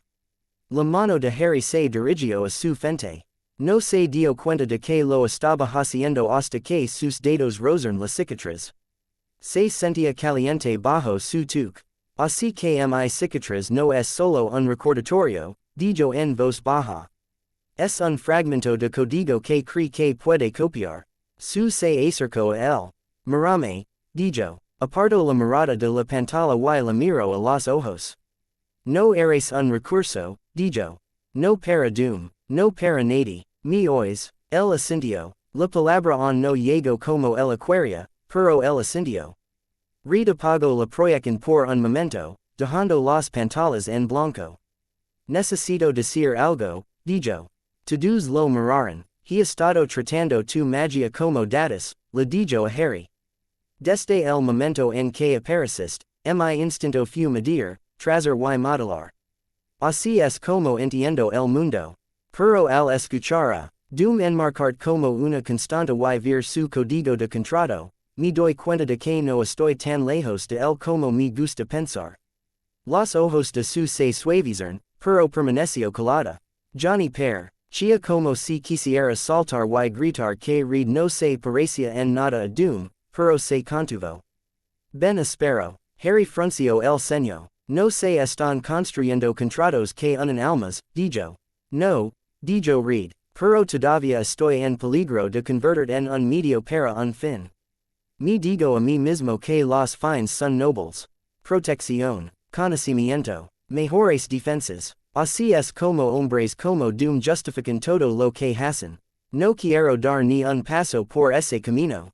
La habitación se sentía muy silenciosa. Harry cambió su peso. En casa, dijo lentamente, la gente me hizo eso. Me convirtió en un símbolo. Un arma, una profecía, el niño que vivió, el elegido. Midieron mi vida en función de lo útil que era para sus planes. Lo odi. He sentido porque me salvaste la vida y porque no sé a dónde más ir. Pero a veces, cuando hablas de mi campo como una constante, siento que estoy de vuelta en la oficina de Dumbledore escuchándolo decirme que todo esto es necesario. Los hombros de Reed cayeron. Lo siento, dijo. He sido desconsiderado. Harry estudió su rostro. No era la cara de Doom. Había líneas de tensión y parches de culpa que no pertenecen a alguien que pensaba que María. Reed parecía un hombre que conocía el coste de los errores y no quería repetirlos. Entiendo por qué lo haces, dijo Harry. Tu cerebro está diseñado para los números. El mío está diseñado para tratar de no dejar que la gente muera. Por eso nos encontramos.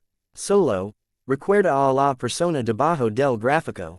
Reed asintió. Lo haré, dijo. A partir de este momento, cualquier estudio que hagamos de tu magia será por tu elección. Con límites claros. sin pruebas ocultas, sin ir más allá de lo que aceptas.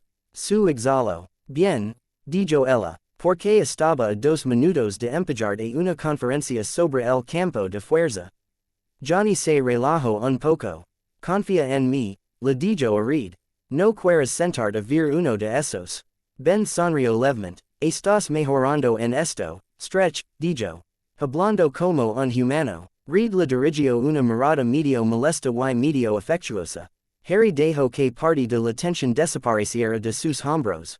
El plan de Doom todavía se cernía sobre ellos como una nube de tormenta. Pero al menos ahora apuntaban en la misma dirección. Volvieron a las formas de onda. Si Doom estaba entretejiendo a Harry en su contrato, eso significaba que la línea del contrato tenía que tocar. El desgarro con más frecuencia que antes. Los contratos como este no son estáticos, dijo Harry, trazando un dedo en el aire justo encima del patrón rojo. Necesitan mantenimiento. El demonio pondrá a prueba el vínculo de vez en cuando. Doom responderá. Es como si ambos lados tiraran de una cuerda para asegurarse de que todavía aguanta. Reed asintió. Cada tirón es una señal, dijo. Los señales se pueden rastrear. Su unió las dos líneas rojas en la pantalla, resaltando las diferencias. Estas oscilaciones adicionales, dijo, las que coinciden con el pico de Harry. Aparecen solo después de su llegada. Sí, dijo Reed, la primera vez que los vimos es la misma noche en que su campo golpeó nuestra puerta. Desde entonces, cada sonda de Latveria leva un débil eco de ese patrón. Sí. Como si Doom hubiera agregado un tercer término a la ecuación y ahora estuviera recalibrando su contrato cada vez que contacta a la entidad. Johnny frunció el ceño. ¿Cómo se recalibra un trato con el infierno? Preguntó. Harry le dio una sonrisa sin humor. Sangre, dijo. Sacrificio. Nuevas condiciones. Cambias el precio o la promesa. Doom probablemente ofreció algo más para equilibrar el hecho de agregarme al desastre. Ben gruñó. ¿Qué más tiene que ofrecer que no haya aportado ya? Preguntó. Eso es lo que me preocupa, dijo Reed en voz baja. Harry miró las abuelas nuevamente. Si es just. Amos mis barreras de detección a ese patrón, dijo, podemos sentir cada recalibración. Tal vez incluso captar fragmentos de la redacción. Su ladeo la cabeza. Puedes escuchar las palabras de un con. Trato mágico solo por el patrón de energía, preguntó. No es como leer una página, dijo Harry. Pero la intención deja formas. Cuando alguien jura nunca dañar a otra persona, la unión se siente diferente que cuando jura obedecer. Si capturamos suficientes muestras, podría decir que acordo Doom. O que deba hacer para romperlo. Los ojos de Reed se iluminaron con una chispa familiar. Eso es algo en lo que puedo ayudar, dijo. Construimos un filtro que aísla la frecuencia del contrato. Lo introducimos en un traductor que puede comparar cada pico con estados emocionales y mentales conocidos. Sí, en sus comentarios sobre cómo se sienten desde adentro, podemos anotar el patrón. Harry le dio una mirada. Simplemente prometiste no tratarme como datas, dijo. Reed levantó ambas manos, con las palmas hacia afuera. Estoy sugiriendo una colaboración voluntaria, dijo. Tú eres el único que puede dar significado a estas formas. Sin ti, son solo líneas en una pantalla. Contigo, se convierten en un guión que podemos leer. No puedo forzar eso. Solo puedo preguntar. Harry lo pensó. Doom quería utilizarlo para recortar contratos. Querían utilizar su experiencia para leerlos. Una opción eliminada. El otro se lo ofreció. Bien, dijo. Permítanos construir su filtro. Johnny sonrió. La ciencia y la magia se unen, dijo.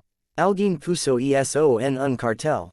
Los siguientes horas se convirtieron en un extraño tipo de trabajo. Reed construyó el dispositivo. Harry proporcionó la estructura. Su coordinó los niveles del escudo para que cuando abrieran más la red de detección, la torre no se ilumina. Ra como un faro para nadie que estuviera mirando. Johnny y Ben hicieron lo que siempre hacían en estas situaciones.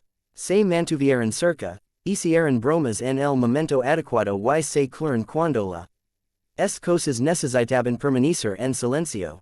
El filtro en sí no parecía impresionante cuando Reed terminó de ensamblarlo. Una caja de metal del tamaño de una mochila, cubierta de diminutos dials y luces indicadoras. Con cables que van al sistema principal y una bobina de alambre fino enrolada alrededor de un pequeño cilindro de vidrio. Harry miró el cilindro. Hiciste un enfoque, dijo. Como el núcleo de una varita. Reed asintió. Tomé restos de los fragmentos del relay y una estela del material que recubría la puerta, dijo. Ambos llevan residuos de la frecuencia del contrato. La bobina es de aleación de plata. Las runas que contienen le dieron al dispositivo algo a lo que aferrarse. Harry se sentó en un taburete y trazó cuidadosamente los símbolos de protección alrededor de la bobina con el borde de su varita. Los simples otra vez, verdad, claridad, reflexión. Sintió que su magia fluía hacia el metal, no a toda prisa sino a un ritmo constante, como si estuviera llenando un recipiente. Cuando terminó, el cristal brilló débilmente. Su miró desde un lado. Estás más tranquilo cuando haces eso que cuando te lanzas a una pelea, dijo.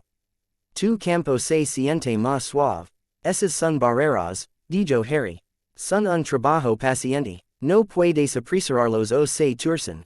Lo aprendí de la manera más difícil con una vieja maldición en una boveda de duendes. Volamos la mitad del piso antes de darnos cuenta de que nos habíamos saltado una fila. Johnny hizo una mueca. Recuerdem que nunca entra en un banco de duendes, dijo. Harry sonrió un poco. Probablemente si sabio, dijo. Reed tu. Mo la bobina y la deslizó dentro de la caja. Ali, dijo. Ahora hacemos pruebas. Accionó un interruptor. El dispositivo zumbó. En la pantalla más cercana apareció un nuevo gráfico. El ruido aumentó por un momento. Luego se estabilizó cuando el filtro encontró su línea base. Su ajustó los escudos de la torre una fracción. La red está abierta, dijo. Estamos escuchando. Harry cerró los ojos y volvió a recorrer las barreras. El habitual zumbido de fondo del edificio lo envolvió.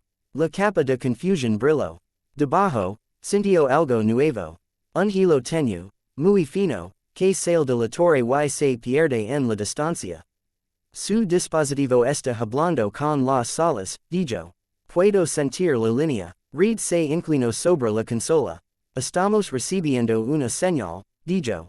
Muy débil. Ese es el residuo de la última sonda de Doom. El filtro está aislando la frecuencia del contrato en él. Amplió el pequeño pico. Parecía una montaña estrecha en el gráfico. ¿Cómo podemos convertir esto en algo que podamos entender? Preguntó Sue. Reed sonrió levemente. Hacemos trampa, dijo. Convertimos la señal en sonido. Johnny se animó. Vamos a escuchar un pacto de demonios como una canción, dijo. Eso es muy genial o muy estúpido. Ben asintió. Probablemente ambas cosas, dijo. Reed pulsó algunas teclas. Los altavoces del laboratorio chisporotaron. Surgió un tono bajo. No era música. Sin ritmo, sin melodía. Solo una nota profunda que subía y bajaba siguiendo un patrón extraño. A Harry se le puso la piel de gallina. Sintió que su magia respondía, tratando de tomar forma alrededor del sonido. Detente, dijo bruscamente. Reed cortó la salida de inmediato. ¿Estás bien? Preguntó Sue. Harry se quedó muy quejumbroso a relajarse. Intenta enganchar, dijo. Incluso en esta forma. Hay que tener cuidado con ello. ¿Puedes identificar algo solo con eso? Preguntó Reed. Harry cerró los ojos nuevamente y repitió el sonido en su cabeza. Imaginó la nota como una línea de luz frente a él, retorciéndose en ciertos puntos. Cada giro tenía un sabor. Obligación, dijo lentamente. Penalización. Recompensa. Hay tres ciclos principales en esa muestra. El primero se siente como una demanda de acción. El segundo se siente como el costo si falla. El tercero se siente como el premio que obtiene si tiene éxito. Puedes sentir todo eso con una sola nota, dijo Johnny. No es solo la nota, dijo Harry. Es lo que mi magia recuerda de otros contratos. Las formas se superponen. Este es más complejo, pero los huesos son los mismos. Read Asintio, con los ojos brillantes. Si recolectamos suficientes muestras a lo largo del tiempo, dijo. Podemos trazar cómo cambian esos bucles. Tal vez incluso identificar cuando Doom agrega nuevos términos o cuando la entidad endurece las condiciones. Su miro la caja del filtro. ¿Con qué frecuencia recibiremos muestras como esta? Pregunto. Cada vez que Doom toca su contrato a través de nuestra lágrima, dijo Reed. Lo cual tendrá que hacer si quiere seguir atando a Harry. Cuanto más intento usar ese tercer ancla, más datos obtendremos sobre cómo funciona. Usar su propia obsesión contra él, dijo Ben. Nada mal. Harry se frotó la cicatriz de nuevo, pensativo. Si el contrato tiene ahora tres anclas, dijo, ¿qué pasa si eliminas una? Reed frunció el ceño. En teoría, la estructura se desestabiliza, afirmó. Dependiendo de cómo esté diseñado. Podría colapsar por completo o podría reconstruirse con una forma diferente. Pero sacar un ancla no es fácil. Doom guardará su fin. La entidad guardará su fin. Eso deja el tuyo. Harry asintió. Si estoy vinculado como un tercer mandado. Dijo. Entonces romper mi final podría arruinar todo. Johnny lo miró fijamente. No estás hablando de dejar que Doom te conecta su ritual, dijo. No, dijo Harry. Estoy hablando de cortar el vínculo antes de que pueda usarlo. Si encontramos donde se engancha el contrato en mi campo, tal vez podamos cortarlo. Eso dejaría ser su tercer ancla. Tendría que empezar de nuevo. Tal vez con menos influencia. Reed consideró eso. Es arriesgado, dijo. Cortar lazos de esa manera puede ser contraproducente. Tu cicatriz ya es una cicatriz en el tejido de la magia, no solo en tu piel. Si cortamos la pieza equivocada, podríamos causar otro desgarro. Harry encontró su mirada. Es mejor una lágrima que elegimos que un cuchillo que sostiene, dijo. Su se interpuso entre ellos. Más despacio, dijo. Estás avanzando tres pasos. Primero mapimos. Luego hablamos de cortar. Nadie está haciendo nada que esculpe la magia de Harry sin una comprensión total. Reed asintió. De acuerdo, dijo. Harry vaciló y luego asintió también. No le gustaba esperar mientras Doom tramaba sus planes. Pero le gustaba on menos la idea de volver a desgarrar la realidad. Más tarde, cuando los demás se alejaron para descansar o comprobar otros sistemas, Harry encontró a Reed todavía en el laboratorio, mirando las formas de ondas congeladas. La habitación estaba en silencio. Las máquinas zumbaban suavemente. Fuera de las ventanas, la ciudad se movía sin importar que un hombre en Latveria estuviera tratando de crear el infierno. Harry se acercó. Estás haciendo lo que necesitas, dijo. Reed parpadeó. ¿Qué cosa? Preguntó. La espiral del pensamiento, dijo Harry. ¿Ves el mismo problema desde todos los ángulos hasta que olvidas que necesitas dormir? Reed sonrió levemente. Su también lo llama así. Dijo. La espiral. Volvió a mirar las líneas. Cuando era más joven, dijo, creía que si tenía suficiente información, podía solucionar cualquier cosa. Cada problema era un sistema esperando ser entendido. Cada tragedia era una falla de cálculo. Pensé que si podía modelar el universo, podría evitar el sufrimiento. Harry lo miró. ¿Y ahora? Preguntó. Ahora sé que el universo es un caos. Dijo Reed. Las personas no son variables. No son constantes. Ni siquiera son funciones. Toman decisiones que rompen cada línea clara que trazo. Miró a Harry. Eres el peor de ellos, añadió suavemente. Harry resopló. Gracias, dijo. Reed giró la caja del filtro en sus manos. Estoy aterrorizado, dijo en voz baja, de ser el hombre que te mira y solo ve la forma en que tu magia se curva alrededor de la muerte. Porque eso es lo que es Doom. Ve tu cicatriz como una llave. No quiero ser su espejo. Harry se apoyó contra la mesa. Dumbledore me dijo una vez que le importaba demasiado, dijo. Que su amor por las personas a las que crea que tenía que proteger le impidió tomar la decisión difícil. Luego se dio la vuelta y me crió como a un cerdo para el matadero. Me levo mucho tiempo darme cuenta de que había empezado a pensar en términos de ajedrez. Reyes y peones. Sacrificios. No puedes ver a las personas con claridad una vez que haces eso. Read asintió lentamente. He sido culpable de eso, dijo. Tratarme mí mismo como una pieza del rey. Asumir todas las cargas. Tratar a mi familia como a otras piezas del tablero. Importante, pero sigue siendo parte del juego. Doom juega el mismo juego pero con menos preocupación por lo que pierde. Harry lo estudió. Te detuviste, dijo. O al menos lo estás intentando. Solo eso te coloca en una categoría diferente. Read la dirigió una mirada inquisitiva. ¿Tienes miedo de que te convierta en un proyecto? Preguntó. Sí, dijo Harry. Un poco. Pero tengo más miedo de que si no hacemos nada, doom me convertirá en una espada que puede atacar a cualquiera. Read exhalo. Lo tomaré como un permiso para seguir trabajando, dijo, siempre que recuerde que estás aquí por elección propia. Harry asintió. Y mientras lo recuerdas, puedes decir no a tu propia espiral, dijo. Dormir es una cosa. Read sonrió apropiadamente esta vez. Potter, dijo, me estás diciendo que me vaya a la cama. Considéralo una venganza por los escenios. Dijo Harry. Su encontró a Harry más tarde en una de las salas de observación más pequeñas. Las paredes eran en su mayor parte de cristal. La vista abarcaba una extensión de cielo y tejados. El sol se había alejado más, proyectando largas sombras sobre la ciudad. Harry estaba de pie con las manos en la barandilla, mirando a nada en particular. Ella caminó a su lado. Demasiado ruidoso en tu cabeza. Preguntó. Siempre, dijo. Permanecieron así un rato, uno al lado del otro, sin hablar. A Harry le gustaba eso de ella. Ella no llenó el silencio solo para evitarlo. Cuando habló, significó algo. ¿Te sientes utilizado? Preguntó en voz baja. Dejó escapar un lento suspiro. Doom quiere utilizarme como una salida, dijo. Read quiere usar mi magia para mapar un problema.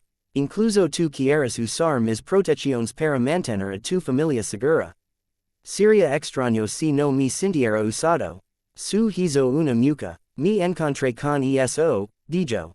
Sacudió la cabeza. No estoy enojado, dijo.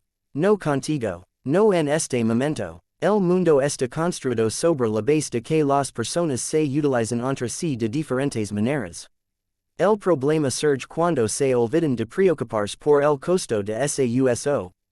Ella se volvió hacia él.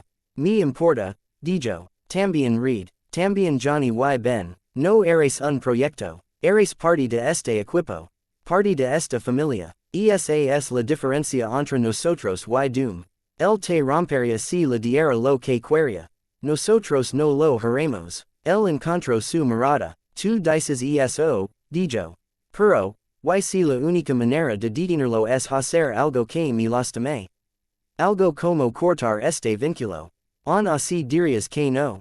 Aprieto la mandíbula. Buscaría otra manera, dijo. Cada vez, he visto a Reed sacrificarse demasiadas veces por el resto de nosotros. He visto a Ben vivir decision. No dejaré que eso te suceda a ti intencionalmente. Harry miró sus manos. Siguen diciendo que soy bueno muriendo, dijo. Que mi voluntad de ir al bosque, al pasillo, a la puerta me es valiosa. Lo llaman valentia. A veces simplemente me siento como si estuviera cansado de luchar. Su se acercó. Ella levantó la mano y muy suavemente puso su mano sobre su mejilla.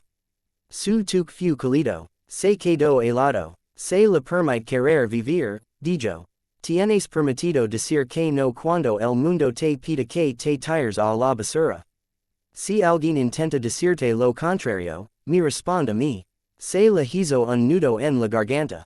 Algo en su pecho, apretado desde la guerra, desde el bosque, se movió. El trago. No sé cómo querer eso, admitió. Empieza poco a poco, dijo. Quiero desayunar mañana. Quiero ver que muestra el filtro de red la próxima vez. Quiero sentarme en el techo con Johnny y burlarme de su cabello. Quiero molestar a Ben. Quiero dibujar una barrera más. Construyes a partir de ahí. Dejo escapar una risa temblorosa.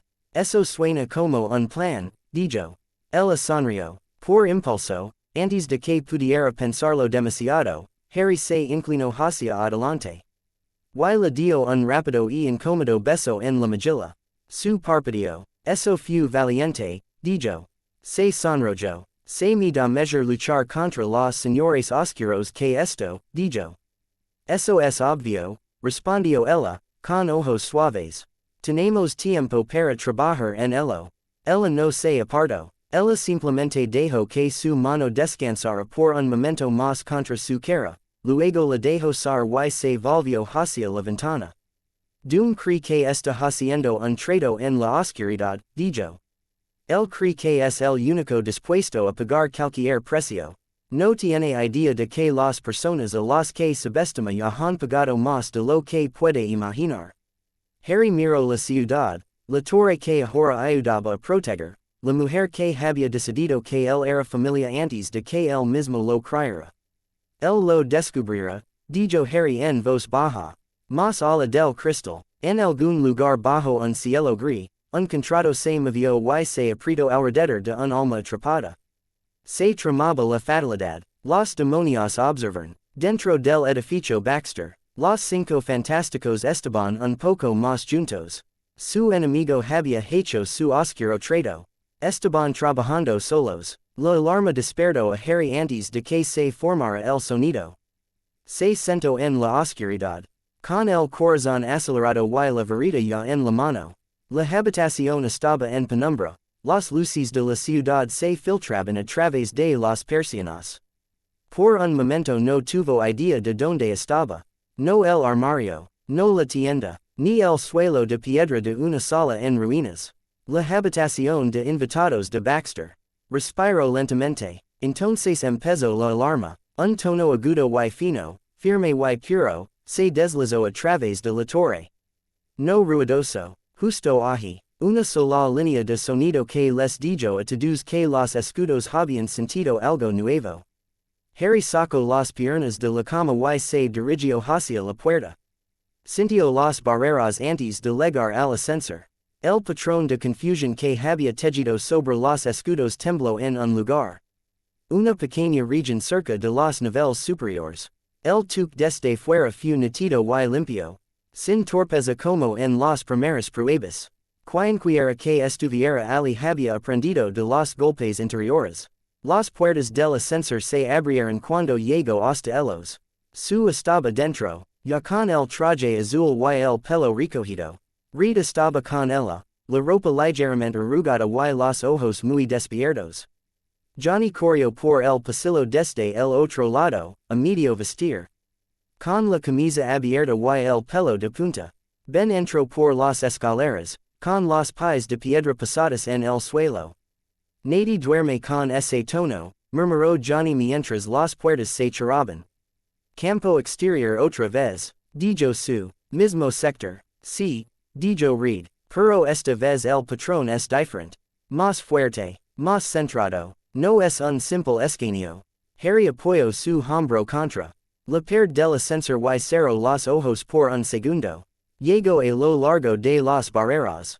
El tuque exterior se sintió como una aguja limpia presionando la mala. Sin pulsos aleatorios, sin tiempos dispersos, un único empujón largo, alto y constante. Él no solo está escuchando ahora, dijo Harry. Él está llamando. Las luces de la plataforma de monitores ya estaban encendidas cuando salieron. Pantallas cubrían las paredes, mostrando la ciudad, la torre, el mapa orbital. El modelo de escudo grande colgaba sobre la consola principal, brillando de un azul tenue. La malla de la sala era visible a través de ella como una red móvil de líneas tenues. Una zona latía a un ritmo constante, una pequeña región de líneas más brillantes hacia el lado este. La misma región, dijo Reed. El mismo relevo de Latveria. La potencia aumentó en un factor de tres. Ben entrecerró los ojos ante las líneas. Traducción, dijo. Read señalo. Antes, doom enviaba pequeños toques y leía el eco, dijo. Ahora envía una señal continua. La frecuencia coincide con el patrón de contrato que registramos. Harry sintió que se le hendía el estómago. Él está usando mi ancla, dijo. Su se acercó al mapa del escudo. ¿Podrá superar nuestra capa de confusión haciendo eso? Preguntó. No, dijo Reed. Las protecciones están aguantando. Pero su señal está interactuando con los residuos de lágrimas de una manera nueva. Meyer. Hizo zoom en la región alrededor de la puerta de la zona negativa. El modelo cambió para mostrar una vista cruzada. El círculo del marco de la puerta brillaba en el centro. A su alrededor, una leve neblina marcaba la cicatriz por donde Harry había quedado. La nueva señal de doom se mostró como un fino hilo rojo que tocó la neblina y luego subió hacia el escudo. Es un bucle, dijo Reed. Quote, está ejecutando la energía de su contrato a través del descarga y de regreso a su relevo. Eso significa que ha anclado parte de su trato de nuestro lado. Harry sintió el tirón en su cicatriz. Esta vez no hay dolor. Un tirón lento y constante. Como si alguien hubiera atado una cuerda a la vieja herida y la estuviera aflojando. Está tratando de apretarlo, dijo Harry en voz baja. Él piensa que si tira del tercer ancla con suficiente fuerza, encajará en su lugar. Johnny se frotó la nuca. Entonces, ¿qué pasa si es así? Preguntó. Harry miró el hilo rojo. Entonces me convirtió en parte de su trato, dijo. Completamente. Ese contrato tratará mi magia como uno de sus pilares. Cada vez que doom alcanza su madre, el trato me tocará. Si el demonio exige un precio legado a ese ancla, podría recaer sobre mí también. La mandíbula de su se apretó. No va a suceder, dijo. Reed se quedó mirando la línea roja, con la mente claramente acelerada. Necesitamos más información, dijo. Nuestro filtro puede captar el tono del contrato. Pero para entender lo que está haciendo en este momento, necesitamos un experto en este tipo de negociación. Dudo. Experto en magia, dijo Johnny. ¿Te refieres a Harry? Me refiero a alguien que haya tratado con este tipo específico de entidad, dijo Reed.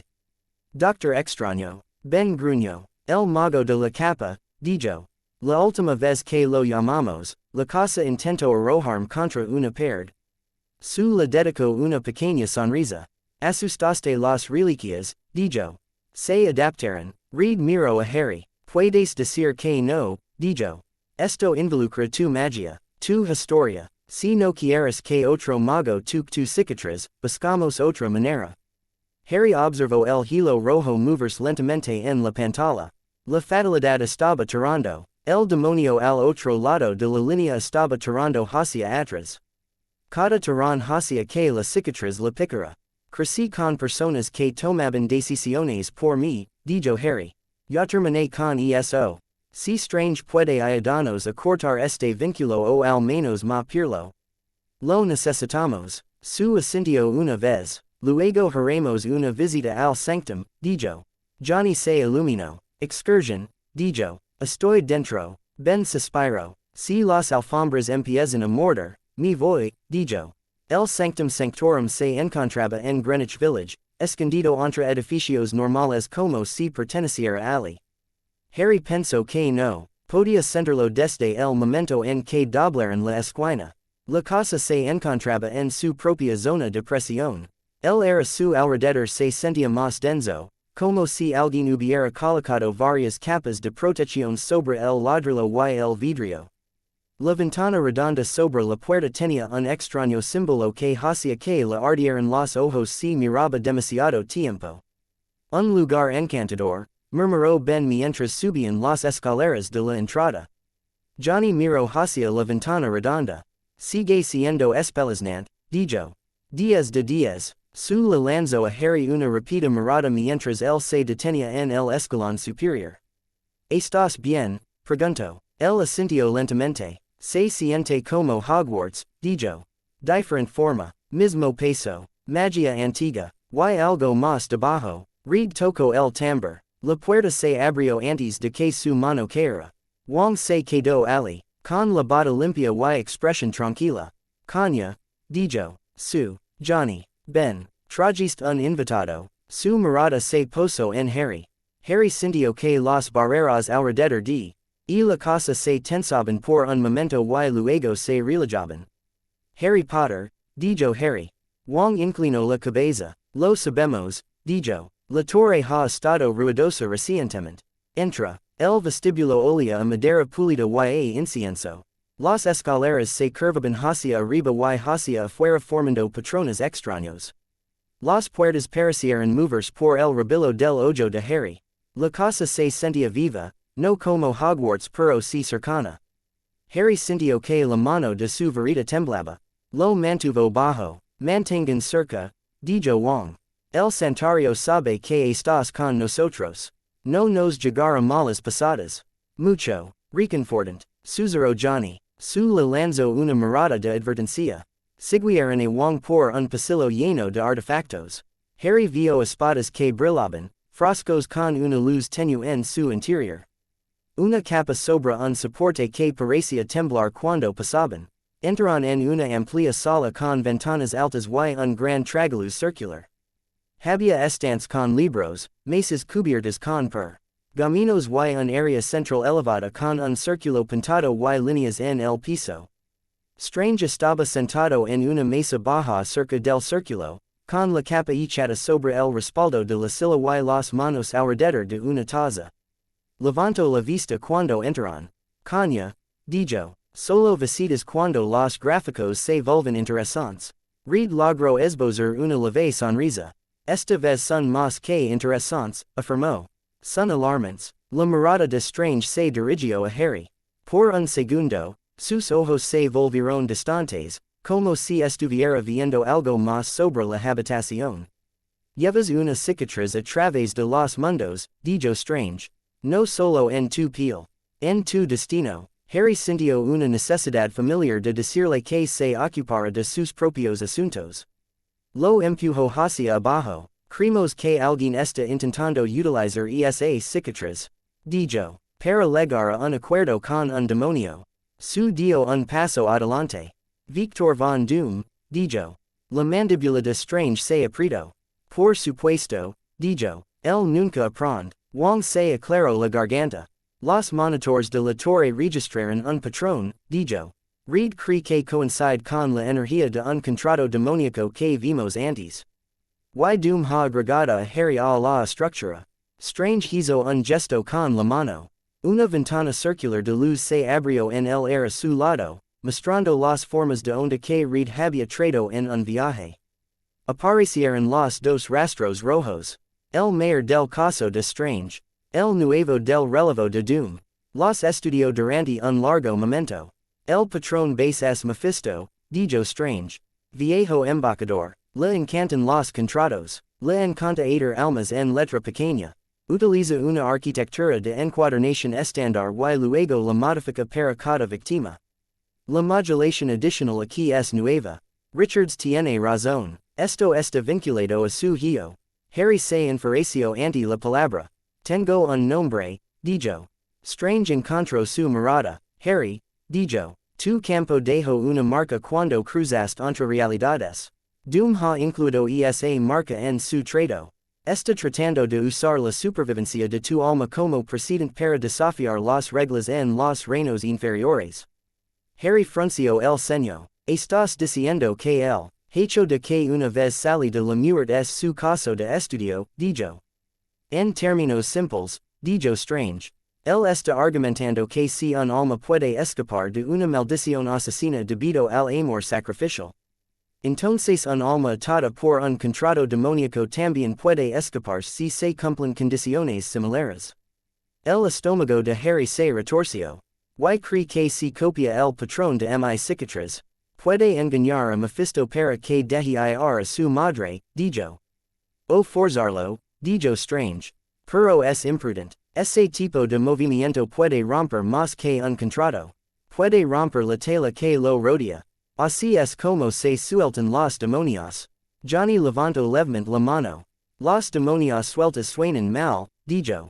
En la escala entre un golpe en el dedo del pie y la perdición cósmica, donde estamos.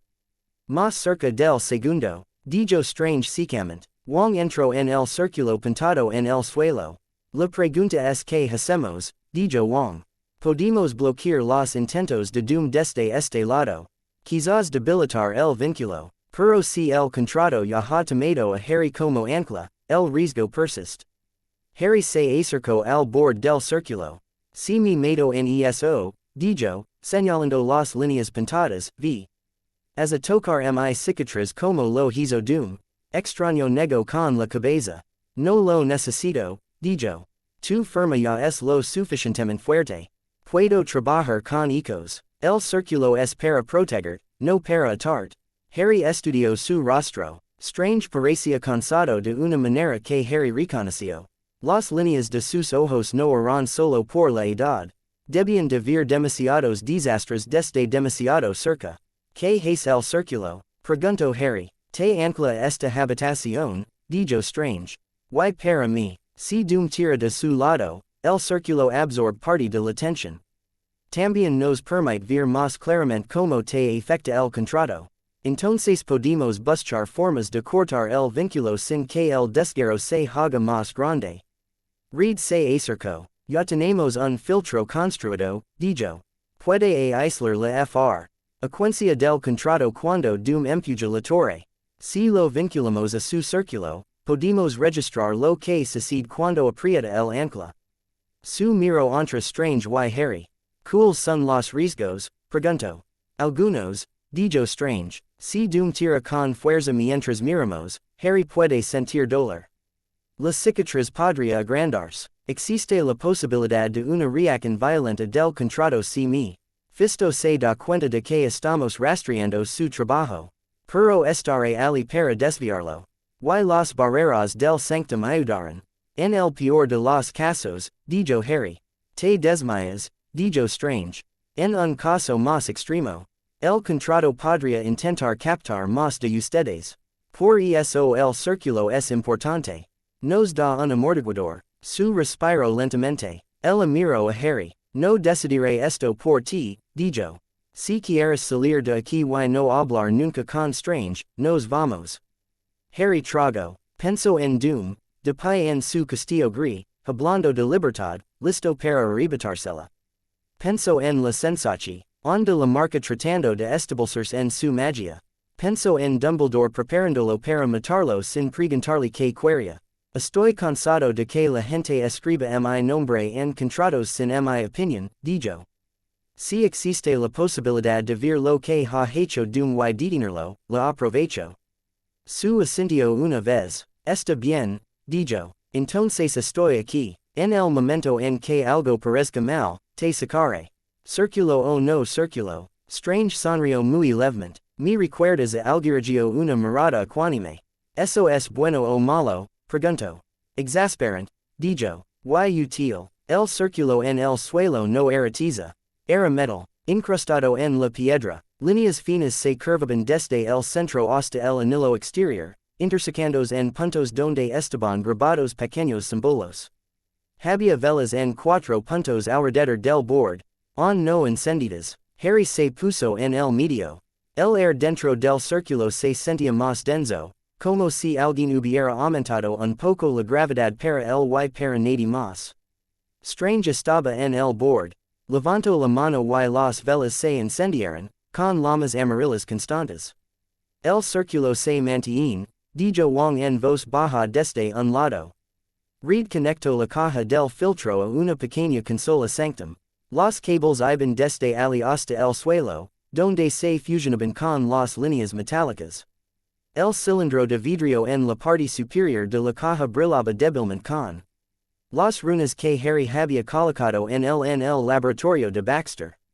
Su estaba justo fuera del círculo, lo suficientemente cerca como para que Harry pudiera ver la preocupación en sus ojos.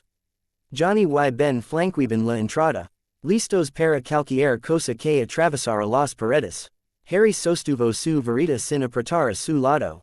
Respiró hondo. Dime que hacer, dijo. Siente, dijo Strange. Nada más. Yo me encargaré del resto. Cero sus propios ojos y comenzo a murmurar en voz baja. Las palabras no eran latinas. Eran mayores y tenían un ritmo diferente. Los símbolos en el suelo se iluminaron. Harry sintió que su magia respondía. Estirandos hacia arriba como un árbol buscando luz. Los bordes del círculo se calentaron. El mundo fuera del anillo de metal se desvaneció un poco. Todavía podía ver su read y los demás. Pero parecían más lejos. Los sonidos de la ciudad habían desaparecido. Solo quedaba el latido del corazón del sanctum, un pulso lento al borde de su conciencia. La voz de strange bajo el tono. Ahora, dijo, la caja del filtro zumbó. A lo lejos, en algún lugar bajo un cielo apagado, volvió a cancelar su contrato. Harry sintió el golpe, el tirón de su cicatriz y agudizó hasta convertirse en un tirón fuerte, repentino y fuerte. El sacio y se levó una mano a la frente. El círculo se levó una parte, pero no toda. El aire dentro del anillo de metal se volvió pesado. Una nota baja resonó en sus huesos, la misma que habían escuchado a través de los parlantes del laboratorio, solo que ahora mucho más clara. El tono del contrato está aumentando, dijo Reed. Grabación. Harry cerró los ojos con fuerza. La atracción por parte de no fue sencilla. Llegó en pulsos, cada uno con su propio giro. La primera parecía una exigencia. Actuar, moverse, cumplir. El segundo tenía un sabor a amenaza, dolor, pérdida, ardor. El tercero levaba algo parecido a una promesa, liberación, luz, una puerta abriéndose. Mephisto. Harry podía sentir el lado de la línea del demonio ahora más claramente. Una paciencia fría, divertida, viendo a tensarse. El contrato había sido escrito para favorecerlo. Buscaba una escapatoria. Strange puso una mano contra el borde exterior del círculo. Su magia presionó desde el borde, firme y fría. Sigue la atracción, dijo Strange. Pero no te apoyes en ello. Míralo. Harry buscó el lugar donde el contrato lo tocaba. Se centró en su cicatriz. Pero fue más profunda, curvándose a través de la forma de su magia donde había cambiado en el bosque. La parte de el que había encontrado la muerte y había regresado levaba un nuevo patrón. Había vinculado una de las líneas del contrato siguiendo ese patrón. Tercer presentador confirmado, dijo Strange. Ha enganchado la cláusula en torno al evento de la muerte de Potter. Harry vio destellos, no imágenes frente a sus ojos. Recuerdos agitados por la línea que había envuelto su pasado. Su madre en la guardería, abrazándolo. Luz verde, frío. Un salón lleno de cadáveres. Un bosque lleno de susurros. Respiró temblorosamente. El círculo se mantuvo. La cuerda no lo sacó. Está endureciendo una cláusula específica, dijo Strange en voz baja. Escucha atentamente. Dime cómo se siente. Harry intentó retroceder dentro de su propia conciencia. Los pulsos del contrato eran ahora más claros, cada giro más definido. Extendió su mente, rozando la forma de la tercera ancla. Las palabras surgieron de su cabeza, no de su propia voz. Líneas de intención. Promete un acto de liberación, dijo Harry lentamente. Promete romper una prisión que ningún mortal puede tocar.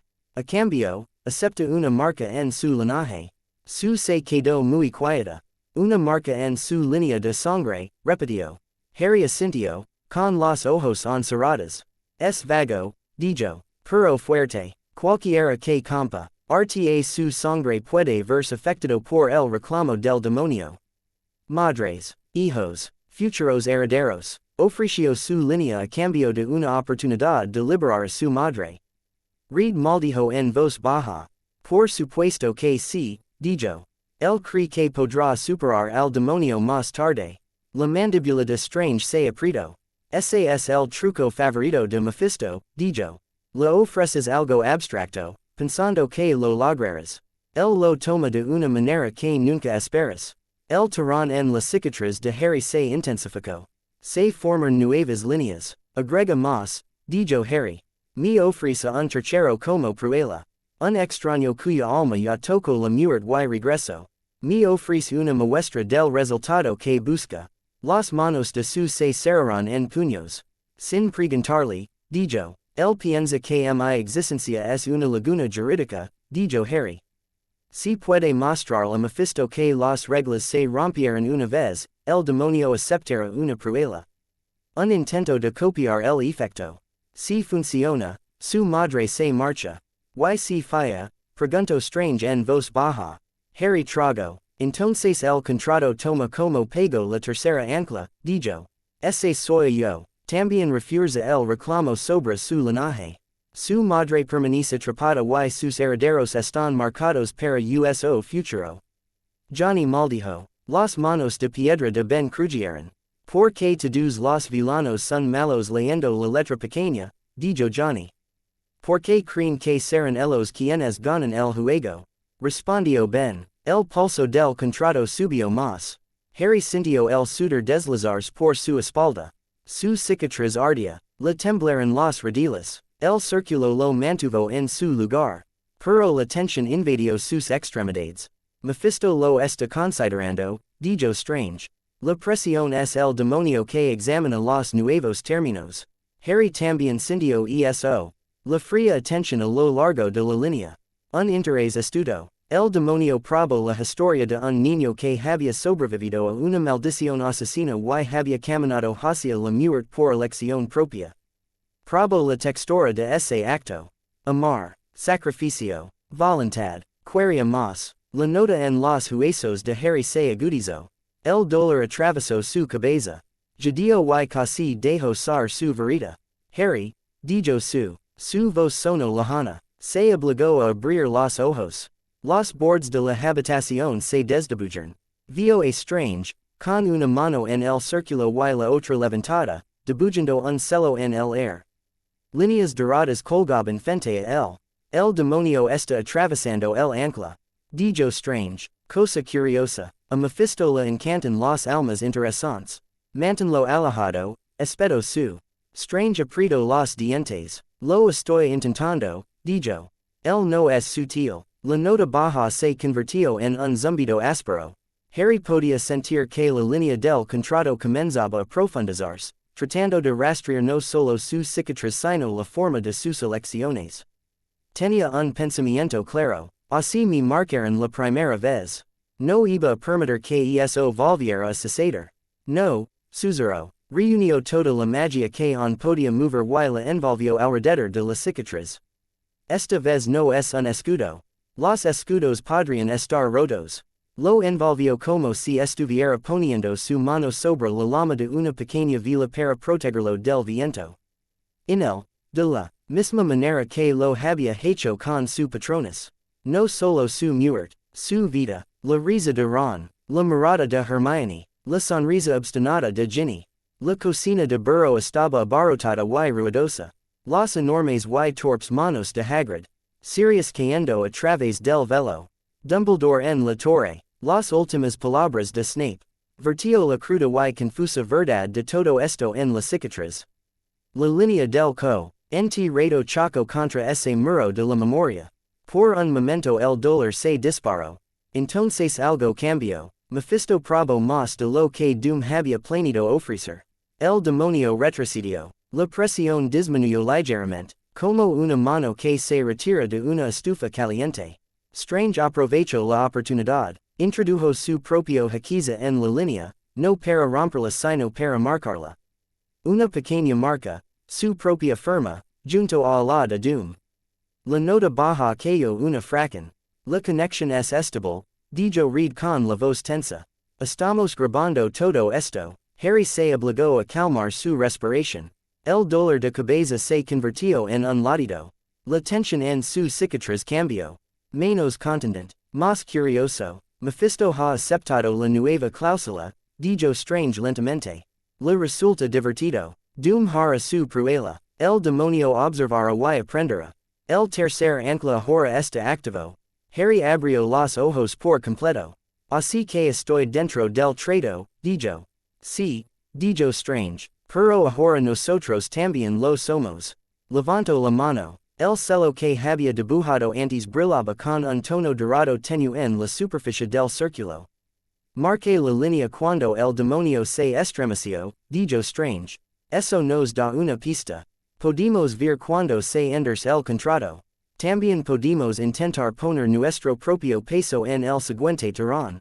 Su exhalo temblorosamente. Entonces consiguió lo que quería, dijo. Y Mephisto también. Donde nos deja eso. Harry caminó con cuidado hasta el borde del círculo. Sus piernas estaban inestables. Se movió sin pensar y lo agarró del brazo. Se inclinó hacia ella por un segundo. Dejándola soportar parte de su peso. Su piel estaba húmeda. Le temblaron las manos. Sentí las condiciones, dijo. Él ofreció su línea. Me ofreció a mí. A cambio, obti. En un intento de copiar mi muerte para su madre. Si falla, el demonio se queda con todo. Read trago. Si intenta realizar ese ritual y no estamos listos, dijo, te perderemos. Su línea de sangre está maldita. Y Mephisto tiene una historia que puede vender a cualquiera que tenga una madre encadenada. Wong se acercó. Hay una ventaja, dijo. No puede realizar este intento en secreto ahora.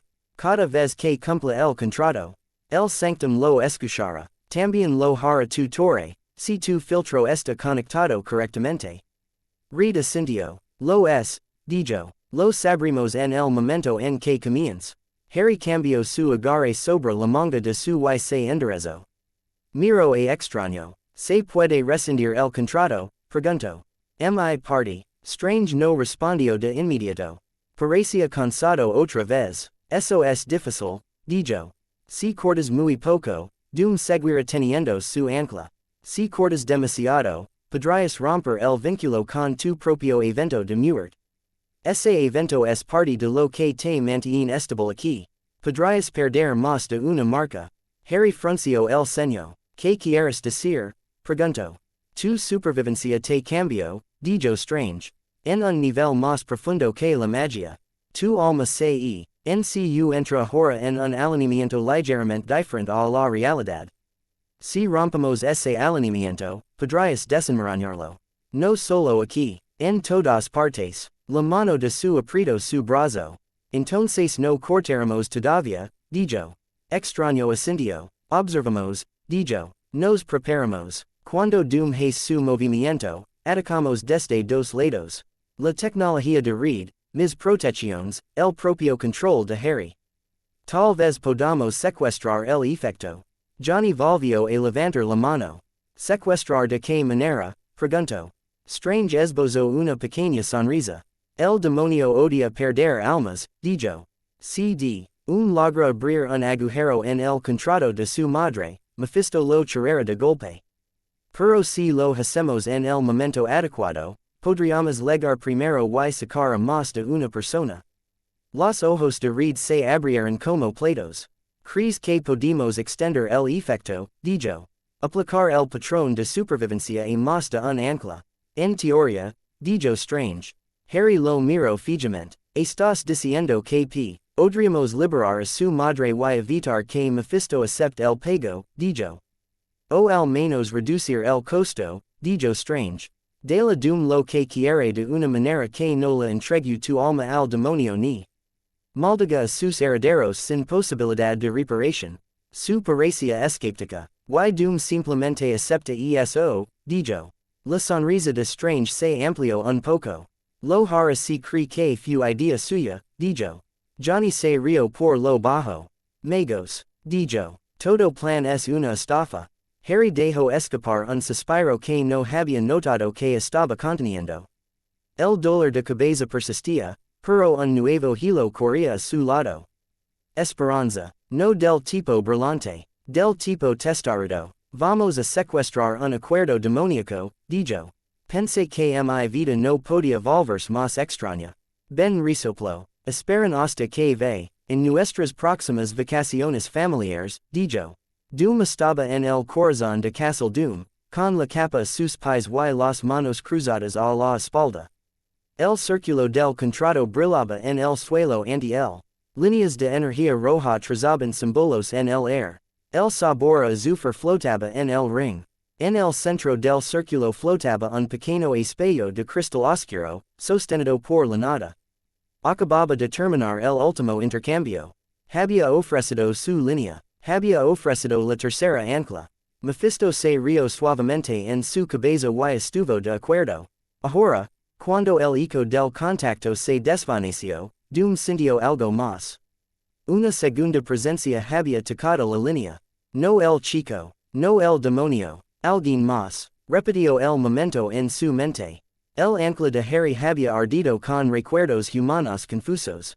Amor, dolor, rechazo obstinado. Mephisto lo había agarrado, codicioso. Otra mano había entrado, frío, preciso, insistente. Se había dejado una huella en la estructura del contrato. Un celo que reconoció.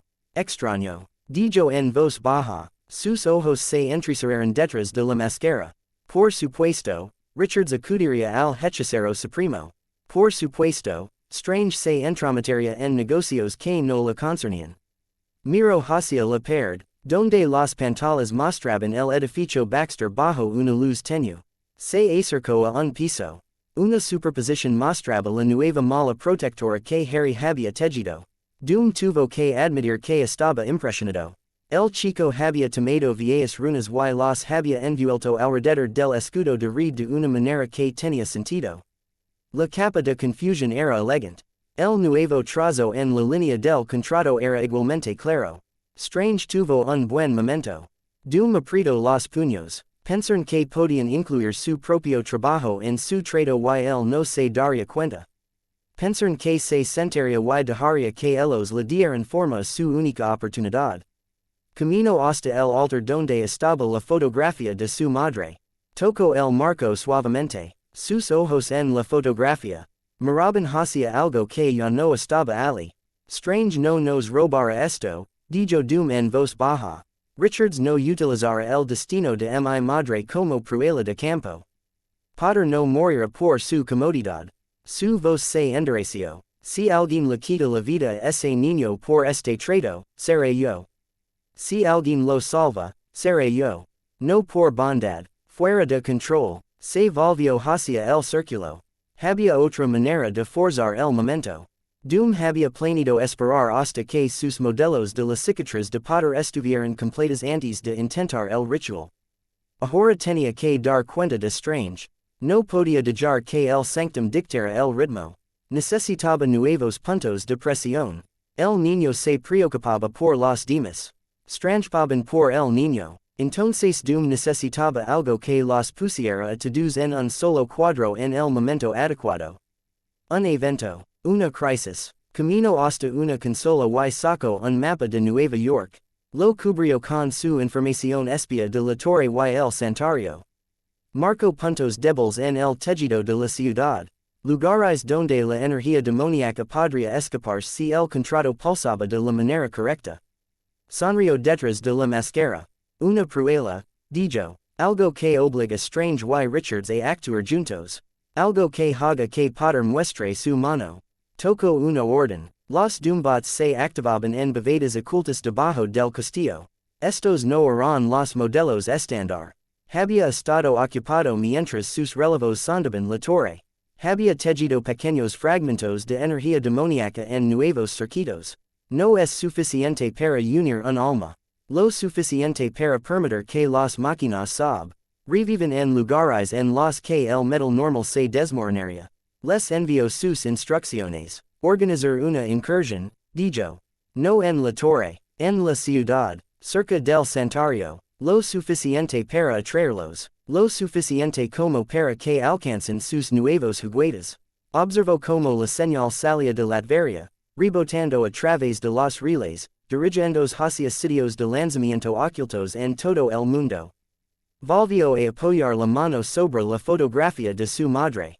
Pronto, dijo, de una forma u otra, esto termina. El ataque comenzó en una tarde despejada. Harry estaba en el laboratorio de Baxter.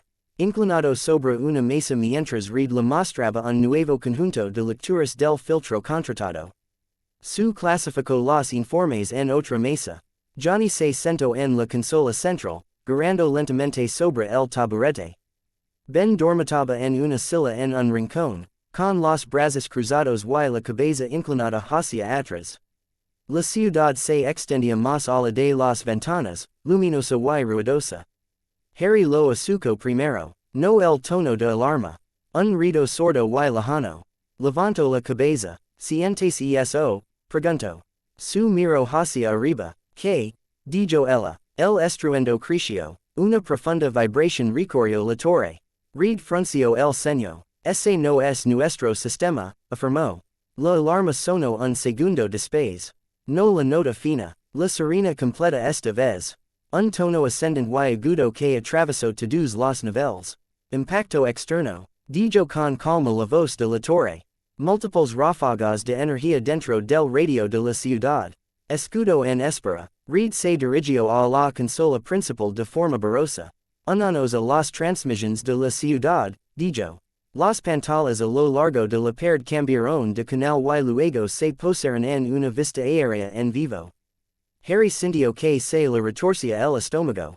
Fuego y humo se elevaban desde una calle cerca de Washington Square. Un gran círculo de pavimento se había agrietado y quedado. Unas formas se movían alrededor del agujero. El metal brilló. La vista se amplió. Robots fatales. Al menos una docena de ellos. Formas con armadura pesada saliendo del cráter. Armas de energía brillantes. La gente corrió prisa del pánico. Los coches se detenían en ángulos extraños. El aire sobre el cráter brillaba con una tenue neblina roja. Residuos demoníacos, dijo Harry. Las manos de Reed volaron sobre los controles. El filtro de contrato simplemente se disparó, dijo. Energía de Mephisto. Doom se aprovechó de su propio trato para hacer un agujero en la calle. Johnny se bajó del taburete. Trajes, dijo. Ben ya estaba de pie. Su se movió para pararse al lado de Harry. Tower. Envianos la grilla de cables para ese sector, dijo Reed. Conseguenos vinculados con Strange, el símbolo de Sanctum parpadeó en una pantalla secundaria. Apareció el rostro de Strange. Con la capa visible sobre sus hombros y el fondo temblando ligeramente. Los vimos, dijo Strange sin preámbulos. Cayeron en un punto de cruz de líneas. La energía de Mephisto mantiene el agujero abierto. Si esos robots cavan más profundo, pueden anclar una puerta. ¿Puedes manejarlos? Preguntó Reed. No solo, dijo Strange. Las protecciones del sanctum contienen amenazas místicas. Son mixtas. Tecnología y demonio. Mis hechizos los arrastraron parcialmente hacia el astral, pero sus cuerpos seguirán golpeando a las personas. Harry agarró su varita. Nos vamos, dijo. Su asintió. Reed. Llama a la respuesta de la ciudad y haz que expulsen a los civiles, dijo. Nos encargamos de los robots con Strange. Ben, Johnny, con nosotros. Harry, tú quédate conmigo. Abrió la boca para discutir. Él lo interrumpió con una mirada. Estás en la mira de Doom, dijo. No te alejarás ni un metro de mi campo a menos que yo te lo diga. Cerró la boca. Reed envió una ráfaga de órdenes a través de los sistemas de las torres. Las sirenas en la distancia cambiaron de tono. Los semáforos en el área afectada cambiaron a rojo cuando la torre rompió en la red. Los drones se lanzaron desde el techo y se dirigieron hacia el cráter. Ve, dijo Reed, y dame de comer de todo. Seguiré los picos de contrato. Corrieron hacia la bahía de lanzamiento. Los cuatro tenían una manera rápida de llegar a los problemas. Harry había visto la nave aérea más pequeña antes, descansando en bahías a lo largo de los niveles superiores. Nunca había montado uno hasta ahora. La plataforma cayó cuando la nave se elevó. El viento golpeaba los costados. Su conducía con las manos apretadas sobre los controles. Johnny se sentó a su lado, calentándose ya, el calor visible a su alrededor. Ben y Harry se sentaron detrás de ellos, atados. Respira hondo, chico, dijo Ben mientras la nave se inclinaba. Harry tomó uno. Su estómago todavía se revolvió, pero reprimió el miedo. Había pasado por situaciones peores volando en escoba. La nave salió de la torre y se disparó sobre la ciudad. El crater aparicio ante sus ojos, una herida en carne viva en la calle. Las llamas surgen de las tuberías rotas. Los coches yacen de lado. La gente corrió en todas direcciones. Algunos yacen en el suelo donde habían quedado. Los dumbots rodaron el borde del agujero, disparando al cielo. Uno de ellos se giró y apuntó directamente a la nave entrante. Johnny, dijo su, no espero más. Se desabrocó el cinturón, subió al borde de la escotilla abierta y saltó. Llama encendida, gritó. El fuego lo envolvió en el air. Go. El peo el rayo del dumbot como un comida viviente. La explosión se dispersó alrededor de su llama y el calor la apartó. Se estrelló contra el robot con un crujido y lo envió de regreso al agujero. Su dejó caer la nave más abajo. Ben, dijo. Ben sonrió. Es hora de perforar algo de metal, dijo. El saltó. El suelo tembló cuando golpeó. Rodó y se levantó rápidamente, lanzando un pesado puño hacia el dumbot más cercano. El metal se arrugó bajo el golpe. El robot se deslizó por el suelo y se estrelló contra un coche aparcado, que ya no tenía ventanas. Harry agarró el borde de la escotilla. ¿Listo? Preguntó su. El asintió. Extendió su campo alrededor de ambos y salió al air. La plataforma invisible se mantuvo bajo sus pies mientras descendían. El calor de las llamas de Johnny los invadió desde un lado. El humo de los escombros ardiendo picó los ojos de Harry. Strange ya estaba allí. Estaba de pie en el borde más alejado del cráter, con la capa ondando.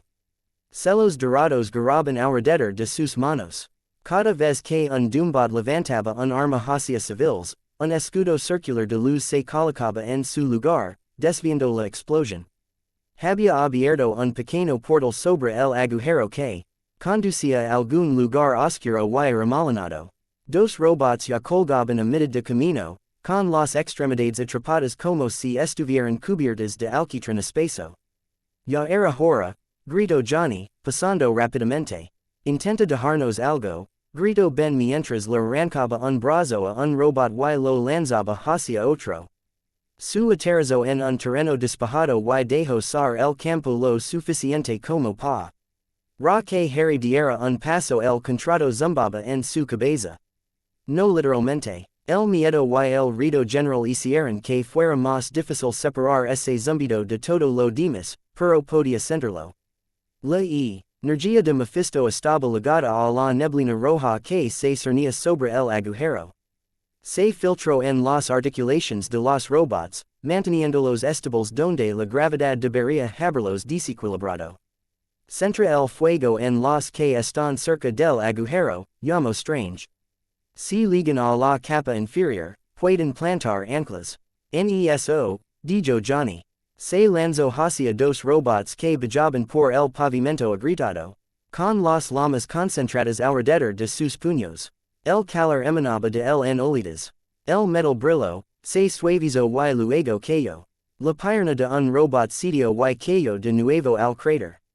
Ben abordó otro que había legado al fondo y intentó instalar un dispositivo. Los puños de piedra golpean el acero una y otra vez. Saltaron chispas. El dispositivo se deformó pero no se rompió por completo. Harry apuntó su varita hacia Ali. Reducto. La maldición explosiva se estrelló contra el dispositivo a medio construir. Se hizo añicos con un fuerte crujido y los pedazos volaron. El campo de su se abrió para atrapar los fragmentos antes de que pudieran golpear a alguien. Quedate cerca, le recordó. Lo soy, dijo. Sostuvo su varita con fuerza. Uno de los dumbots se apartó de la multitud para mirarlo. Los ojos del robot brillaron rojos.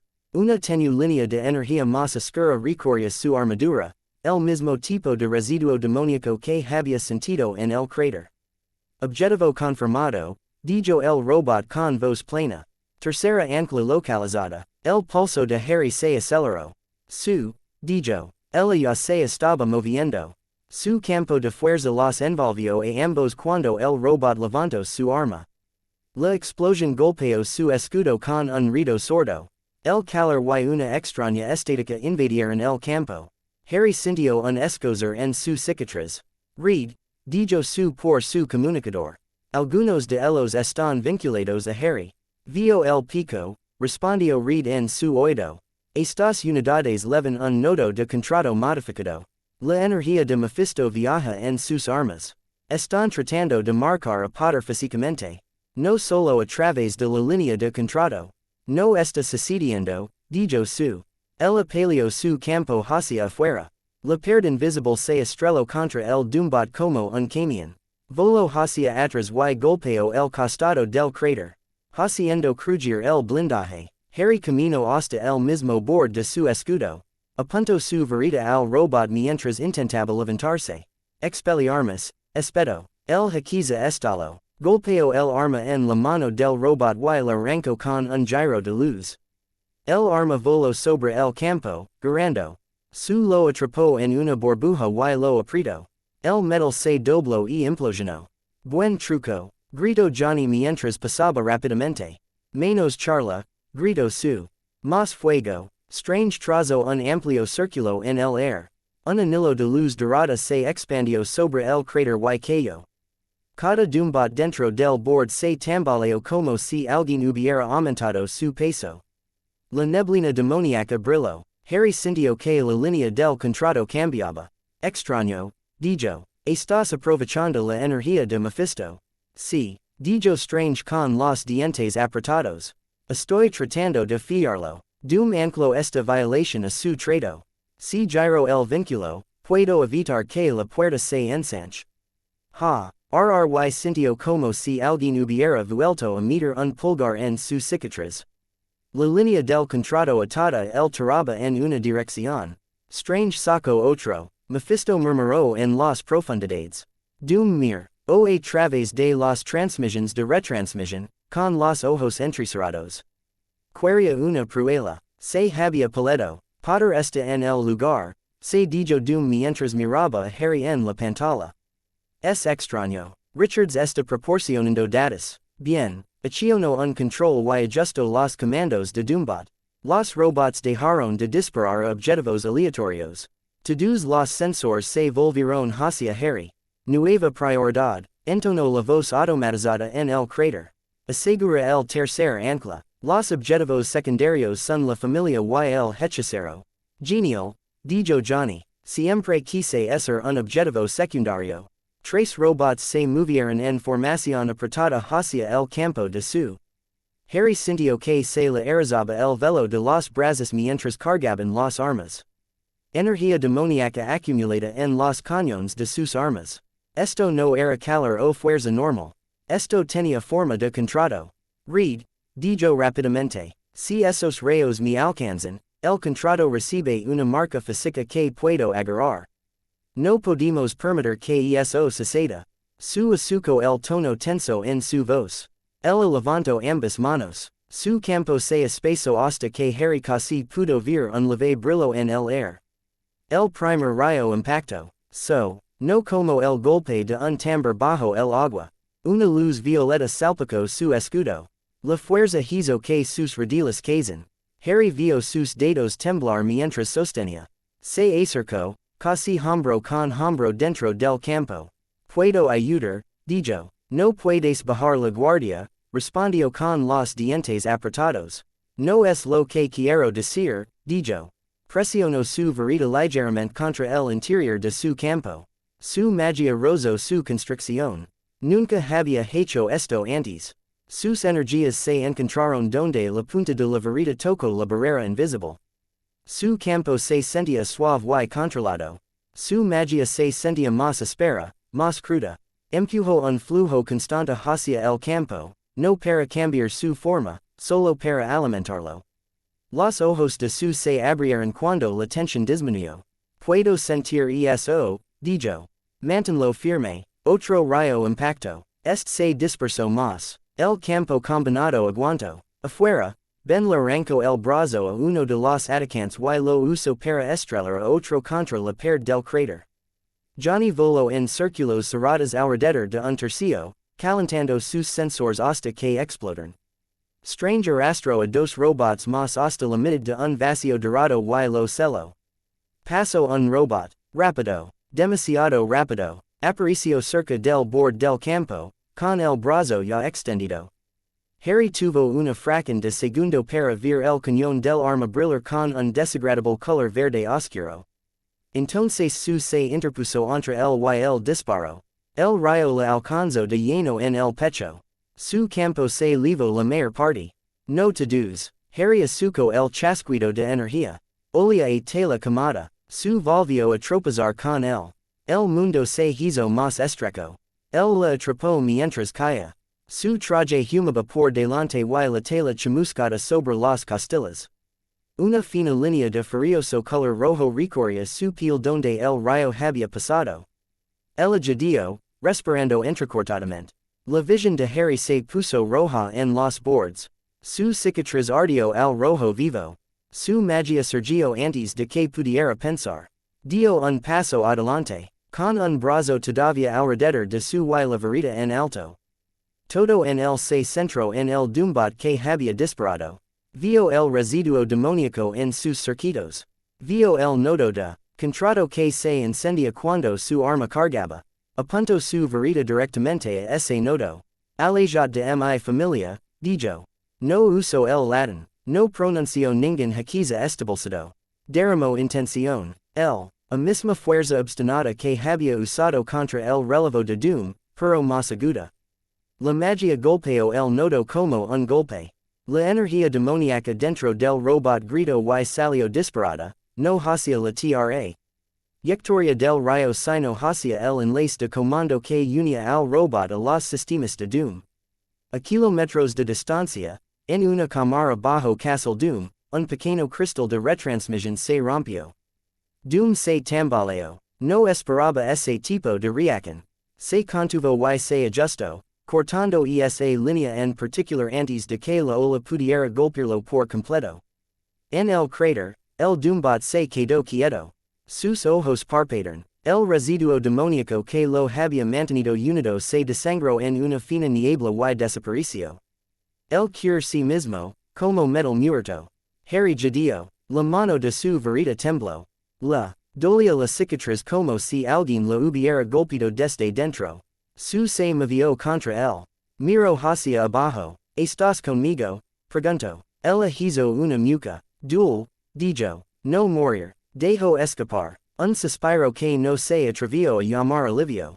Strange aparicio a su lado en un remolino de capa roja y luz dorada. Déjame, dijo Strange. Puso dos dedos cerca de la línea quemada en las costillas de su, sin tocar la piel. Un suave brillo fluyó de su mano. El rojo enojado se suavizó un poco. Fue un golpe indirecto, dijo Strange. El campo se levó lo peor. Hay algunos residuos del contrato. Puedo quemar la mayor parte. La mandíbula de Harry se apretó. Hazlo, dijo. Su logró esbozar una pequeña sonrisa. Eres mandan cuando tienes miedo, dijo. Quédate quieto, respondió. No se alejo has. Ta que Strange terminó y la herida se cerró en una marca de enojo en lugar de una quemadura abierta. A su alrededor, cayeron los últimos Doombots. Ben arrojo a uno a la calle con un puñetazo final. Johnny aterrizó a su lado. Los llamas apagandos y el pecho agitado. Cualquiera más, llamó Johnny. Ningún metal respondió. Los equipos de bomberos entraron. Las sirenas alarm. La voz de Reed llegó por el comunicador. Vs pico, dijo. Harry, que le hiciste a esa unidad. Llegué al nodo del contrato, dijo Harry. Envió la energía de regreso. Strange lo miró con nuevo respeto. Eso fue arriesgado, dijo Strange. Funcionó, respondió Harry. Miró el cráter. La neblina roja era ahora más tenue. Mephisto había recuperado su energía cuando la pelea se volvió contra los juguetes que había elegido. La prueba de Doom no había salido como él quería. Harry podía sentir la línea del contrato zumbando en su cicatriz. Enojado, interesado, vivo, apretó con más fuerza a su por un segundo. Estoy bien, dijo en voz baja. Se dio cuenta de que le temblaba la mano. Lo soltó y dio un paso atrás, aunque permaneció cerca. Doom quería que te marcaras, dijo Strange. Fallo. Aprendió algo sobre tus reflejos.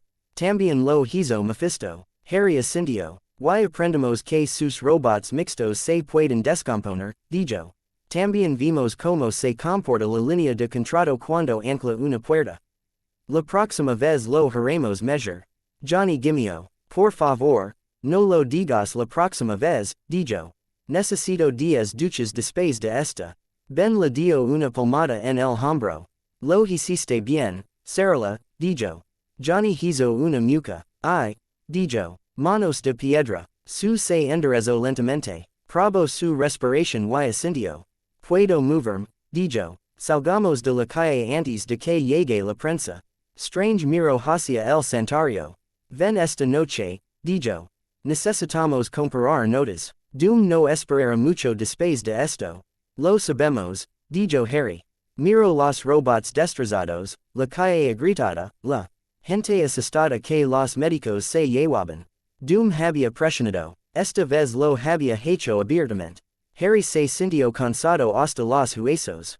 También sintió algo más. Enojo. No la furia salvaje que lo había impulsado al salón de la profecía. No la fría furia del bosque. Una combustión lenta y constante. El golpeo mi mundo una vez, dijo Harry en voz baja mientras se dirigen de regreso a la nave. Él no lo está haciendo aquí. Su lo asuco. Ella se acercó y le apretó la mano. Solo una vez. Era pequeño. Simple. Real. Él le devolvió el apretón. En Latveria, vio como se cortaban las transmissions, una por una. Su cristal de relevo estaba hecho pedazos. Tocó su máscara cerca de la frente como si pudiera sentir el eco del empujón de Harry. Interesante, dijo. Había visto al chico aprovechar su poder sin un jaquiza hablado. Había visto girar el campo alrededor del robot deformado. Había sentido el pequeño escozor cuando el nódulo roto sangró a través de la vía. Strange había etiquetado el contrato.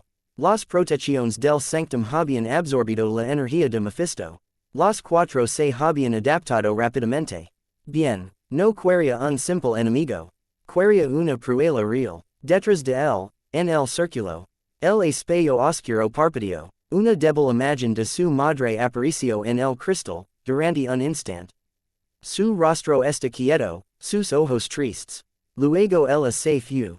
Cerró el puño. Pronto, dijo de nuevo. Harry estaba sentado en la nave de regreso, con el cuerpo dolorido y los ojos fijos en la ciudad de abajo.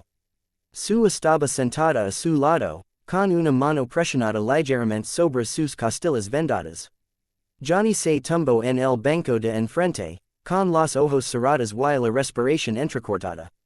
Ben se sentó firmemente cerca de la escotilla, mirando el horizonte. El edificio Baxter se alzaba ante ellos. A casa, por ahora. Había hecho su movimiento. La siguiente ronda no sería una simple pelea callejera. Sería el ritual. El oscuro trato estaba ahora plenamente activo. Harry había visto suficientes contratos para saber una cosa. No iba a dejar que nadie escribiera el final por él. La torre parecía diferente después del ataque. No más fuerte, más silencioso y una manera en la que Harry no confiaba. A la mañana siguiente, el edificio Baxter zumbaba a su alrededor como siempre. Los ascensores se movieron, las pantallas brillaron, en algún lugar arriba, un dron pasó silbando por una ventana. Pero debajo, las barreras que había colocado sobre el escudo estaban tensas. Espera. Harry estaba de pie en el monitor, con los brazos cruzados, mirando la repetición por lo que parecía la décima vez. Bots saliendo del cráter. Johnny ardía intensamente, Ben balanzaba el metal como si fuera cartón. Los círculos de Strange, su se paró frente a Harry sin duda. RLOY recibió un golpe destinado a marcarlo. Reed detuvo la transmisión nuevamente en el cuadro donde el rayo demoníaco salpicó el campo de fuerza de su. El brillo del arma atravesó la pantalla. La garganta de Harry se apretó. Congelalo Ali, dijo Strange. Estaba de pie cerca de la consola principal con todo su equipo y la capa echada sobre un hombro. Wong esperó junto a la puerta. Sobre la mesa había un pequeño proyector sanctum, conectado al sistema de torre. Reed amplió el arma, Líneas de energía aparecieron en colores falsos. Esta sesión aquí, dijo Reed, señalando. Esa es la hula de Mephisto. El resto es tecnología de Doom. Encontró una manera de envolver una cláusula de contrato alrededor de una viga y lanzarla como una bala. Extraño ascendió. Descuidado, dijo. Pero lo suficientemente efectivo. Si eso hubiera golpeado a Harry directamente, la línea del contrato de su lado se habría solidificado aún más. Su se apoyó contra la barandilla, con una mano apoyada ligeramente sobre el vendaje debajo de su traje. Yo estaba entre ellos, dijo. Eso significa que ahora estoy cargando con parte de ese lío contractual. No de la misma manera, dijo Strange. El sanctum limpió la mayor parte. Hay residuos, pero están en tu superficie, no en tu alma. Mephisto necesitaría un gancho mucho más fuerte para reclamarte. Johnny, sentado en el borde de una consola, balanceó una pierna. Así que ahora Doom tiene juguetes que pueden marcar a Harry, un demonio que encuentra esto entretenido, y una línea de contrato que atraviesa nuestra puerta, dijo. ¿Qué parte de esto está exactamente bajo control? Respondió Wong. La parte en la que han revelado su forma, dijo. Antes, Doom trabajaba en la oscuridad.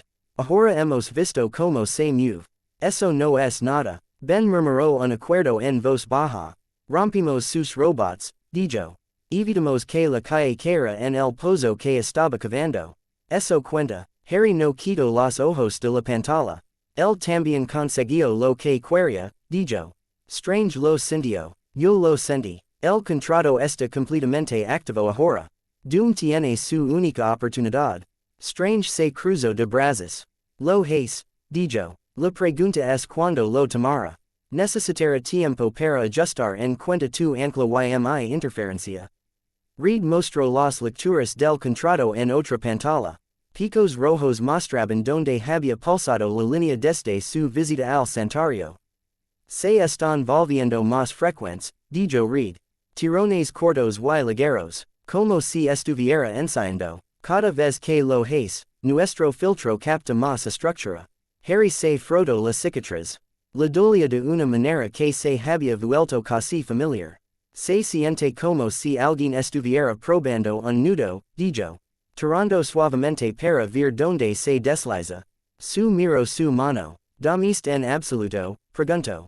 Un poco, dijo. Eso no era estrictamente cierto. Había dormido en breves periodos, despertándose cada vez que la cicatriz zumbaba con un débil eco de los tirones de práctica de Doom. Johnny saltó de la consola. Está bien, dijo. Sabemos que Doom se está preparando. ¿Cuál es nuestro plan cuando encienda esta cosa? Strange miró a Reed. Reed miró a Harry. Le dejamos, dijo Reed. Todos se quedaron muy quietos. Harry sintió que se le revolvía el estómago. Explica, dijo Sue, con voz plena. Reed no se inmutó. Va a intentar si lo aprobamos o no, dijo. Si intentamos detenerlo por la fuerza. Trasladar el ritual a algún lugar al que no podamos llegar tan fácilmente. Si interrumpimos el contrato desde aquí con demasiada violencia, podríamos romper aún más el desgarro. La opción más segura para el mundo es moldear las condiciones de su intento. Strange asintió de mala gana. Los contratos demoníacos están diseñados para castigar la interferencia contundente, dijo. Quote, si Doom empuja y alguien simplemente tira de la línea, la reacción golpea el alma de quien esté ligada a la cláusula. Eso incluye a Harry ahora.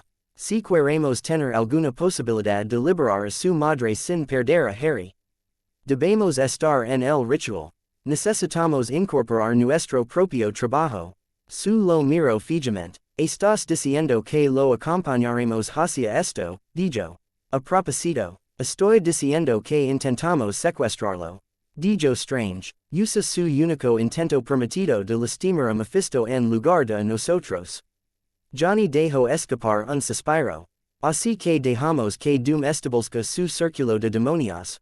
Trimos a Harry para que se per en el y esperamos ser más inteligentes que ambos, dijo. Suena bien, sin notas. Ben resoplo. No es necesario que te guste un plan para que sea el menos malo, afirmó. Harry finalmente apartó su mirada de la imagen congelada de su recibiendo el golpe. Miro a extraño. Dijiste que existe la posibilidad de sacar a más de una persona, dijo.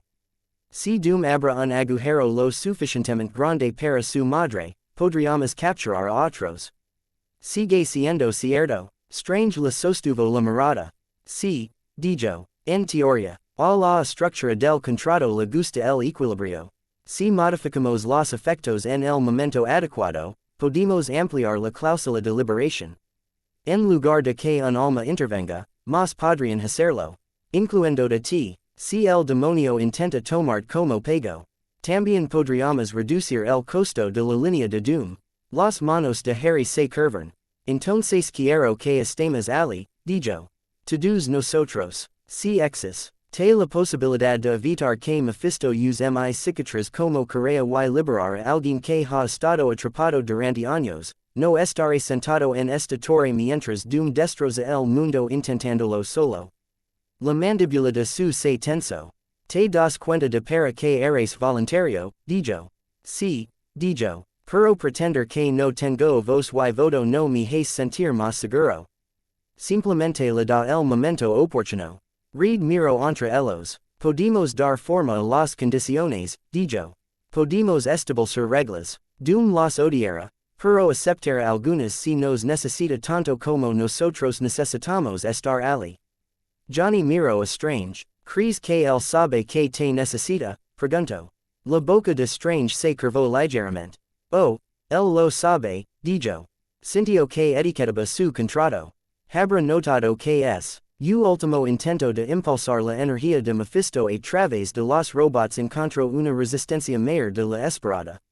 Wong habló. La fatalidad espera la traición, dijo. Del demonio. De nosotros. Él cree que puede pararse en el medio y controlarlo. Esa arrogancia es nuestra palanca. Ben se rascó la barbilla con dedos patrios. Como logramos que nos invita su gran ritual aterrador en lug. De intentar matarnos desde todo el mundo, preguntó. Reed abrió la boca para responder. La torre respondió por él. El aire en el centro de la habitación se deformó. Un círculo de luz verde surgió sobre el suelo, crepitando con pequeños arcos de relámpagos. Su se giró y el campo se elevó en un instante. Las manos de Johnny se iluminaron. Ben dio un paso adelante, listo para golpear lo que fuera que saliera. Strange levantó su propia mano, reuniendo magia. La varita de Harry se deslizó entre sus manos. La luz se calmó. Una máscara de metal familiar apareció en el círculo, con los colores ligeramente descoloridos. Victor von Doom los miró desde la sala del trono.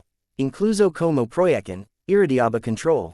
Richards, dijo Muert, tormenta, grim, extraño, Potter, que efficient. Todos mis obstáculos actuales en una sola habitación. Me alegro de ver también, Victor, dijo Reed secamente. La mayoría de la gente usa una puerta. Las puertas son para quienes aceptan las habitaciones que se les dan, dijo Doom. Prefiero hacer el mío propio. El campo de su se mantuvo arriba. Declare su negocio, dijo. Esta no es una llamada social. La mirada de Doom se dirigió a Harry.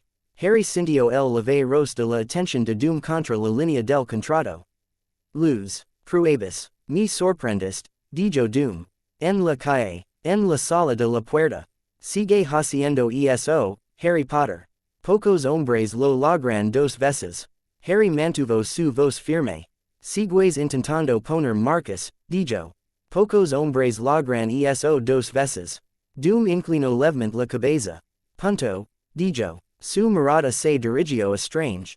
Tu marcaste mi contrato, dijo Doom. Audaz. Algunos lo considerarían una tontería. Algunos dirían que usar el alma de un niño como palanca es peor, dijo Strange. Tu punto. Los ojos de Doom se entrecerraron detrás de la máscara. Llame porque se me acaba el tiempo, dijo. Mephisto ha aceptado mis términos revisados. La ventana de prueba se abre pronto. Cuando lo haga, el demonio esperará que me mueva. Si no lo hago, estrechará el vínculo en mi línea como castigo por romper mi party. Bien, dijo Johnny. Quantas más sanciones, measure. Muert lo ignoro. Sé que planas interferir, digo. Siempre lo haces. También sé que la estructura de este trato es tal que si cometes un error con la magia bruta, lastimarás a padre y mi madre más que a Mephisto. No permitiré eso. Los ojos de su brillan. ¿Crees que lo arriesgaremos, digo? ¿Crees que hemos hecho todo esto para dejarlo arder? Creo que juzgarás mal porque tu moral nubla tu puntería, digo con calma. Te niegas a aceptar ciertos costos necesarios. Eso te hace débil y peligroso a partes iguales. Read dio un paso adelante. ¿Y qué quieres? Pregunto. ¿Por qué no llamaste solo para insultarnos? Lo miro directamente ahora. Quiero un acuerdo, digo. Términos. Condiciones. Vendrás a Latveria para el ritual. Traerás a poder y strange. Richards, traerás tus dispositivos. A cambio, no intentarás sabotear el contrato en sí. Trabajarás dentro de la estructura que he construido. Harry parpadeó. Nos estás invitando, digo. Te estoy ofreciendo una opción, digo Mantengáis. Alejado y observe desde su torre como lo arriesgó todo sin su conocimiento. Operís en el círculo y de forma al flujo conmigo. Los seis de strange se alzan. Uno espera que confiemos en usted, digo. No, digo muert. La confianza es un lujo sentimental. Espero que ves que no puedes darte el lujo de quedarte sentado. El ancla de Mephisto tiene sus garras en su cicatriz. Tarara cuando se complete el ritual, te gusta o no. La única manera de detener eso es estar donde sucede. La voz de Wang era tranquila. No se equivoca, dijo Wang. Johnny frunció el ceño. Así que simplemente entramos. En caso y esperamos que no nos deje salir el suelo, dijo. Pace difícil. Giro levemente la cabeza. Escudarse detrás de bromas no cambiará la ecuación, antorcha, dijo. Pero para calmar tus miedos. Estoy dispuesto a vendarme las manos.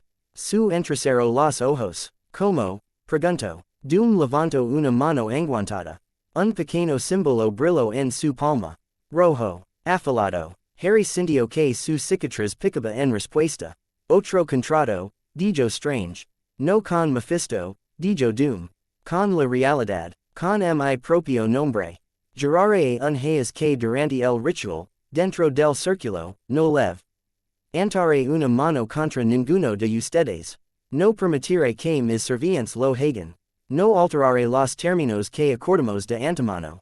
Si rompo ese hayas, el contrato con Mephisto colapsa y el alma de mi madre es suya para siempre. Se hizo el silencio. Los ojos de strange se entrecerraron mientras pensaba. Déjame ver el sigilo, dijo. Hizo un pequeño gesto. El símbolo rojo en su palma se agrandó dentro de la proyección. Strange lo estudió. Es genuino, dijo después de un momento. Autovinculante. La peña es exactamente lo que él dice. Si hace trampa, pierde su única oportunidad. No miente sobre eso. Read miro a arriesgaría su destino para atraparnos en tu círculo, dijo. Arriesgaría todo por su destino, dijo simplemente Incluido mi orgullo, incluyendo la ilusión de que tengo todas las cartas. Harry lo miró. Había algo en el tono de cuando hablaba de su madre que no coincidía con la fría arrogancia que mostraba en todas partes. Una vez había oído algo recido en su propia voz cuando hablaba de sus padres en el espejo. Todavía me estás usando, dijo Harry en voz baja. Todavía estás listo para abrirme si consigues lo que quieres. La mirada de se dirigió hacia él. Sí, dijo. No te insultaré fingiendo lo contrario. Eres una espada. Necesito esa espada. La diferencia entre nosotros y el mago que te marco antes es que te estoy ofreciendo una opción y un asiento en la mesa donde se decide tu destino. Harry lo miró a los ojos. Todavía estás poniendo la mesa, dijo. Por ahora, dijo Strange miró a Harry. Esta es tu decisión, dijo. No te arrastraré a ese círculo. Tampoco te detendré si decides ir. Puedo trabajar desde el santuario de cualquier manera. Estar ali simplemente nos da más espacio para movernos. El campo de su tembló ligeramente a su alrededor. Él lo mantuvo firme. Odio esto, dijo. Odio cada parte de esto. Harry lo creyó. También sabía que él no fingiría que tenían buenas opciones cuando no las tenían. Si nos quedamos aquí, dijo lentamente, Doom todavía realiza el ritual. Mephisto todavía tira, todavía me arrastran a él, solo que sin nadie cerca de mí a quien le importa si salgo. Si vamos, tenemos una oportunidad de darle forma. Una pequeña, tal vez. Pero una oportunidad. Ben gruñó. ¿Estás seguro? Preguntó. No, dijo Harry. Estoy cansado. Tengo miedo. Estoy enojado. Pero sé lo que es. Y siente cuando todos deciden por ti que eres tú quien tiene que morir. No dejaré que Doom o Mephisto o cualquier otra persona tome esa decisión sin mí en la habitación. Johnny suspiró. Por supuesto que dices eso, dijo. Por supuesto. El tipo que saltó a la muerte una vez se ofrece como voluntario para la segunda ronda. Harry le lanzó una mirada. No me ofrezco a morir voluntariamente, dijo. Me ofrezco como voluntario para asegurarme de que si alguien tiene que sangrar, si en nuestros términos, no en los de ellos. Su miró su rostro, vio la firmeza de su mandíbula, la forma en que sus ojos no se inmutan. Odiaba reconocer la misma línea obstinada en sí misma. Se volvió hacia Doom. Términos, dijo. Los reunimos. En voz alta. Ahora mismo. Doom inclinó la cabeza. Muy bien, dijo. Hablar. Levantó una mano y los marcó. Primero, dijo. La ubicación del círculo. Terreno neutral. No tu salón del trono. Consideró la fatalidad. Los componentes rituales ya están en mi castillo, dijo. Moverlos es difícil. No es imposible, dijo Reed. Los ojos de Doom se entrecerraron. Muy bien, dijo después de un momento. Hay una cámara debajo del castillo Doom que refleja las protecciones del sanctum. Fue construida para contener incursiones. La usaremos. Tendrás tierra santificada bajo tus pies y también bajo los míos. Strange sintió lentamente. Un círculo neutral en la sala de una prisión, dijo. Measure que tu altar privado. SAS 1. Los dedos de su se curvan. En segundo lugar, dijo. No hay marcas ocultas en Harry. No lo vinculas con ninguna cláusula adicional más allá de la que ya existe. No hay ganchos adicionales en su magia. No puedo quitar el ancla existente sin colapsar el contrato, dijo Doom. Pero puedo aceptar no agregar otros nuevos. Escribirás eso en tus hayas, dijo Strange. Explícitamente. No hay additores adicionales al alma, cuerpo o magia de poder, antes, durante o después del ritual. Doom inclinó la cabeza. Hecho, dijo. En tercer lugar, dijo Reed. Datus. Usted comparte su modelo completo de la arquitectura del contrato con nosotros de antemano. Cada cláusula, cada penalización, sin sorpresas, la boca de Doom se apretó. Quote. Ese modelo es producto de años de trabajo, afirmó. No te lo entrego para que lo disecciones a tu gusto. Nos quieres en tu círculo, dijo Reed. Quieres nuestra ayuda para evitar que Mephisto tergiverse el resultado. No podemos hacerlo a ciegas. Doom guardó silencio por un momento. Compartir de forma limitada, dijo. Proporcionaré una proyección de las secciones que involucran el ancla de poder y la cláusula de mi madre. Las partes que se refieren solo a mi propio destino siguen siendo mías. Strange asintió una vez. Aceptable, dijo. Puedo trabajar con eso. Cuarto, dijo Johnny. Todos lo miraron. El parpadeó. Que, dijo. Tengo voz y voto. No entras en la tierra del círculo demoníaco sin que el tipo que se incendia diga algo. Los ojos de Doom se entrecerraron con leve diversión. Muy bien, Antorcha, dijo. ¿Qué exiges? Johnny respiró hondo. Si esto sale mal, dijo lentamente, si Mephisto intenta llevarse a Harry de todos modos, si Doom pierde el control, nos reservamos el derecho de volar el círculo. Agarrar a quien podamos y huir. No habrá sermones morales más tarde sobre cómo arruinamos tu plan perfecto. La boca de su se torció a su pesar. Doom miro a Johnny a través de la proyección. De todas las demandas, esas la más honesta, dijo Doom. YSL que tiene más probabilidades de ocurrir. El inclinó la cabeza. De acuerdo, dijo. Puedes correr si es necesario. Solo recuerda que derribar el círculo puede condenar a mi madre. Los ojos de Johnny se endurecieron. Si la elección es Harry o alguien que nunca he conocido y a quien ayudaste a atrapar, sé donde caigo, dijo. Harry se estremeció. Strange lo miró. Intentaremos que no sea tan simple, dijo Strange en voz baja. La mirada de Doom volvió a Harry. Y tú, dijo, ¿qué exiges? Harry lo pensó. Los viejos instintos le dijeron que dijera que quería que todos los demás estuvieran a salvo, que él recibiría el golpe. Esos instintos casi lo habían matado más de una vez. Se obligó a pasar junto a ellos. Lo quiero por escrito, dijo finalmente, en tus ideas, que si recuperas a tu madre, no la uses como justificación para hacer más tratos. Que no cambies su libertad por más poder. Que no inviertas esto en otra excusa para lastimar a la gente. Doom se quedó muy quieto. Interesante, dijo en voz baja. Asumes que lo haría, asumes que no lo harías, respondió Harry. Haz la promesa si estás tan seguro. Los ojos de Strange se agudis terminó, dijo.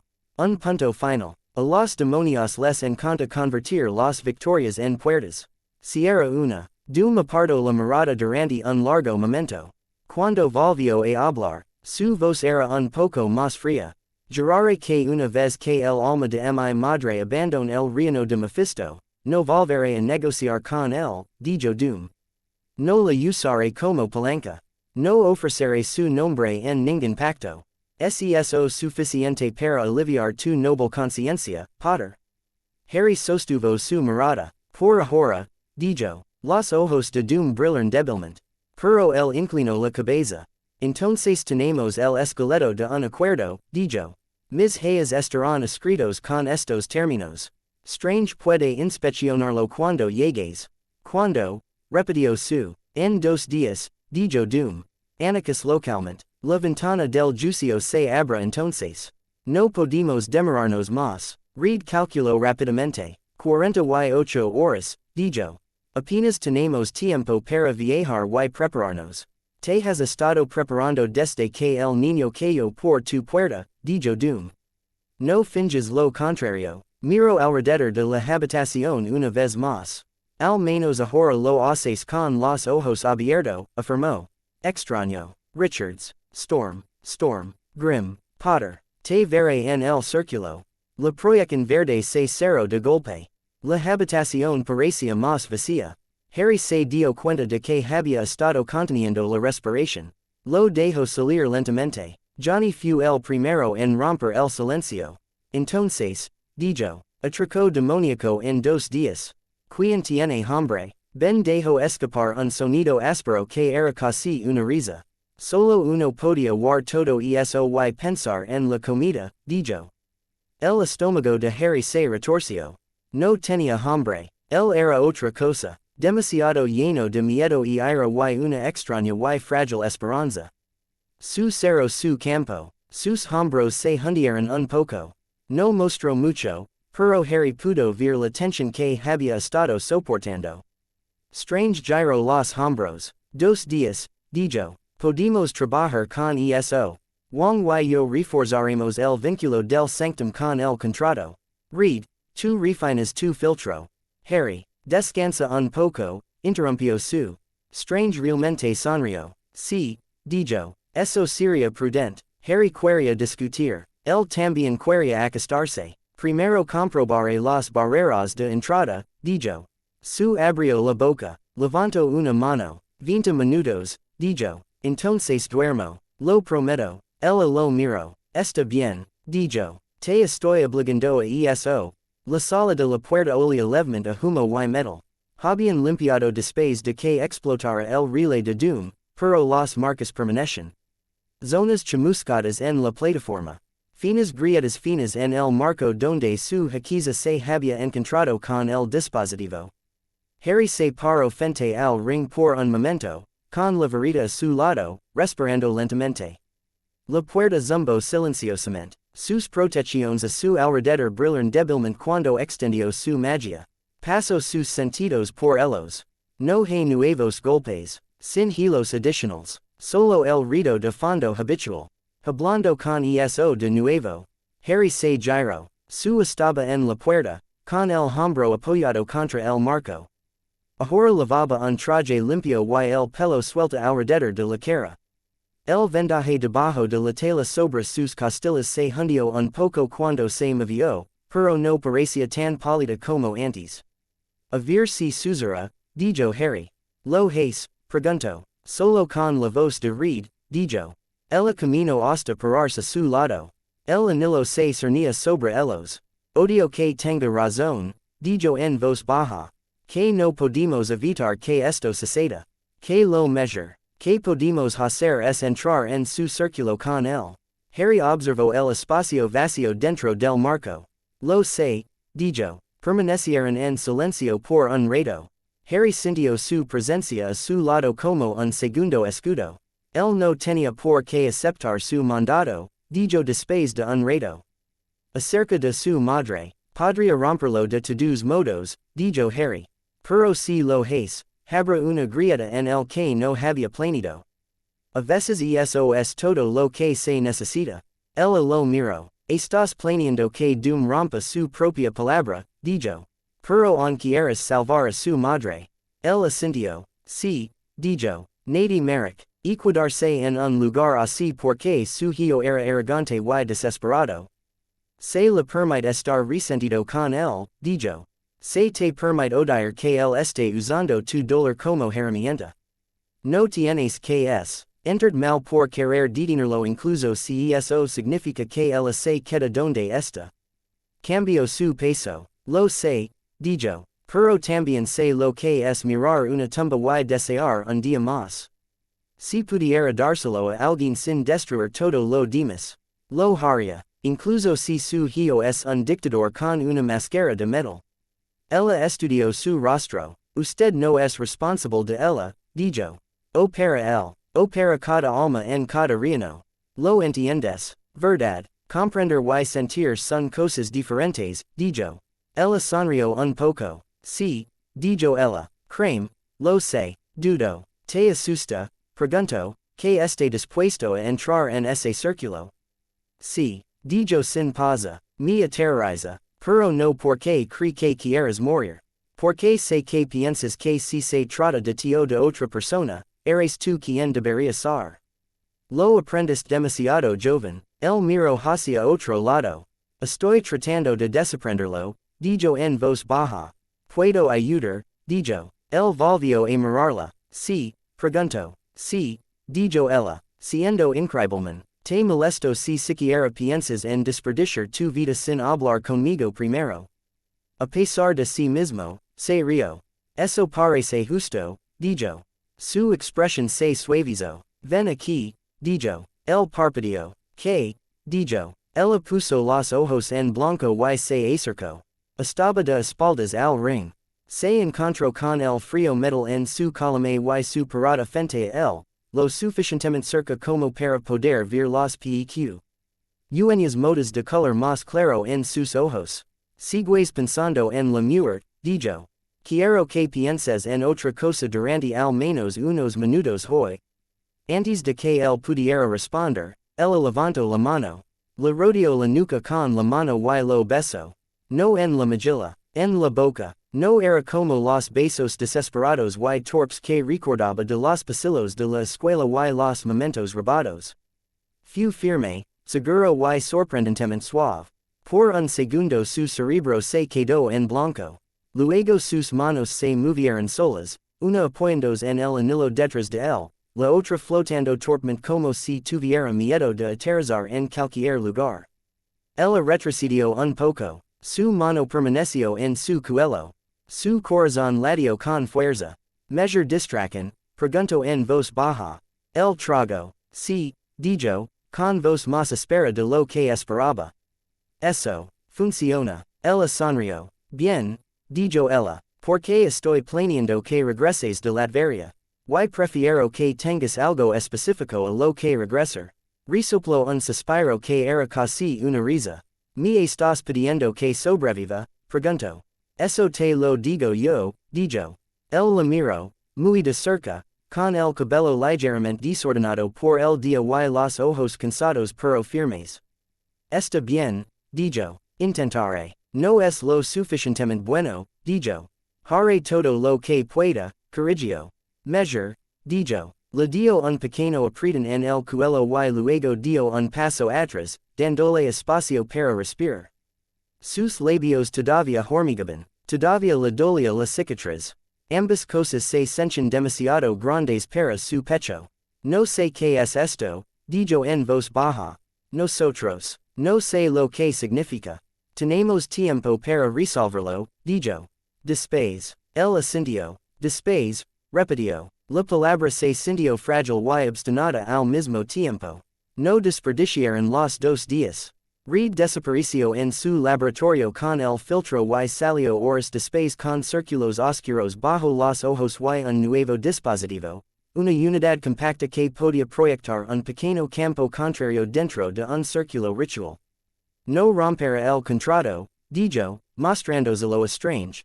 Pero con el momento exacto en que Mephisto alcanza el ancla de Harry, puede mitigar el tirón.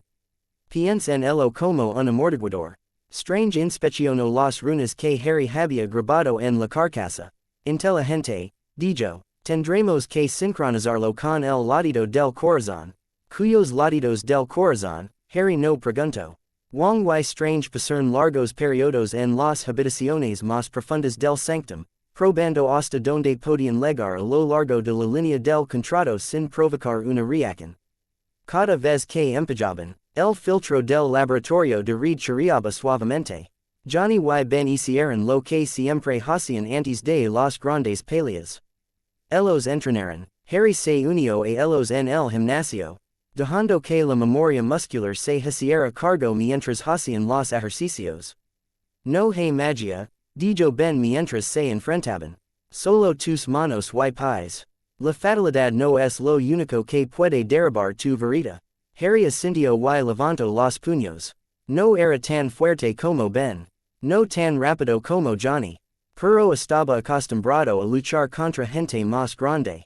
Practicar esquivar, rodar con golpes y usar el peso del oponente. Harry terminó en el suelo más de una vez, sin aliento, pero siguió levantándose. Johnny le ofreció una mano cada vez. Sabes que esto es estúpido, dijo Johnny en un momento, levantándolo. Dejarte entrar al sótano de Doom. Harry se secó el sudor de la frente con la manga.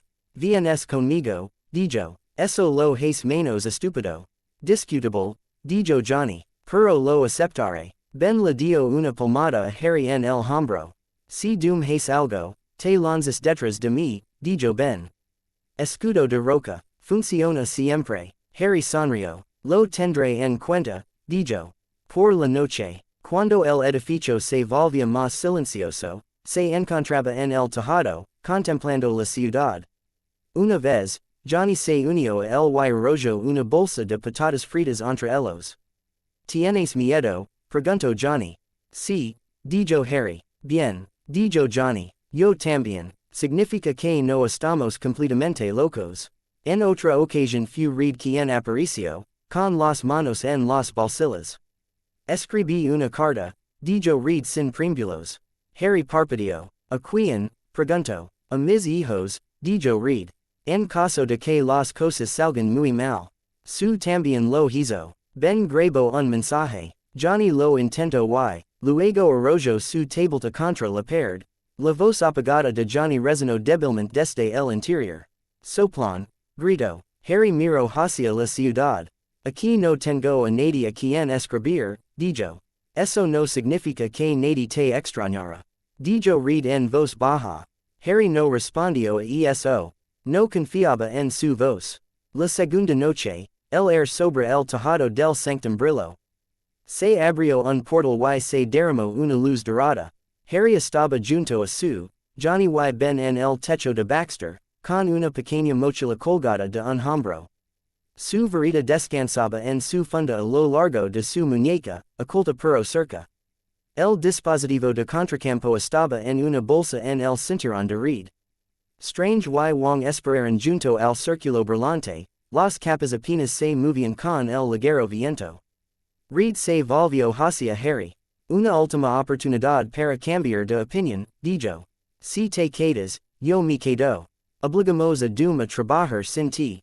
Harry lo miró a los ojos. Sabes que eso realmente no funciona, dijo. Él ya construyó el ancla. Mephisto ya sabe mi nombre. Mantenerme aquí solo significa que no puedo retroceder cuando es necesario. La boca de Reed se apretó. Tuve que preguntar, dijo. Harry asintió. Lo sé, dijo. Gracias. Su se acercó y le tomó la mano. Sin campo. Sin escudo. Solo los dedos se curvan alrededor de los suyos. ¿Estás listo? Preguntó. No, dijo honestamente. Pero voy a ir de todos modos. Su agarre se hizo más fuerte. Buena respuesta, dijo. Johnny dejó escapar un suspiro. Está bien, dijo. Viaje de estudios a Latveria. Intenta no insultar ninguna pintura. Doom se pone raro con su decoración. Ben gruñó. Voy a insultar a todo, afirmó. Por principio, Strange hizo un gesto hacia el portal. Una vez que pasamos, estaremos en su territorio, dijo. El sanctum nos mantendrá atados. Pero el terreno circular le pertenece. Recuerda los términos. Si los rompe, lo sentiré. Harry miró el anillo dorado que conducía al castillo Doom. Su cicatriz palpitaba. Podía sentir la línea del contrato zumbando con anticipación.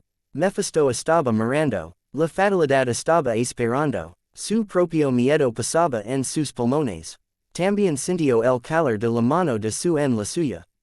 Johnny a su hombro. Ben detrás de él como una pared. Reed con sus dispositivos. Extraño con sus hechizos. Dio un paso adelante. Veamos a ver qué piensa de los términos y condiciones, dijo. El y su caminaron juntos por el portal. La luz se cerró a su alrededor. La guerra por un alma, una madre, una cicatriz tenaz y más de un mundo pasó a su siguiente etapa. El mundo pasó del oro a la piedra. El calor del portal se desvaneció y el aire frío golpeó a Harry en la cara. Sus botas golpearon el suelo sólido. Por un segundo todo dio vueltas y luego se aclaró. Se encontraban en una amplia cam. Era circular en las profundidades del castillo Doom. Muros de piedra oscura se alzaban a su alrededor, talados con símbolos que hicieron que a Harry le picara la cicatriz. Cadenas colgaban en ordenadas líneas del techo. Unidas a anillos de hierro. Una única plataforma elevada se encontraba en el centro de la habitación, incrustada con líneas de metal ligeramente brillantes que formaban el círculo ritual. El aire olía a metal. A humo de velas y algo más viejo, como a papel quemado abandonado en una habitación húmeda. Victor von Doom esperaba al otro lado del círculo. Esta vez no hay proyección. Estaba de pie con la armadura completa, la capa cayendo detrás de él y la máscara inexpresiva. Un débil celo rojo ardía en la palma de su guante derecho. Bienvenidos a Latveria, dijo. Intenta no tocar nada sin preguntar. La mano de su apretó la de Harry. Su campo de fuerza no estaba activo. Oh no, podía sentir la pequeña flexión en sus dedos que le decía que podía levantarlo en un instante. Strange dio un paso adelante. La capa se agitó en una corriente que Harry no podía sentir. Esta es la cámara de contención, dijo Strange en voz baja a los demás. Piedra vieja, salas antiguas. Construidas para contener cosas a los que no les gusta que los sostengan. Reconfortant, murmuró Johnny. Ben giró los hombros y las placas de piedra rechazaron. Al menos si el techo si, encontrara a alguien de su tamaño, afirmó. Doom levantó su mano enguantada. El cielo rojo brilló más intensamente. El hayes está escrito, dijo. Por mi propia voluntad y mi propio nombre, lo juró. Dentro de este círculo, mientras dure el ritual, no levantaré la mano ni el arma contra ti. No ordenaré a mis servientes que lo hagan. No alteraré los términos acordados. Si rompo esto, el contrato con Mephisto. Colapsa y el alma de mi madre será suya para siempre. El cielo pulso una vez y luego se estabilizó. Los ojos de strange se entrecerraron. Déjame ver, dijo. Doom no dio un paso adelante. En cambio, el siglo se proyectó en el aire. Agrandado y más nítido. Líneas de escritura rojas se curvan y cruzan. Harry reconoció algunas formas por las lecturas del filtro. Otros eran extraños y angulosos. Strange levantó su propia mano y trazó un pequeño círculo dorado en el aire al lado del rojo. Líneas de luz saltaban de uno a otro, comparando formas. Estudió el resultado durante un largo momento. Se mantiene, dijo Strange por fin. La peña es real. Si es trampa, pierde todo aquello a lo que vino aquí. Entonces no hará trampa, dijo Doom. Soy despiadado, no estúpido. Johnny resopló. Discutible, dijo en voz baja. Doom lo miró una vez y luego lo despidió. Richards, dijo Muert, tienes mi modelo. Reed dio un paso adelante con un cubo compacto bajo el brazo. El dispositivo que había construido para estructura contractual de Doom estaba sujeto a su cinturón. Tenemos las secciones que involucran a Harry y tu madre, dijo Reed. Vimos la jerarquía, vimos las sanciones. Mephisto Aga, arrera a Harry primero si la prueba falla. La mirada de Doom se dirigió a Harry. Siempre llamaste la atención, dijo. Harry mantuvo su barbilla nivelada. Incorporaste eso en el trato, dijo. Me ofreciste como prueba. No finges que escribí mi nombre ali. Justo, dijo Doom. Se hizo a un lado y señaló hacia la plataforma central. Ahí está el círculo, dijo Doom. Estoy aquí. Señaló una marca cerca de un board. Extraño lo contrario. Richards a mi izquierda con su juguete. Potter en el corazón. Su no se movió. Harry no está en tu círculo sin mí, dijo. Doom ladeo la cabeza. Su campo interferirá con las líneas, dijo. Se corre el riesgo de distorsionar el efecto. Bien, dijo Su. Considerame una distorsión controlada. Strange miró el patrón grabado en el suelo. Puedo anclar su campo en puntos específicos, dijo. Si él se para en el borde del anillo interior, podemos plegar su constricción en la estructura sin romperla. Las manos de Doom se apretaron. Eso cambiará el flujo, dijo. Ese es el punto, respondió Strange. Por un segundo, Harry pensó que Doom discutiría. Entonces Doom exhaló lentamente. Bien, dijo. Pero si tus distorsiones me costaron a mi madre, lo recordaré. Eres libre de enojar, dijo Su. No eres libre de posar a Harry. Doom la miró fijamente durante un largo momento. Nunca pedí ser dueño de él, dijo Doom en voz baja. Pedí prestada, la forma de algo que no debería haber sido posible. Harry tragó. Ya es demasiado tarde para discutir sobre esto, dijo. O hacemos esto o nos vamos a casa y esperamos a que Mephisto venga a tocar mi cicatriz por diversión. Doom inclinó la cabeza. Correcto, dijo. Ocupen sus lugares. El círculo se sintió como un latido acelerado bajo las botas de Harry. Las líneas de metal incrustadas en la piedra zumban cuando entró en el centro. Corrían desde el borde exterior hasta la marca interior donde él estaba. Y luego volvían a salir en un patrón que le recordaba a diagramas de hechizos y placas de circuito juntas. Su tomó una posición justo dentro del círculo interior, a un paso de él. Podía alcanzarlo con una mano si se estiraba, pero no lo apretaba. Podía sentir su campo esperando, listo para rodearlo. Strange se dirigió al punto opuesto a Doom, y la capa se acomodó. Wong estaba justo detrás de él. Fuera del círculo, con las manos a los costados, los ojos cerrados, y medio dentro de su propio trance. Reed estaba a la izquierda de Doom, con el cubo bajo la palma y el dispositivo de contracampo sujeto al cinturón. El pequeño cilindro de vidrio que Harry había talado con runas brillaba suavemente. Los cables del dispositivo corrían por el suelo y se fusionaban con los caminos metálicos grabados. Johnny y Ben se quedaron un poco más a la del círculo exterior. Ustedes dos vigilan, dijo Strange. Si algo intenta entrar desde fuera, lo golpes con fuerza. Eso puedo hacerlo, dijo Ben. Johnny hizo crujir sus nudios.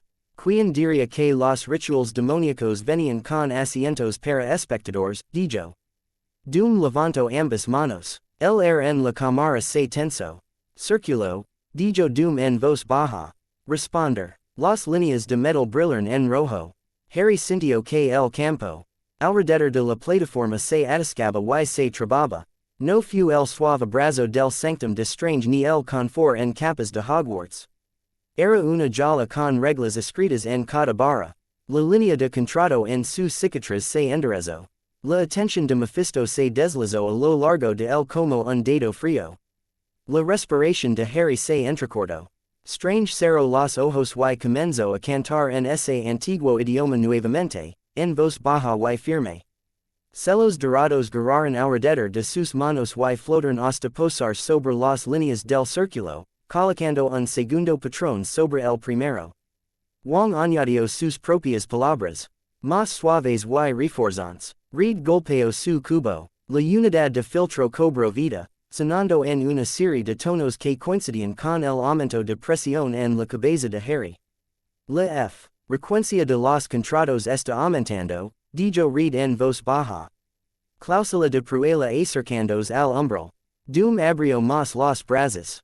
Mephisto, dijo, según los términos de nuestro acuerdo, pido el juicio. La temperatura en la habitación bajó. La lama de cada vela se inclinó hacia el centro del círculo. El aliento de Harry se volvió blanco frente a su cara. Los muros de piedra se oscurecieron. No con sombra, con algo que comía ligero a sorbos lentos. Una niebla de color rojo oscuro se filtró entre las líneas grabadas, enroscándose primero alrededor de los botes de Doom y luego derramándose hacia Harry. Olía dulce y podrido al mismo tiempo. Una voz se rió. No vino de ningún lugar específico. Llegó a todas partes a la vez. Victor, dijo, divertido y rico. Lo hiciste. Encontraste un nuevo truco. Los hombros de Doom se tensaron. Construí una prueba, dijo Doom. La supervivencia del niño demuestra que la regla no es absoluta.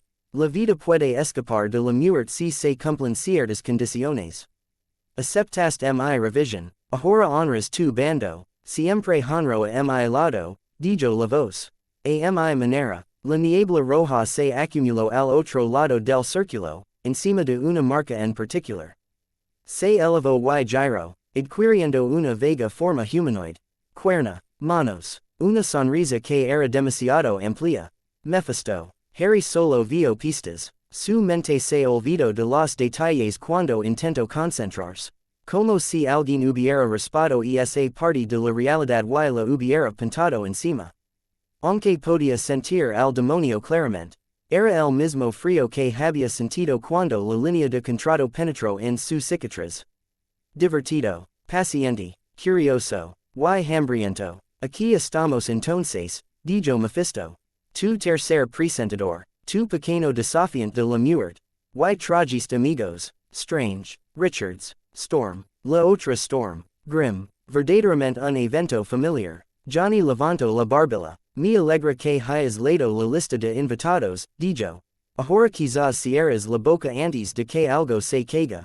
Ben resopló, pero su mano rozó el brazo de Johnny en señal de advertencia. Strange no miró al demonio. Mantuvo su mirada fija en las líneas del círculo.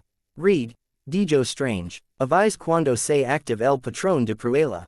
Reed observó el cubo. Todavía no, dijo. Él todavía está hablando. La mirada roja de Mephisto se deslizó hacia Harry. Y tú, dijo Mephisto. Harry Potter. Dos veces marcado. Una vez por un tirano mezquino, otra vez por un tonto ambicioso.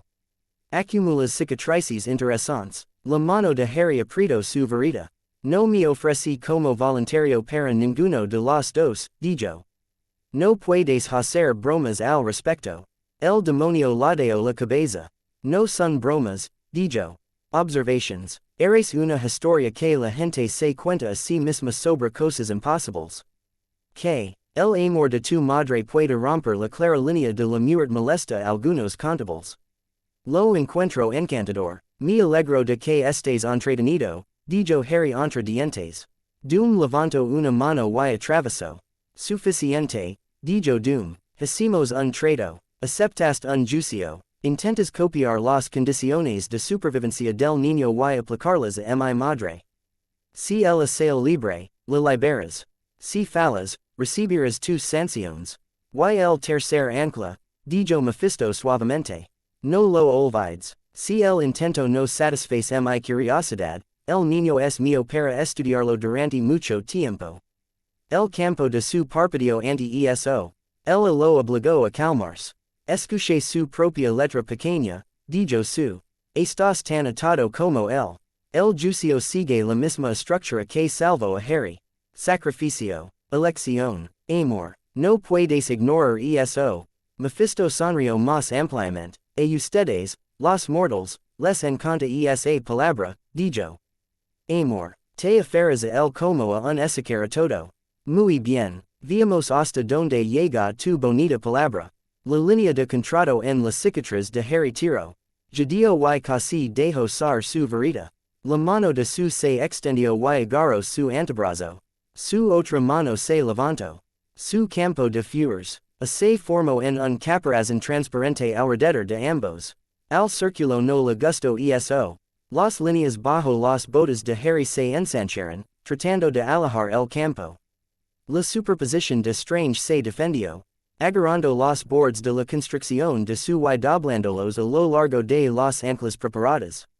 Manténlo ahí, dijo Strange con los dientes apretados. No dejes que toque el borde exterior. La mandíbula de su se cerró. El sudor le corría por la frente. Obligó a su campo a adoptar la forma que él había trazado, aferrándose a las marcas de anclaje con pura voluntad. Afuera, Doom se movió. Se puso en su propia posición y levantó ambas manos. Segmentos de su armadura se movieron y quedaron fijos en su lugar. Los panels a lo largo de sus brazos y pecho se abrieron, revelando capas in. Ternas de placas de color gris opaco grabadas con patrones que Harry no reconoció. Pequeños cristales brillaban en los huecos. Campo blindado activado, dijo Reed. Él está poniendo en línea la red anti-magia. Por supuesto que lo es. Murmuró Strange. Harry lo sintió en el momento en que se levantó el enrejado. Fue como encontrar de repente partes de la habitación vacías donde antes estaban líneas. Su magia chocó contra paredes invisibles. Los hechizos que estaban listos en la punta de su varita tartamuderon y se deslizaron. Los caminos familiares en su mente que conducían a los encantamientos se sentían obstruidos con arena. El respiro hondo. No puedo lanzar, dijo. El campo de su vibró bajo su mano. Yo tampoco, dijo. El campo se está comiendo los bordes. Reed maldijo en voz baja. Perdición. Espedo Reed. Tienes tu propio escudo masticando trozos de nuestro trabajo. Bájalo. La voz de Doom llegó a través del ruido creciente. No está dirigido a tus trucos, dijo Doom. Está dirigido a Mephisto. Las energías demoníacas necesitan un marco. Mi armadura toma prestados los principios del campo antimágico que usaste en los robots y los refina. Sin esto, en el momento en que rompamos su reino, todos ardemos. Strange apretó los dientes. No se equivoca, dijo Strange. Esta cámara está lo suficientemente cerca de los planos inferiores como para que, si la barrera falla, seamos arrastrados. La red de armadura nos proporciona un límite. Harry intentó empujar su magia hacia afuera nuevamente. Fracaso contra el campo de Doom. Construiste una jaula anti-magia en el ritual, dijo Harry. No me dijiste eso. Si te hubiera contado todo, te habrías negado, dijo Doom. Y ahora estamos aquí. Perderán este momento en indignación o usaron lo que queda para mover la aguja. Quote. Su dejó escapar un breve suspiro que fue casi una risa. Él realmente no sabe cuándo clarse, dijo. Harry sintió estallar la ira. El miedo se encontraba debajo. Empujó ambos hacia abajo y se concentró en lo que aún podía sentir. La línea del contrato. El círculo. La mano de su en su brazo. La calidez de su campo donde tocaba su piel. La red anti-magia no los toco directamente. Detuvo hechizos, acusaciones, patrones aprendidos. No barro la intención. La cláusula de prueba subió como una marea roja. Harry sintió que algo se abría a lo lejos. Una puerta en un lugar que no obedecía a las paredes ni a la gravedad. A través de esa puerta, débil y delgada, sintió una presencia. No Mephisto. Alguien más. Conocía su voz sin haberla oído nunca. Una mujer cantando en voz baja mientras cortaba hierbas. Manos quitando el pelo de la cara de un niño. Risas en una cocina pequeña y cálida. La madre de Doom. Todavía estaba atada al reino de Mephisto, envuelta en espirales contractuales, pero por PR. Amara vez la prueba permitió que una parte de ella se inclinara hacia la luz. La postura de Doom cambió. A pesar de toda la armadura y las placas, Harry vio el más mínimo estremecimiento. Las siguientes, se burló Mephisto. Tan cerca, después de todos estos años. Alcanza, Victor, aprovecha tu oportunidad. La niebla roja aumentó. Empujó a lo largo de la línea del contrato, a través de la cicatriz de Harry, hacia el círculo. El dolor estalo blanco detrás de sus ojos. Sus redilas se doblaron. Su lo atrapó y lo sostuvo en alto, con el campo todavía sujeto a las anclas. La voz de Strange atravesó el tono creciente del ritual. Reed, gritó Strange, ahora, marca el patrón. Reed golpeó su mano contra el cubo.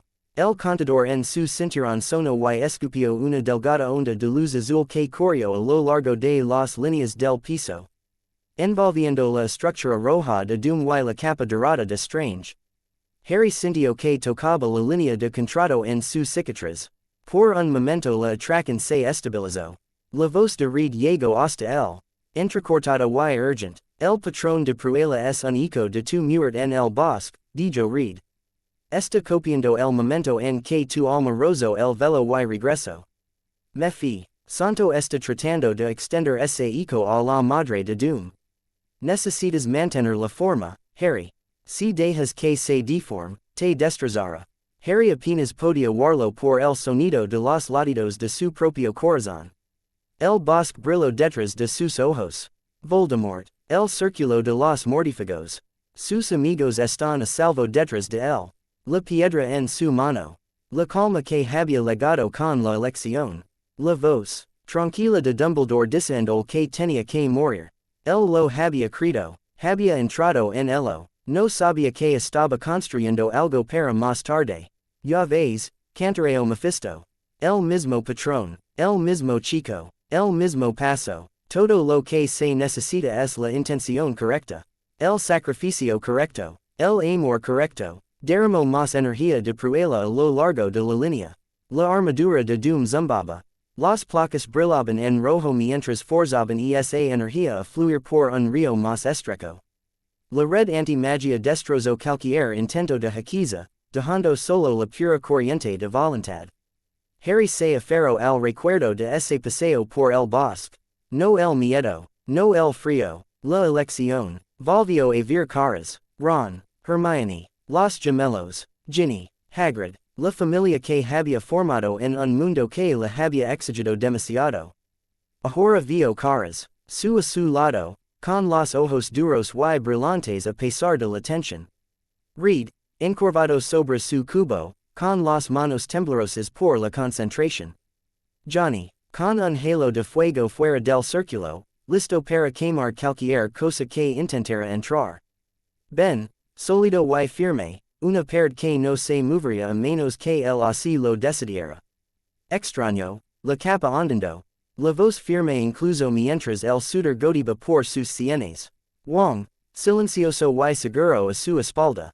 Su familia ahora, no ligada por la sangre, obligada por la acción, sintió que el amor le recorría el pecho.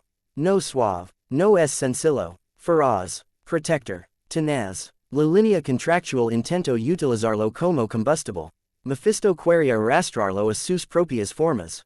Harry se negó. No puedes convertir mi amor en tu arma. Gruñó Harry. No podía lanzar hechizos de escudo normales.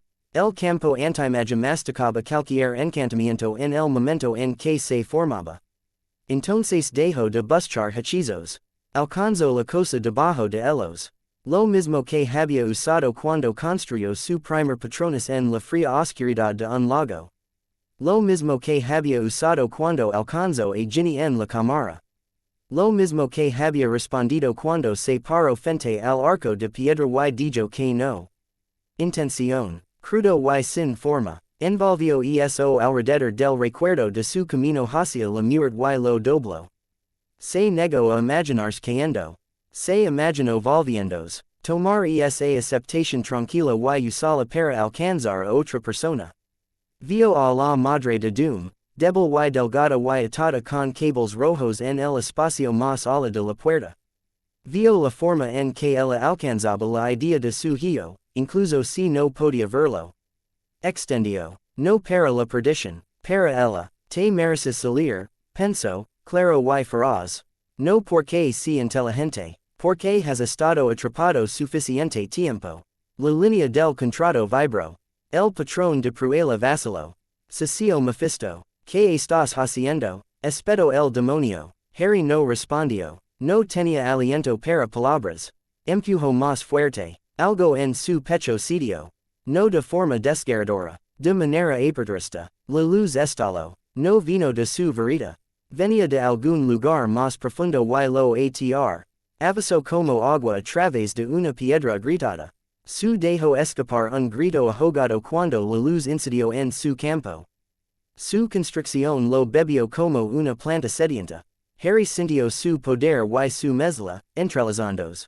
Su campo se estremeció. Luego se expandió. El caparazón que los rodeaba brillaba de color blanco. No solo blanco, plata, azul y oro, todos en capas, lo suficientemente brillantes. Como para que Harry pudiera ver los huesos de su propia mano a través de ellos por un segundo. La red anti-magia intentó aplastarlo.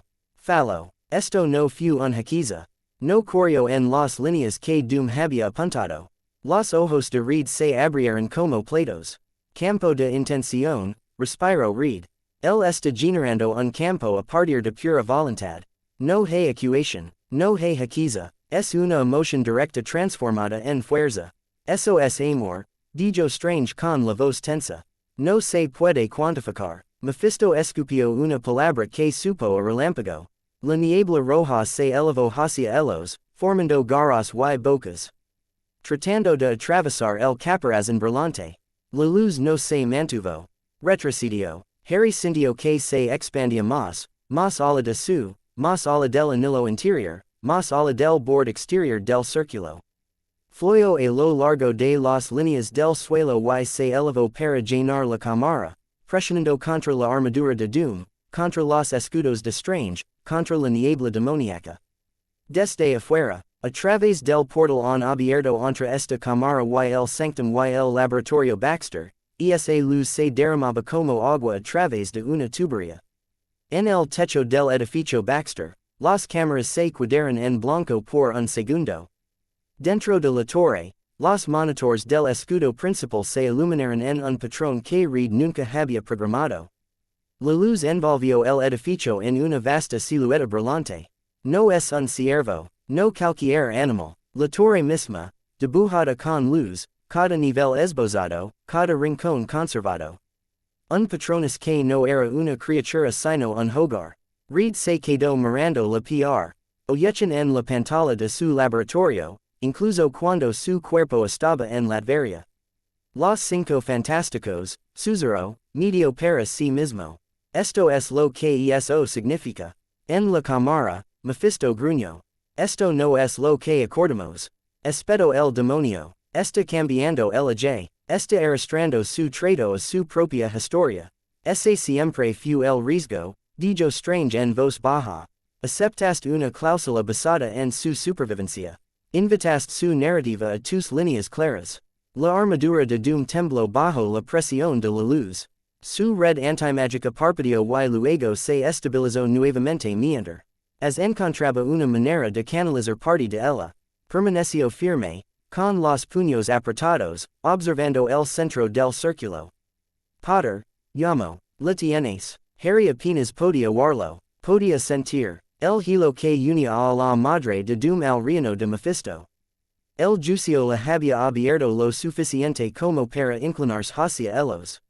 Su luz presionó a lo largo de ese hilo, envolviéndolo, suavizando los bordes. Al final todavía quedaba el gancho del contrato. No podía liberar ese gancho sin desgarrarla ella. Pero podría cambiarlo. Podría poner algo entre el anzuelo y su alma. Hizo lo que decía, que alguien hubiera hecho por él cuando un señor oscuro intentó arrebatar una parte de su vida. Él se interpuso, deslizó su propia intención, su propia marca, su propia negativa obstinada entre las garras de Mephisto y la madre de Doom. El demonio gritó, el sonido martilló en sus oídos, el círculo tembló, las grietas se deslizaron por el suelo de piedra. Harry, judío su, no puedes aguantar todo eso, le sintió vagamente a su lado, con el cuerpo temblando por el esfuerzo de mantener la forma del campo. Había sangre en la comisura de su boca, una fina línea donde se había mordido el labio. Sus propias piernas casi habían desaparecido. Bloqueó sus rodillas y aguantó. La luz de su alrededor se hizo más espesa. Por un segundo vio algo en él. Vislumbres. Los Weasley en una mesa llena de gente. Los Cuatro Fantásticos en el sofá. Discutiendo sobre una película. Una pequeña casa en Latveria. 6 años, con una mujer tarareando mientras revolvía una ala. Cocinas diferentes. La misma calidez. El uso eso. No como arma. Como camino. Las garras de Mephisto resbalaron sobre la luz. Todavía podía sujetar a la madre de Doom a través del gancho del contrato, pero ya no era un agarre limpio. Había el turco campo de Harry en el camino. El demonio halo, suficiente, rugió Mephisto. Querías una prueba, Victor. La has tenido. No voy a perder un alma por un chico que cree que puede escribir sobre mi trabajo. La armadura de Doom estalo. Aceptaste los términos, gritó Doom. Estuviste de acuerdo en que si alguien podía copiar el patrón de supervivencia del niño, liberarías a mi madre. Por un latido del corazón. Dijo Mephisto. Ese fue el acuerdo. Una muestra. Una prueba. Ella ya tuvo eso. Harry lo sintió. Un breve momento en el que la madre de Doom estuvo completamente en la luz con ellos, desatada, respirando. Entonces el contrato se canceló. El anzuelo se hundió profundamente. Mephisto intentó arrastrarla hacia atrás. La luz en el pecho de Harry brilló una vez más. No podía abrazarla por completo. Él lo sabía. Él no era tan fuerte. Estaba cansado, herido y humano. Pero podría haber algo en el camino.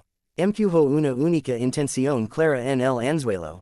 Esto no se hace. No así. Su campo se cerró alrededor de la línea de contrato como un nudo alrededor de un dedo. El tirón de Mephisto se sacudió. El demonio maldijo en un idioma que quemó los oídos de Harry. Bien, escupió Mephisto. Acepten su compromiso, mortals. Han quemado esta cláusula por ahora. La línea está enredada. Su hilo está envuelto alrededor de ella con tanta fuerza que si tiro, rompo mi propio trabajo. No desperdiciaré ese esfuerzo. Hoy no. La niebla roja retrocedió. La temperatura en la habitación saltó. Las velas se incendiaron. Las paredes se iluminaron. La energía de la prueba se escurrió como agua por un fregadero. La forma de Mephisto se retorció, se encogió y colapsó en un fino hilo rojo que atravesó el círculo y desapareció. El silencio se hizo presente. El único sonido era una respiración entrecortada. Harry estaba de pie en el centro del círculo, con el pecho agitado y la luz apagándose a su alrededor. Sus piernas pasaron de inestables a nada. Cayó. Suya se estaba moviendo. Campo se suavizó para atraparlo y bajarlo en lugar de dejarlo estrellarse contra la piedra. Sus rodillas golpearon el suelo junto a él. Ella acunó su cabeza en su regazo, sus dedos temblaban mientras apartaba el cabello sudoroso de su cicatriz. Harry, dijo ella, su voz tembló. Intentó responder. Solo salió un sonido ronco. Su visión nadó. Obligó a sus ojos a enfocarse. Doom se paró en su objetivo. Su armadura humaba en los lugares donde la luz había presionado con más fuerza. Los platos estaban deformados. Finas grietas estropearon algunos de los cristales. Su capa estaba medio quemada. Su postura había cambiado. Parecía más pequeño. No físicamente. Algo en la postura de sus hombros se había aflojado. Está libre. Susurró Harry. Su propia voz sonaba muy lejana. Muerd miró hacia arriba. Por primera vez, la máscara parecía demasiado quieta para la emoción del hombre que había debajo. No del todo, dijo Doom. El gancho aguanta. Mephisto se quedó con su juguete. Pero el vínculo está roto. El demonio no puede ella está más cerca del borde que nunca. Trago, un pequeño sonido. La sentí respirar, dijo Doom en voz baja. Por un momento, eso es más de lo que he tenido en años. Harry cerró los ojos por un segundo. Lo siento, dijo. ¿Para qué? Preguntó Doom. Por no ser suficiente, susurró Harry. La mano de su se apretó. Detente, dijo bruscamente. No digas eso. Te para, sweet en un círculo con un demonio y alteraste los términos de su trato. No te disculpes por eso. Storm tiene razón, dijo Strange. Entró en el círculo ahora que la luz roja se había apagado. Su capa arrastraba ceniza y polvo. Se rodeó con menos gracia que de costumbre, claramente exhausto. Hiciste más de lo que nadie podría hacer, dijo Strange. Enredaste la línea. Mephisto no puede agarrarte sin lastimarse. Por eso se fue. Harry parpadeó lentamente. Entonces volverá, dijo Harry. Con el tiempo, dijo Strange. Los demonios guardan rencor. La diferencia es que ahora vimos el patrón. Y él sabe que tocar tu cicatriz no es una victoria limpia. Wong se puso al lado de Doom. El contrato ha cambiado, dijo Wong en voz baja. No roto, alterado. Tendrás otras oportunidades. No con esta cláusula, sino con el hilo que poder anudo. Muerd miró a Harry. Te pones entre mi madre y un demonio que ha atormentado a mi país durante más tiempo del que tú has vivido, dijo Doom. Porque, a garganta de Harry se sentía en carne viva. Se obligó a hablar. Porque alguien debería haber hecho eso por mí, dijo. Una vez, no lo hicieron. Sé cómo se siente eso. No quería que ella viviera eso para siempre. Las manos metálicas de Doom se apretaron. Su voz era ronca cuando volvió a hablar. Me has dado algo que no tenía antes, dijo Doom. El tiempo. Un nuevo ángulo. Una historia que Mephisto no planeó. Miró su propio ganta. El cielo rojo de los hayas se había desvanecido. El trato con Mephisto todavía brillaba débilmente a lo largo de las líneas grabadas en su armadura, pero uno de los pilares había cambiado de forma. No eres mío, dijo Doom. No importa en ningún sentido. El demonio ya no puede utilizarte como pago limpio. Escribiste tu propia cláusula en el contrato. Eso lo infers. Bien, dijo Johnny desde el borde del círculo. Su voz temblaba de adrenalina. Que se enoje. Tal vez se dedique al yoga. Ben dejo escapar un resoplado cansado. Pagaría por ver eso, dijo Ben. Reed entró cojeando en el círculo. Con el cubo apretado contra su pecho como si fuera lo único que lo mantenía erguido. El campo del contador registró todo, dijo Reed con voz ronca. Cada pico, cada cambio. Necesitaremos meses para descomprimirlo. Quizás años. Pero vimos algo vital. Magia que no encaja en ecuations. Campos protectors que funcionan con constantes emocionales en lugar de números. Miro a Harry. Magia basada en la intención, dijo Reed. El amor como fuerza mensurable. Harry logró esbozar una débil sonrisa. Cuidado, dijo. Si empiezas a utilizar el amor en tus matemáticas. Doom te acusará de sentimentalismo. Déjalo, dijo Reed. El sentimiento acaba de salvarnos la vida. Su acarició el cabello de Harry nuevamente. Sus ojos se cerraron y luego se abrieron de nuevo. Quédate conmigo, dijo en voz baja. No voy a ninguna parte, murmuró. Lo decía en serio. Ya había entrado en la muerte una vez. No tenía intención de volver a hacerlo hoy. El sitio su respiración más tranquila ahora, aunque sus manos todavía temblaban. La quemadura en sus costillas palpitaba bajo el vendaje al ritmo de su pulso. La tensión del círculo lo había tirado.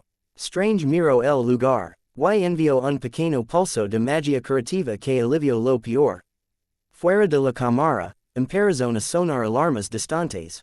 La luz que había envuelto el edificio Baxter disminuyó, pero no del todo. Una de, Bill imagine residual permaneció en sus sistemas de escudo, un nuevo zumbido en el borde de la conciencia de Reed. Los sistemas de castillos se están quejando, dijo Reed. Doom, a tus generadores no el. Es gusto ser parte de un patronus gigante. La boca de Doom podría haberse torcido detrás de la máscara.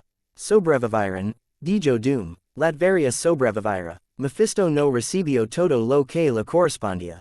En mi opinión, eso es una victoria. Harry luchó por levantarse. Su hizo un pequeño rito de protesta. Fácil, dijo. Apoyó una mano en el suelo y se obligó a sentarse.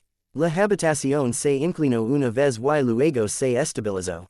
Miró a Doom. Hemos terminado aquí, dijo Harry en voz baja. Quise decir lo que te pregunté antes. Si la recuperas, no la usarás de nuevo. No venderás su nombre por segunda vez. Doom le sostuvo la mirada. El brillo rojo a lo largo de su armadura se atenuó.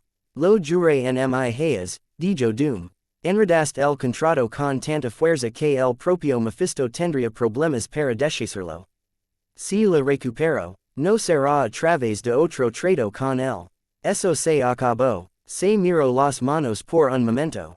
Cuando comencé a recorrer este camino, dijo Doom, pensé que solo el poder la liberaría. Conocimiento. Control. Hoy, un niño con una cicatriz y una mujer con manos invisibles me mostraron que hay una fuerza fuera de mis cálculos. No me gusta, pero no puedo ignorarla. Johnny se cruzó de brazos. Amor, dijo, puedes decir la palabra, no te matará. Añadió Ben. Muert los ignoró. Su atención permaneció en Harry. No te lo agradeceré, dijo Doom. La gratitud es una cadena. Ya tienes suficientes de ellas.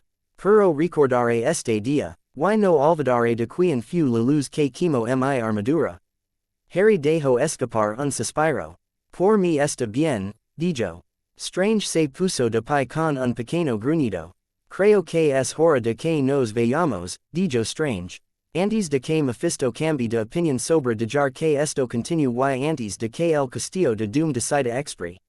Sar sus sentimientos sobre lo que le hacemos a sus protecciones. De acuerdo, dijo Reed. Wang asintió una vez y levantó la mano. Un círculo dorado comenzó a formarse en el aire junto a la plataforma ritual. Su luz era de un tono más suave y cálido que el rojo que había llenado la habitación momentos antes. Potter, dijo Muert. Harry miró hacia atrás. Doom se había acercado un paso más y se detuvo justo en el borde del anillo interior. Cuando Mephisto vuelva, dijo Doom en voz baja, y lo hará, esta no será solo mi lucha. Él también vendrá por ti. Por ese nudo que hiciste. Harry asintió. Lo sé, dijo. Él ya está en mis pesadillas. Puede hacer fila detrás de todos los demás. No lo enfrentes solo, dijo Doom. No fue una súplica, era una orden envuelta en una extraña preocupación. Harry dio una media sonrisa cansada. No planeo hacerlo, dijo. La mano de su volvió a deslizarse entre la suya. Johnny se acercó y se golpeó el hombro. Ben surgía detrás de ellos como un muro andante. Reed estaba a su lado. Con el cubo bajo el brazo y los ojos brillantes de ideas y preocupación. Strange y Wang ya estaban perfilando el camino a casa. Harry miró alrededor de la cámara por última vez. Marcas de quemaduras rojas, piedra agrietada, un círculo que había contenido un demonio y no había podido poseerlo por completo. Pensó en el edificio Baxter brillando con la luz que provenía de su pecho y del campo de su. Por primera vez desde que había caído a través de una puerta a otro mundo, sintió algo parecido a una certeza. No estaba solo, dio un paso hacia el portal con los demás. Caminaron juntos. El techo de Baxter parecía otro planeta. El aire era más fresco. El cielo de Nueva York estaba cercado de nubes tardías y las luces de la ciudad empezaban a encenderse. La torre bajo sus pies zumbaba. Pero había una nueva nota en el sonido, un débil eco de la luz que la había envuelto. Harry se tambaleó cuando salieron. Su mantuvo su control sobre él. Reed ya estaba mirando hacia arriba. Sus ojos siguiendo líneas invisibles en el escudo. El edificio recuerda, dijo Reed en voz baja. El patrón de campo que empujaste a través del portastros sistemas. La torre tiene un nuevo valor predeterminado ahora. Johnny se dejó caer en el borde del techo, con las piernas colgando por el costado. Así que el edificio Baxter tiene su propio patrones, dijo Johnny. Esa es la frase más extraña que he dicho en toda la semana. Ben se sentó con más fuerza a su lado, haciendo que el techo se estremeciera. Dices eso todas las semanas, dijo Ben. Sigues perdiendo. Strange se alejó del portal cuando se cerró. El sanctum también lo sintió, dijo Strange. Tu luz rozó nuestras barreras. Son más fuertes por eso. Harry se dejó caer con la espalda contra una de las estructuras del techo. Le dolía cada músculo de su cuerpo.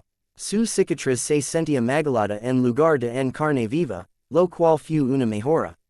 El nudo que había atado a lo largo de la línea del contrato estaba ali, un peso sólido, irritante pero firme. Su se agachó a su lado.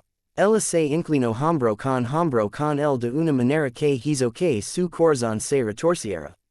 Lo hiciste, dijo en voz baja. Lo logramos, Corrigió. Ella le dio un codazo. Se puede compartir el crédito y aún así aceptar elogios, dijo. Johnny se giró para mirarlos. Solo dijo Johnny. Definitivamente vamos a cambiar el logo. Reed parpadeó. ¿Qué logo? Preguntó. Johnny agitó una mano en un círculo aproximado.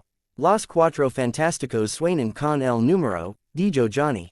Está anticuado. Ahora somos 5. Literalmente tenemos una prueba mágica de que al edificio le gusta eso. Ben sonrió, lenta y amplia. He estado diciendo eso durante semanas, dijo Ben. Harry llevó un demonio a la iglesia por nosotros. Obtén un número. No necesito un número, protestó Harry. No estamos preguntando qué es lo que necesitas, dijo Johnny. Le preguntamos si nos dejará envolverlo en merchandising. Harry gimió. Su se rió, el sonid. O fue suave y brillante en el aire fresco. Reed miró a Harry por un largo momento. Hay más por hacer, dijo Reed. Más análisis, más planificación. Mephisto lo intentará de nuevo. Doom lo intentará de nuevo. El multiverso no ha dejado de ser peligroso porque tú brillaste ante él. Harry asintió lentamente. Lo sé, dijo. La expresión de Reed cambió. Pero esta noche, dijo Reed, celebramos que todavía estás aquí. Que todos lo estamos. Que el edificio sigue en pie. Que enredamos a un demonio y nos marchamos. Miro a su. Al menos casi siempre de pie, corrigió, mirando una sesión del panel. Del techo que ahora tenía una leve grieta debido al relano. Podemos arreglar las grietas, dijo su. Lo hemos hecho antes. Ella miró a Harry. No podemos arreglar, dijo. Así que quedate. El trago. Su pecho se sentía demasiado lleno. Mandan, murmuró. Familia, corrigió. La palabra aterrizó fuerte y suave al mismo tiempo. Familia. Los Dursley habían tergiversado esa palabra. La guerra lo había manchado. Esto era otra cosa. Encontrado, no entregado. Ganado, no asumido. Harry dejó que su cabeza se inclinara hacia un lado hasta que descansó ligeramente contra el hombro de su. Asuko a. Johnny quejarse de cuánto tiempo llevaría pedir disfraces nuevos.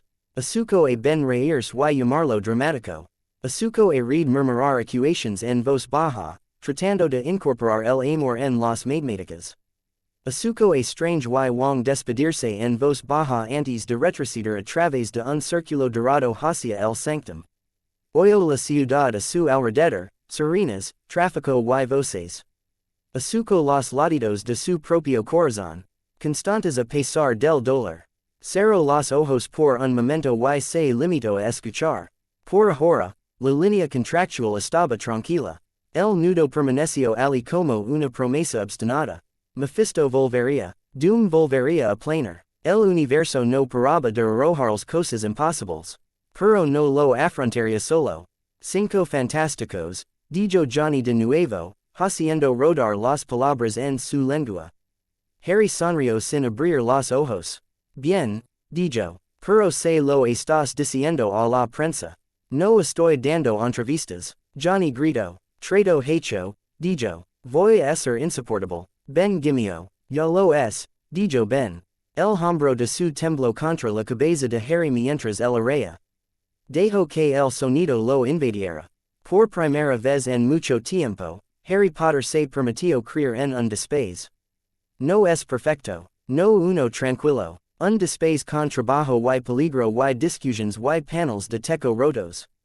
Un despace con personas que formaban círculos con él cuando los demonios llamaban. Abrió los ojos al cielo de Nueva York y respiró lentamente. Estoy en casa, dijo en voz baja. Nadie se rió. Nadie discutió. Su le apretó la mano. Sí, dijo ella. Eres. El edificio Baxter se despertó antes que Harry. Los ascensores zumbaban. Las máquinas de café hicieron clic en tres cocinas diferentes.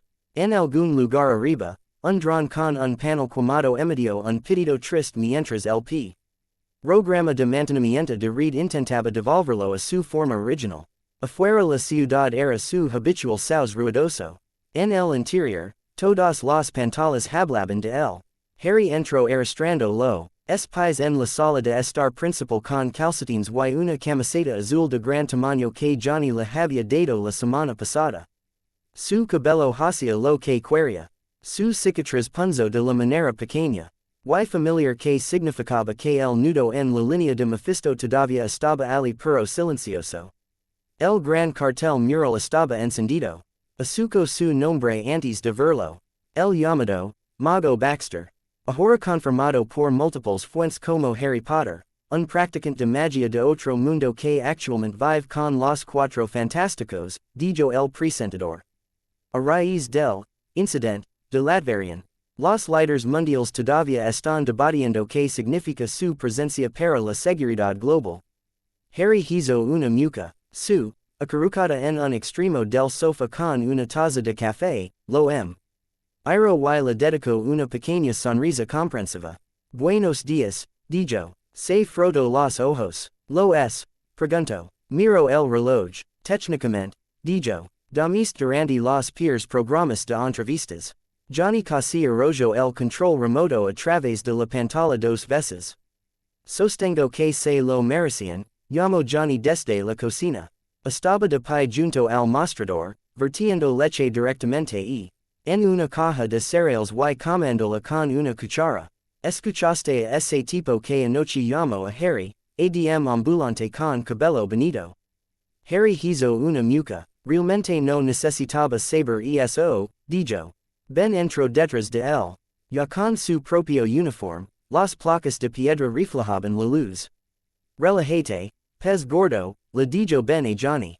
Cambiamos el canal antes de que prendieras fuego a algo. La dio una fuerte palmada en el hombro a Harry. Buenos días, chico, dijo Ben. Pareces menos como si te hubiera atropellado un autobús demoníaco. Un gran elogio, dijo Harry secamente. Se dejó caer en el sofá. Con cuidado de no derramar el café de su. En la pantalla, el ancla fue reemplazada por imágenes de archivo del edificio Baxter brillando con el contorno de luz que lo había envuelto durante el ritual. Fenómeno energético desconocido que los expertos en escudos llaman, anómalo pero estabilizador, continuó la voz. Lo que está claro es que desde el evento de Latveria, las lecturas GL. Obales de interferencia mística han disminuido en un 3%. Algunos analistas atribuyen a los Cuatro Fantásticos, ahora aparentemente 5, la prevención de una brecha multiversal. El meter. Aje pasó a una toma granulada del propio Harry, tomada desde muy por debajo de la torre una noche cuando estaba en el tejado. Él hizo una mueca. Tienen que usar ese, murmuró. Parece que acabó de salir de un contenedor. Lo hiciste. Dijo Johnny. Esa fue la noche de pizza. Literalmente saliste de un contenedor de reciclaje porque se te cayó tu porción. Su escondió una sonrisa detrás de su taza. Ben se rió entre dientes. Icónico, dijo. Simplemente están capturando tu exhibió un poco más la funda de su verita debajo de su manga. Las palabras, cinco fantásticos, en la parte inferior de la pantalla todavía hacían que algo se retorciera en su pecho. ¿Estás bien? Preguntó su en voz baja. Él se encogió de hombros. Un poco raro, dijo. La gente en casa solo sabía mi nombre porque alguien intentó matarme cuando era niño. Esto se siente, similar y diferente al mismo tiempo. Johnny tragó otro bocado de cereal. La diferencia aquí es, dijo Johnny, te van a pagar por la mercancía. Ya le dije a merchandising que tienen que incluir. Estamos haciendo esto correctamente. Harry resopló. Varitas de la marca Los Cinco Fantásticos, dijo. Justo lo que el mundo necesita. Ben se animó. Oh, dijo Ben. Hervidores de marca. Baxter Wizard. Garantizado para hacer que él te hierva más rápido. Su puso los ojos en blanco, pero pareció aliviada por las bromas. La voz de Reed llegó desde el pasillo. Dejemos la conversación sobre la licencia en suspenso hasta que hablemos con Fury, dijo. Reed entró con tres tabletas bajo un brazo y dos datapads en la otra mano. Su cabello estaba erizado en direcciones extrañas. Su uniforme tenía la cremallera solo hasta la mitad. Detrás de él flotaba un panel delgado y transparente cubierto de ecuaciones brillantes. Lo siguió como un fantasma educado. Harry se sentó un poco más derecho. La furia es hoy, dijo. Reed asintió. En 2 horas, dijo Reed. Shield quiere una sesión informativa y quieren formalizar nuestro acuerdo de cooperación. El estómago de Harry dio un extraño vuelco. Cooperación, repitió. Su le lanzó una mirada a Reed. Cuéntale el resto, dijo. Reed hizo una pausa. Dejó las tabletas sobre la mesa de café y se sentó frente a Harry. Si está de acuerdo, dijo Reed con cuidado, en esta reunión también haremos que su puesto sea permanente. Harry parpadeó. Permanente, dijo. Johnny se inclinó sobre el respaldo del sofá. Miembro oficial, dijo Johnny. No más excusas de invitado temporal. No más tonterías de probablemente debería volver a un castillo en ruinas en otro universo. Vives aquí. Trabajas aquí. Todo el tiempo que quieras. Ben sonrió. Incluso practicamos que decir cuando preguntamos, dijo Ben. Su hizo una lista. Su volvió a poner los ojos en blanco. No hice una lista, dijo. Ella dudó. Está bien. Hice una lista, admitió. Tiene subpuntos. Y un discurso sincero de respaldo en caso de que entre en pánico. Harry miró entre ellos. Todos ustedes decidieron esto, dijo lentamente.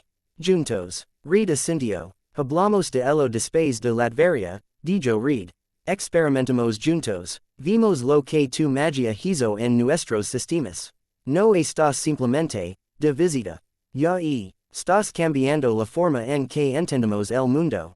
Y no queremos que hagas eso solo en un laboratorio en algún lugar siendo molestado por personas que no se preocupen por ti. Johnny señaló con su cuchara, esparciendo leche. Traducción, dijo Johnny. Fury te mirara y viera una animalia andante que Shield podría encerrar en una caja. Preferiríamos que entienda que no estás disponible para capturar en solitario. Ben arqueó una ceja. Sutil, dijo Ben. Su se acercó y dejó su taza. Harry, dijo en voz baja. Estamos preguntándonos si quieres quedarte. No como una obligación. No porque, sientes que nos debes el haberte rescatado. Porque quieres esto. El trabajo, la familia, el saus, el trago, la palabra, familia, todavía dolía y curva al mismo tiempo. Pensó en el tejado después de Latveria. La luz envuelve el edificio. La mano de su en la suya. Los chistes terribles de Johnny. El sólido peso de Ben en su espalda. Las largas explicaciones de read que de alguna manera siempre volvían a ser, estás bien. Penso en regresar a un mundo donde ya había muerto una vez. Donde la gente esperaba que lo hiciera de nuevo. Donde su nombre estaba escrito en libros que no había aceptado. Penso en el nudo de su cicatriz. Mephisto no había terminado. Tampoco lo fue Doom. La guerra podría ser más tranquila ahora, pero no había terminado. Simplemente se había movido de lado, hacia rinc. Ones de la realidad que la mayoría de la gente nunca notó. Miro a los cuatro. Quiero quedarme, dijo. Las palabras salieron más rápido de lo que esperaba. El parpadeo. Se refería a ellos. Lo sintió tan pronto como los dijo. Como si algo que había estado sosteniendo con fuerza durante meses finalmente encajara en su lugar. Los hombros de su se relajaron. Johnny apretó el puño. Ben hizo un ruido de satisfacción. La boca de Reed se curvó en una pequeña y cálida sonrisa. Entonces quédate, dijo Reed simplemente. Johnny se dejó caer sobre el respaldo del sofá, quedando boca abajo, con el pelo colgando. Los Cinco Fantásticos confirmados, dijo Johnny. Estoy llamando al sastre. Nuevo logo, nuevo uniforme. Recibirás un número, te gusta o no. Harry se rió, impotente y sin aliento. Bien, dijo. Pero será mejor que no sea un símbolo de cicatriz. Johnny abrió la boca con un brillo en los ojos. Su levantó una mano. No marcar la frente, dijo con firmeza.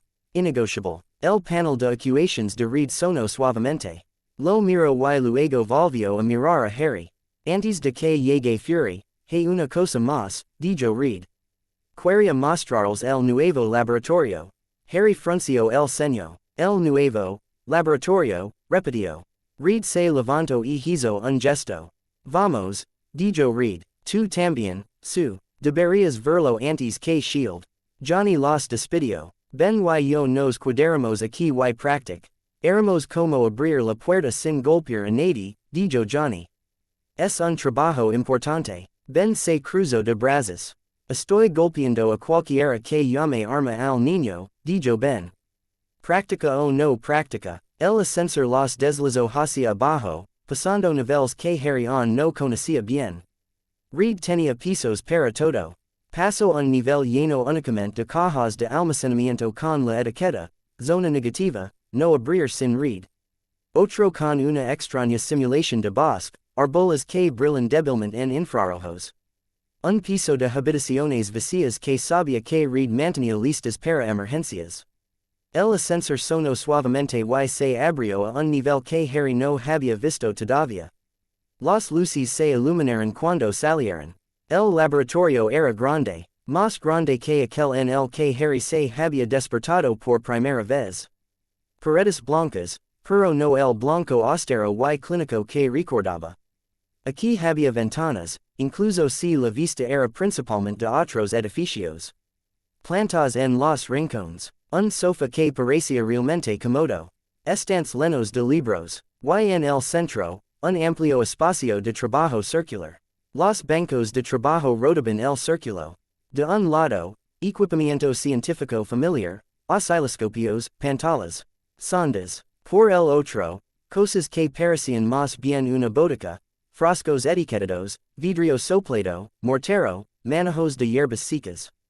Entre ellos, los círculos de diagramas flotantes mostraban runas en capas combinadas con símbolos matemáticos.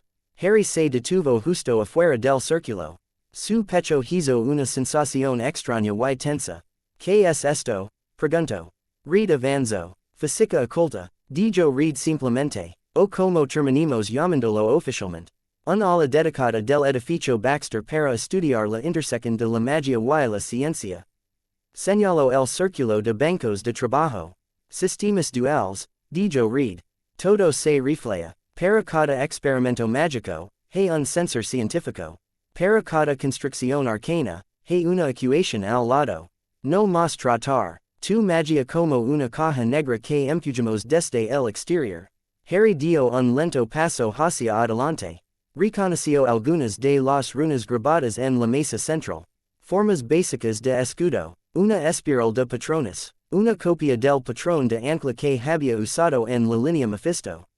Al lado de cada uno, read había escrito notas. No, sujeto, ni, prueba. Etiquetas como, intuicio y, constante de poder. Sintió que se le choraba la garganta. Hiciste todo esto desde Latveria, dijo Harry. Read nego con la cabeza. Empecé antes, dijo Reed. Yo simplemente, no entendía qué forma necesitaba todavía. El ritual me mostró que no encajas en nuestros marcos existentes. Y que si intentamos forzar, rompamos algo importante. Así que construimos un nuevo marco. Se giro y miro a Harry directamente a los ojos. No eres un conjunto de datos, dijo Reed en voz baja. Usted es mi colega. Mi collider en este laboratorio, si quiere el título. Lo exploraremos juntos, también en sus términos, no solo en los míos. Su se apoyó en uno de los bancos, mirando el rostro de Harry. Lo aclaró con la junta, dijo su. Oficialmente, el ala está bajo el nombre de ambos. Incluso hicieron una placa. Ben loro, no le digas que te lo dije. Las orejas de Reed se pusieron un poco rosadas. No era mi intención la placa, dijo. Ese era Johnny, insistió. Harry se movió lentamente alrededor del círculo. Tocó el borde de uno de los diagramas flotantes. Mostraba el campo de luz que había arrojado en el ritual, Mapido lo measure que Reed pudo aproximar. En lugar de números, el gráfico utilizó variables como intensidad de la alegría, y alineación de la fuerza protectora.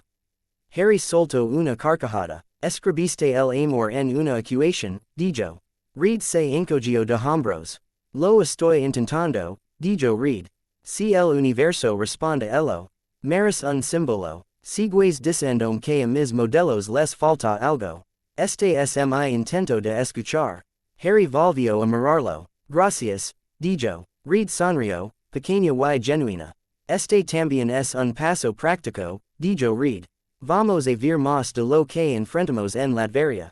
Animalias tecno-mágicas. Demonios que usan torres de microondas.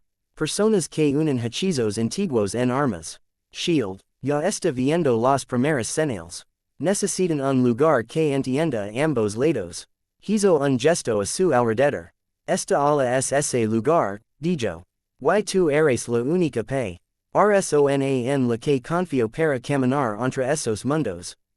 Harry pensó en el departamento de misterios del Ministerio de Magia, con sus relojes que hacen tic-tac y su arco susurrante. De la oficina de Dumbledore, abarrotada. Amable y llena de secretos que no había compartido. Miro este laboratorio, luz, abierto, con su nombre en la puerta. Intentaré no hacer estallar esto, dijo. Su se rió, sin promesas, dijo. Estos somos nosotros. Después de todo, el panel de Reed volvió a sonar. El lo miró. El quinjet de Fury acaba de entrar en el espacio aéreo de Nueva York, dijo. Deberíamos subir las escaleras. Harry respiró hondo. Está bien, dijo. Extendió la mano y pasó los dedos por el círculo central por última vez. Las runas bajo su tuque brillaron débilmente. Sintió que el laboratorio respondía. Nueva magia, nuevas reglas. Sus reglas también. Nick Fury no se molestó en las entradas educadas. El shield. El quinjet se deslizó por la ruta aérea junto al edificio Baxter con precisión militar. Cuando la plataforma de aterrizaje del techo se extendió, el avión ya estaba flotando en su lugar, con los motores chirriando suavemente. Harry observó desde detrás del cristal de seguridad como se abría la escotilla lateral. Fury salió primero, con el abrigo largo andando y un ojo observando todo. Maria Hill la siguió, tableta en mano y rostro ilegible. Detrás de ellos había dos agentes trajedos. De esos que probablemente tenían al menos tres armas cada uno y una instrucción llena de, no molesta los cuatro fantásticos a menos que quieras morir. Johnny murmuró en voz baja. Le doy 5 minutos antes de discutir. Dijo. Ben se encogió de hombros. Tres, dijo Ben. Su les lanzó a ambos una mirada de advertencia. Comportate, dijo. Read se eregio el uniforme y forzo una sonrisa. Recuerda, dijo read, queremos cooperación, no una guerra territorial. Harry ajustó el puño de su manga para asegurarse de que su varita fuera fácil de deslizar en su mano si era necesario. Tenía el estómago apretado. Ya había tratado con ministerios antes. No la había encantado. Las puertas del techo se abrieron. Fury entró como si fuera dueño del lugar. Se detuvo a unos pasos de distancia, recorriendo con la mirada a cada uno de ellos. Richards, dijo Furia, tormenta, tormenta, grim, su mirada se posó en Harry. Potter, añadió Furia, o prefieres, mago, Harry está bien, dijo Harry. La boca de Fury se torció como si estuviera reprimiendo una sonrisa. Veremos si todavía dices eso después de tu primera forma de gobierno, dijo Fury. Maria Hill se aclaró la garganta. Director Fury, dijo en voz baja. Acordamos que esto era un preliminar informal.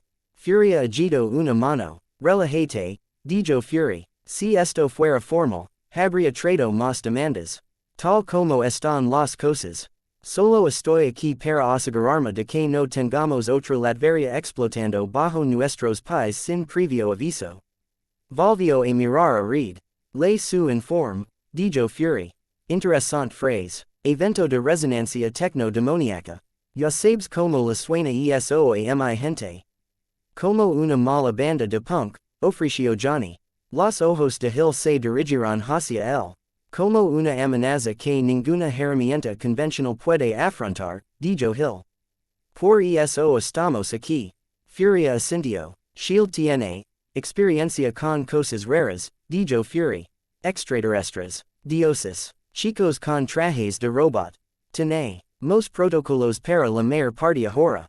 Lo que no tenemos es un protocolo para lo que sucedió cuando su edificio brilló como un adorno navideño y nuestros sensores místicos se salieron de los límites.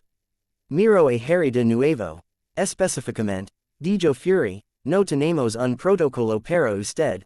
Harry sintió que todos los ojos se deslizaban hacia él. Sostuvo la mirada de Fury. Soy una persona, dijo Harry. No es un protocolo. La boca de Fury se curvó ligeramente. Buena respuesta, dijo Fury. Asegurémonos de que siga así. Reed dio un paso adelante. Estamos felices de compartir datos, dijo Reed. Registros sensoriales, lecturas de energía, modelos teóricos.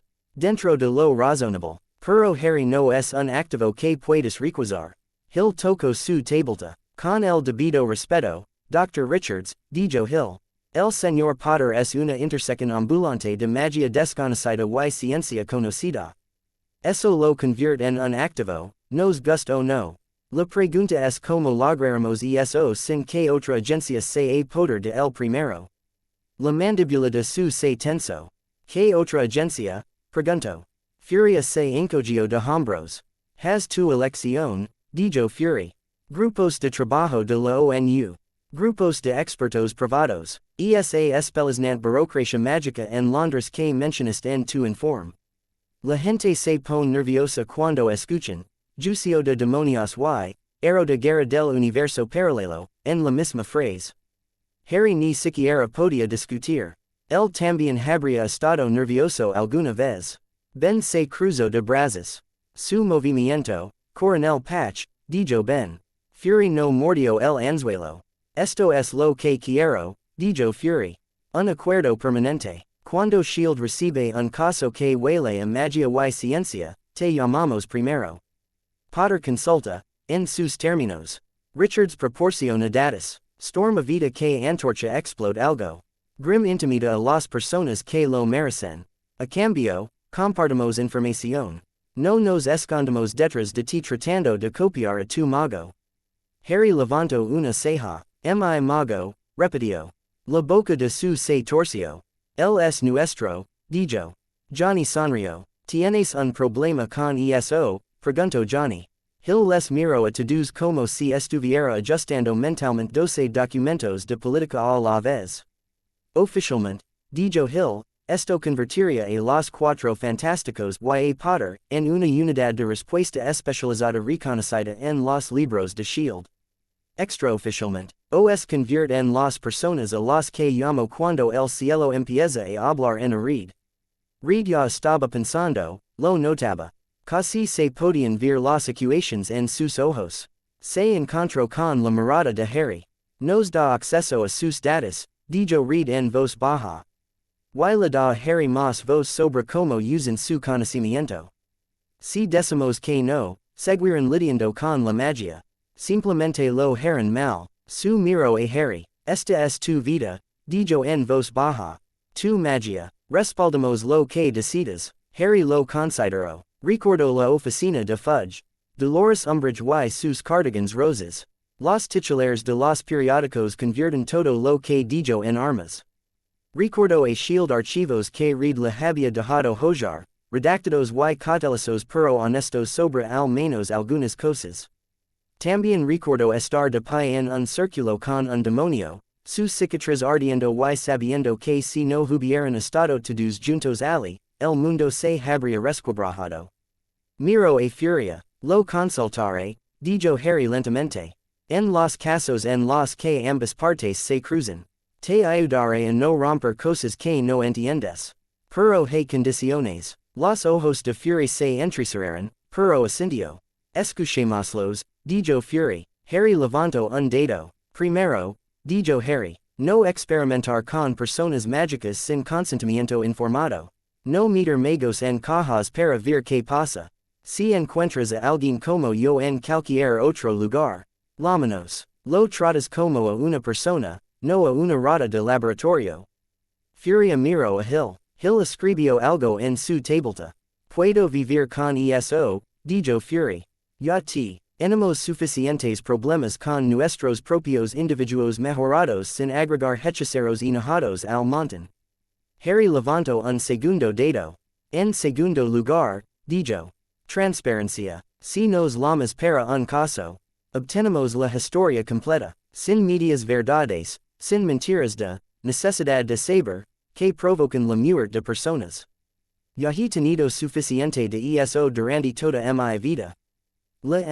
Año de su rozo su brazo en silenciosa señal de acuerdo.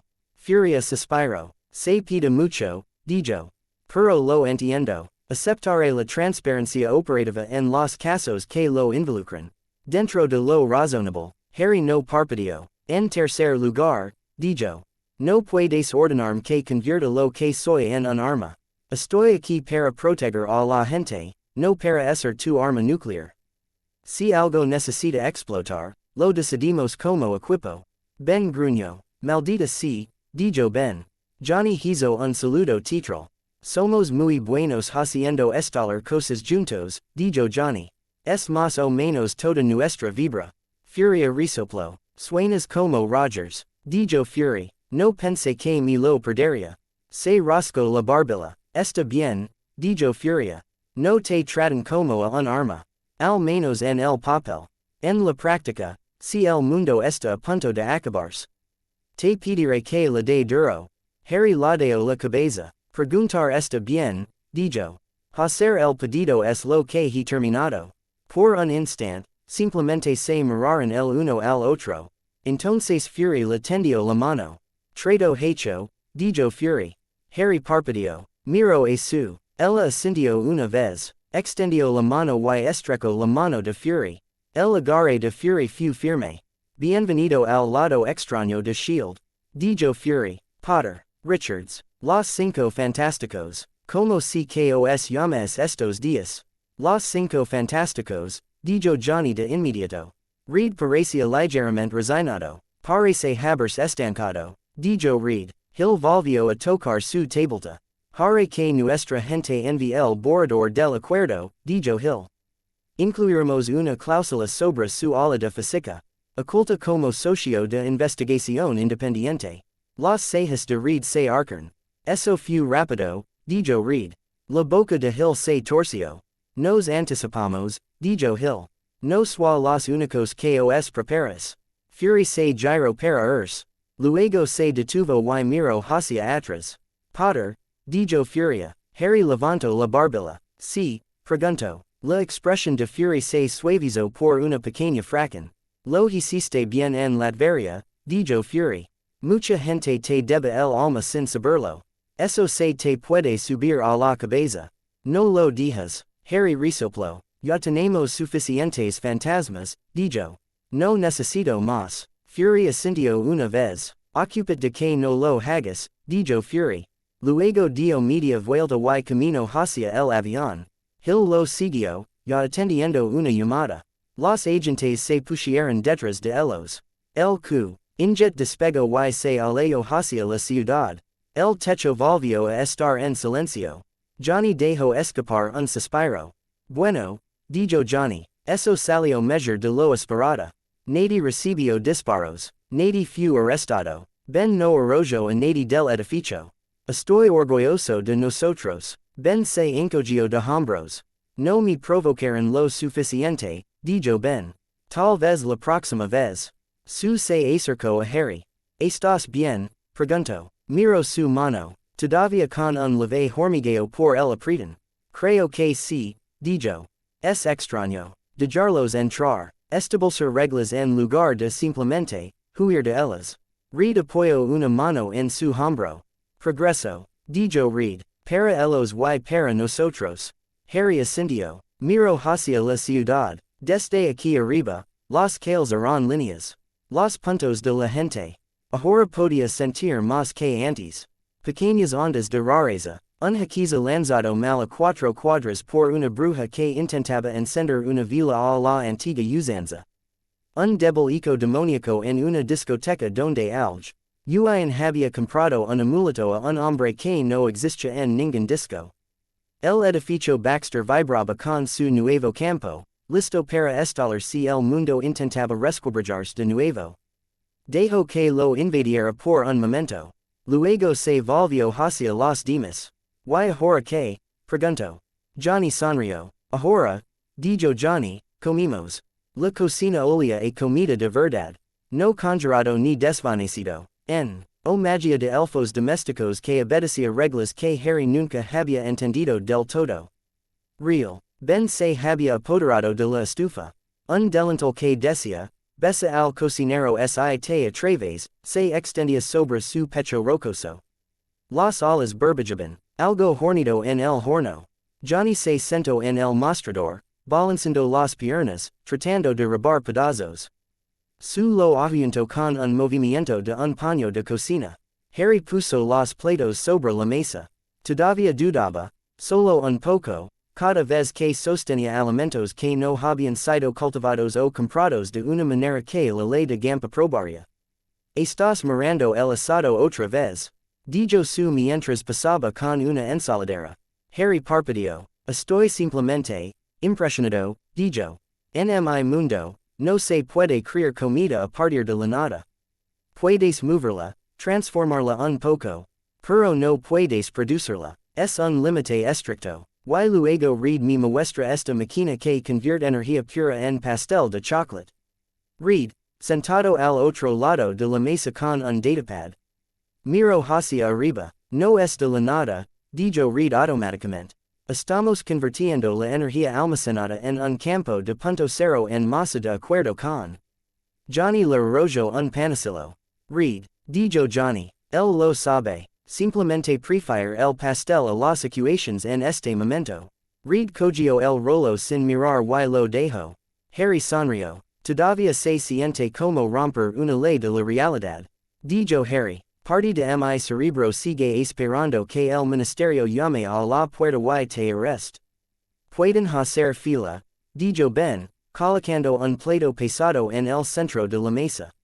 Si alguien llama, yo atiendo. Se sentaron. Harry entre su y Johnny.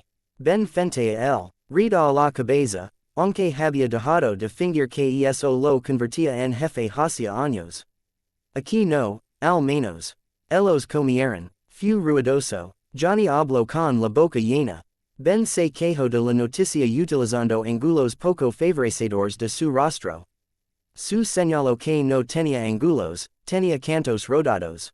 Reed intentó explicar una nueva ecuación para medir los campos de intención y lo gritaron hasta que prometió esperar hasta el postre.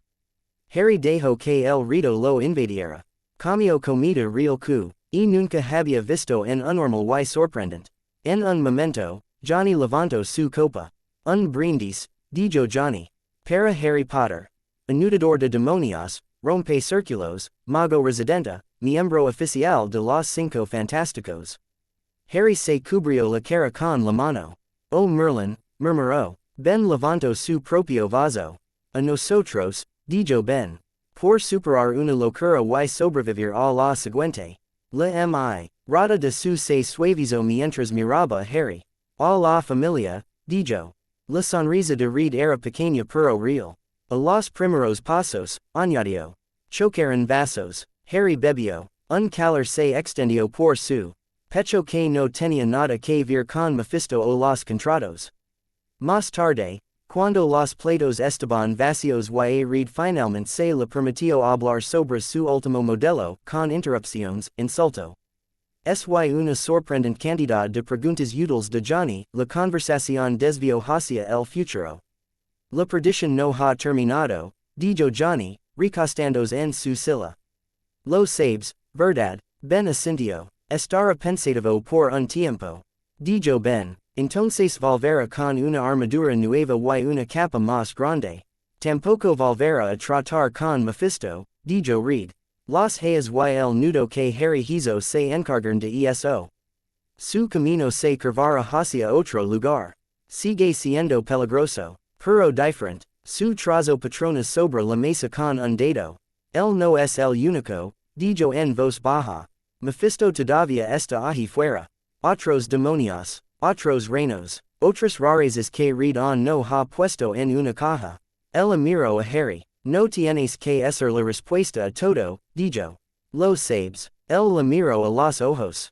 Lo sé, dijo. No soy la respuesta, solo soy parte del equipo que responde. Johnny hizo una mueca. My rate, dijo Johnny. Límites saludables. Crecimiento. Estoy muy orgulloso. Harry le arrojó un panecillo. Rebotó en la frente de Johnny. Su lo atrapó con un pequeño movimiento de su campo y lo dejó salir nuevamente en el plato de Harry. Ben se rió. Parece estable, dijo Ben. Lo que venga, más tarde, cuando los platos estaban casi lavados y Reed se había retirado al ala de física oculta con la promesa de dormir eventualmente, Harry se encontró solo por un momento en la gran sala de estar. Su había ido a atender una llamada de una escuela que Johnny había incendiado una vez.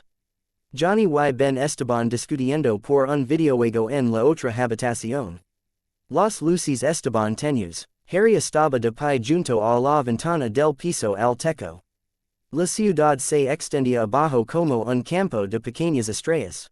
Levantó la mano. En el cristal, débil y casi invisible, brillaba una red de ar. Unas donde los había grabado en el sistema de escudo. Vinculado a la tecnología de Reed. Atado al nudo de su cicatriz y al nuevo laboratorio de abajo. Alertas tempranas. Pequeñas alarmas. Si algo cósmico y malo se opusiera a la realidad. Estos le susurrarían. Presionó sus dedos contra uno. Palpito, respondiendo. Todo se sentía, tranquilo. Por ahora, dejó escapar un suspiro. A veces pensaba en Hogwarts. El lago. Las torres. El olor del gran salón. Pensó en amigos cuyas vidas seguían adelante sin él. Pensó en regresar. O si siquiera podría hacerlo. Reed pensó que algún día sería posible. Harry no estaba seguro. No estaba seguro de querer hacerlo. Ya no se sentía atrapado entre mundos. Se sintió plantado. Aquí. Ahora. Un pequeño escalofrío recorrió el cristal que tenía bajo la mano. Se quedó helado. No fue la aguda y fría puñalada de atención de Mephisto. Era más adentro. Como algo enorme que se mueve muy lejos, rozando una sala que había estado dormida durante mucho tiempo. Una nea de runas en la parte superior de la ventana parpadeó y luego se estabilizó. Harry entrecerró los ojos. Se concentró. Dejando que su conciencia se extendiera hacia afuera a lo largo del camino que su propia magia había tomado antes. Pasado el edificio. Pasada la ciudad. Arriba. El espacio no estaba vacío. No si tuvieras los sentidos adecuados. Sintió el habitual ruido de fondo. Satélites, escombros. Debles ecos de rayos cósmicos sobre las que red podia dar conferencias durante horas. Debajo de eso, un nuevo patrón. Algo así como una antigua sala talada en luz y gravedad, mucho más allá de la atmósfera.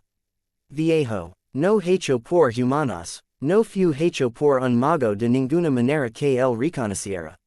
Era como una runa escrita en los huesos del universo. Y algo se movía a lo largo de él. No aquí todavía. Próximo. Respiro lentamente. Tú también lo sientes. Dijo una voz en voz baja detrás de él. Harry no saltó. Ya había escuchado los portales de strange lo suficiente como para reconocer el suavico en la habitación. Miró hacia atrás. El Doctor Strange estaba cerca de la puerta, con la capa a su alrededor y Wong al hombro. Llegas temprano, dijo Harry.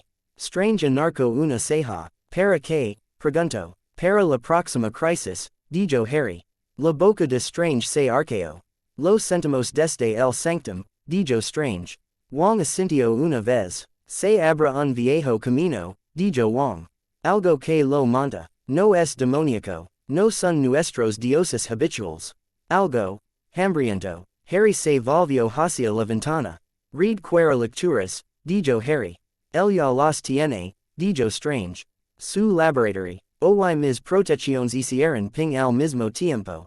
Probablemente este a la mitad de una ecuación en este momento. Wong se acercó al cristal y entrecerró los ojos. ¿Sabes qué es? Preguntó Harry. Strange se quedó en silencio por un momento. No exactamente, dijo Strange. Pero hay historias. Susurros sobre un devorador que envía heraldos delante de él. Surfiendo sobre vientos cósmicos. Convirtiendo mundos en combustible. El estómago de Harry se hundió. Entonces lo de siempre, dijo. Strange soltó un breve resoplido que podría haber sido una risa. No hay nada habitual en Galactus, dijo Strange. O sus heraldos. Pero este es un problema futuro, no presente. Harry miró las runas que brillaban débilmente. Su cicatriz no le dolía. El nudo al zumbo, reconociendo la presión pero sin reaccionar todavía. Menos mal que acabamos de firmar un acuerdo de cooperación, dijo Harry. Vamos a necesitar toda la ayuda que podamos conseguir. Extraño asintió. Has construido algo fuerte aquí, dijo Strange. Un equipo, un hogar, un laboratorio que escucha. La próxima vez que la realidad cambie, no estarás solo en el bosque. Harry vio un satélite distante parpadear en el cielo. Pensó en los dementores, en los mortífagos, en los de pie bajo los árboles en el bosque prohibido esperando morir.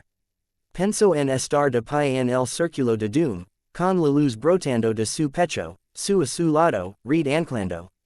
Johnny y Ben listos para luchar contra el mundo.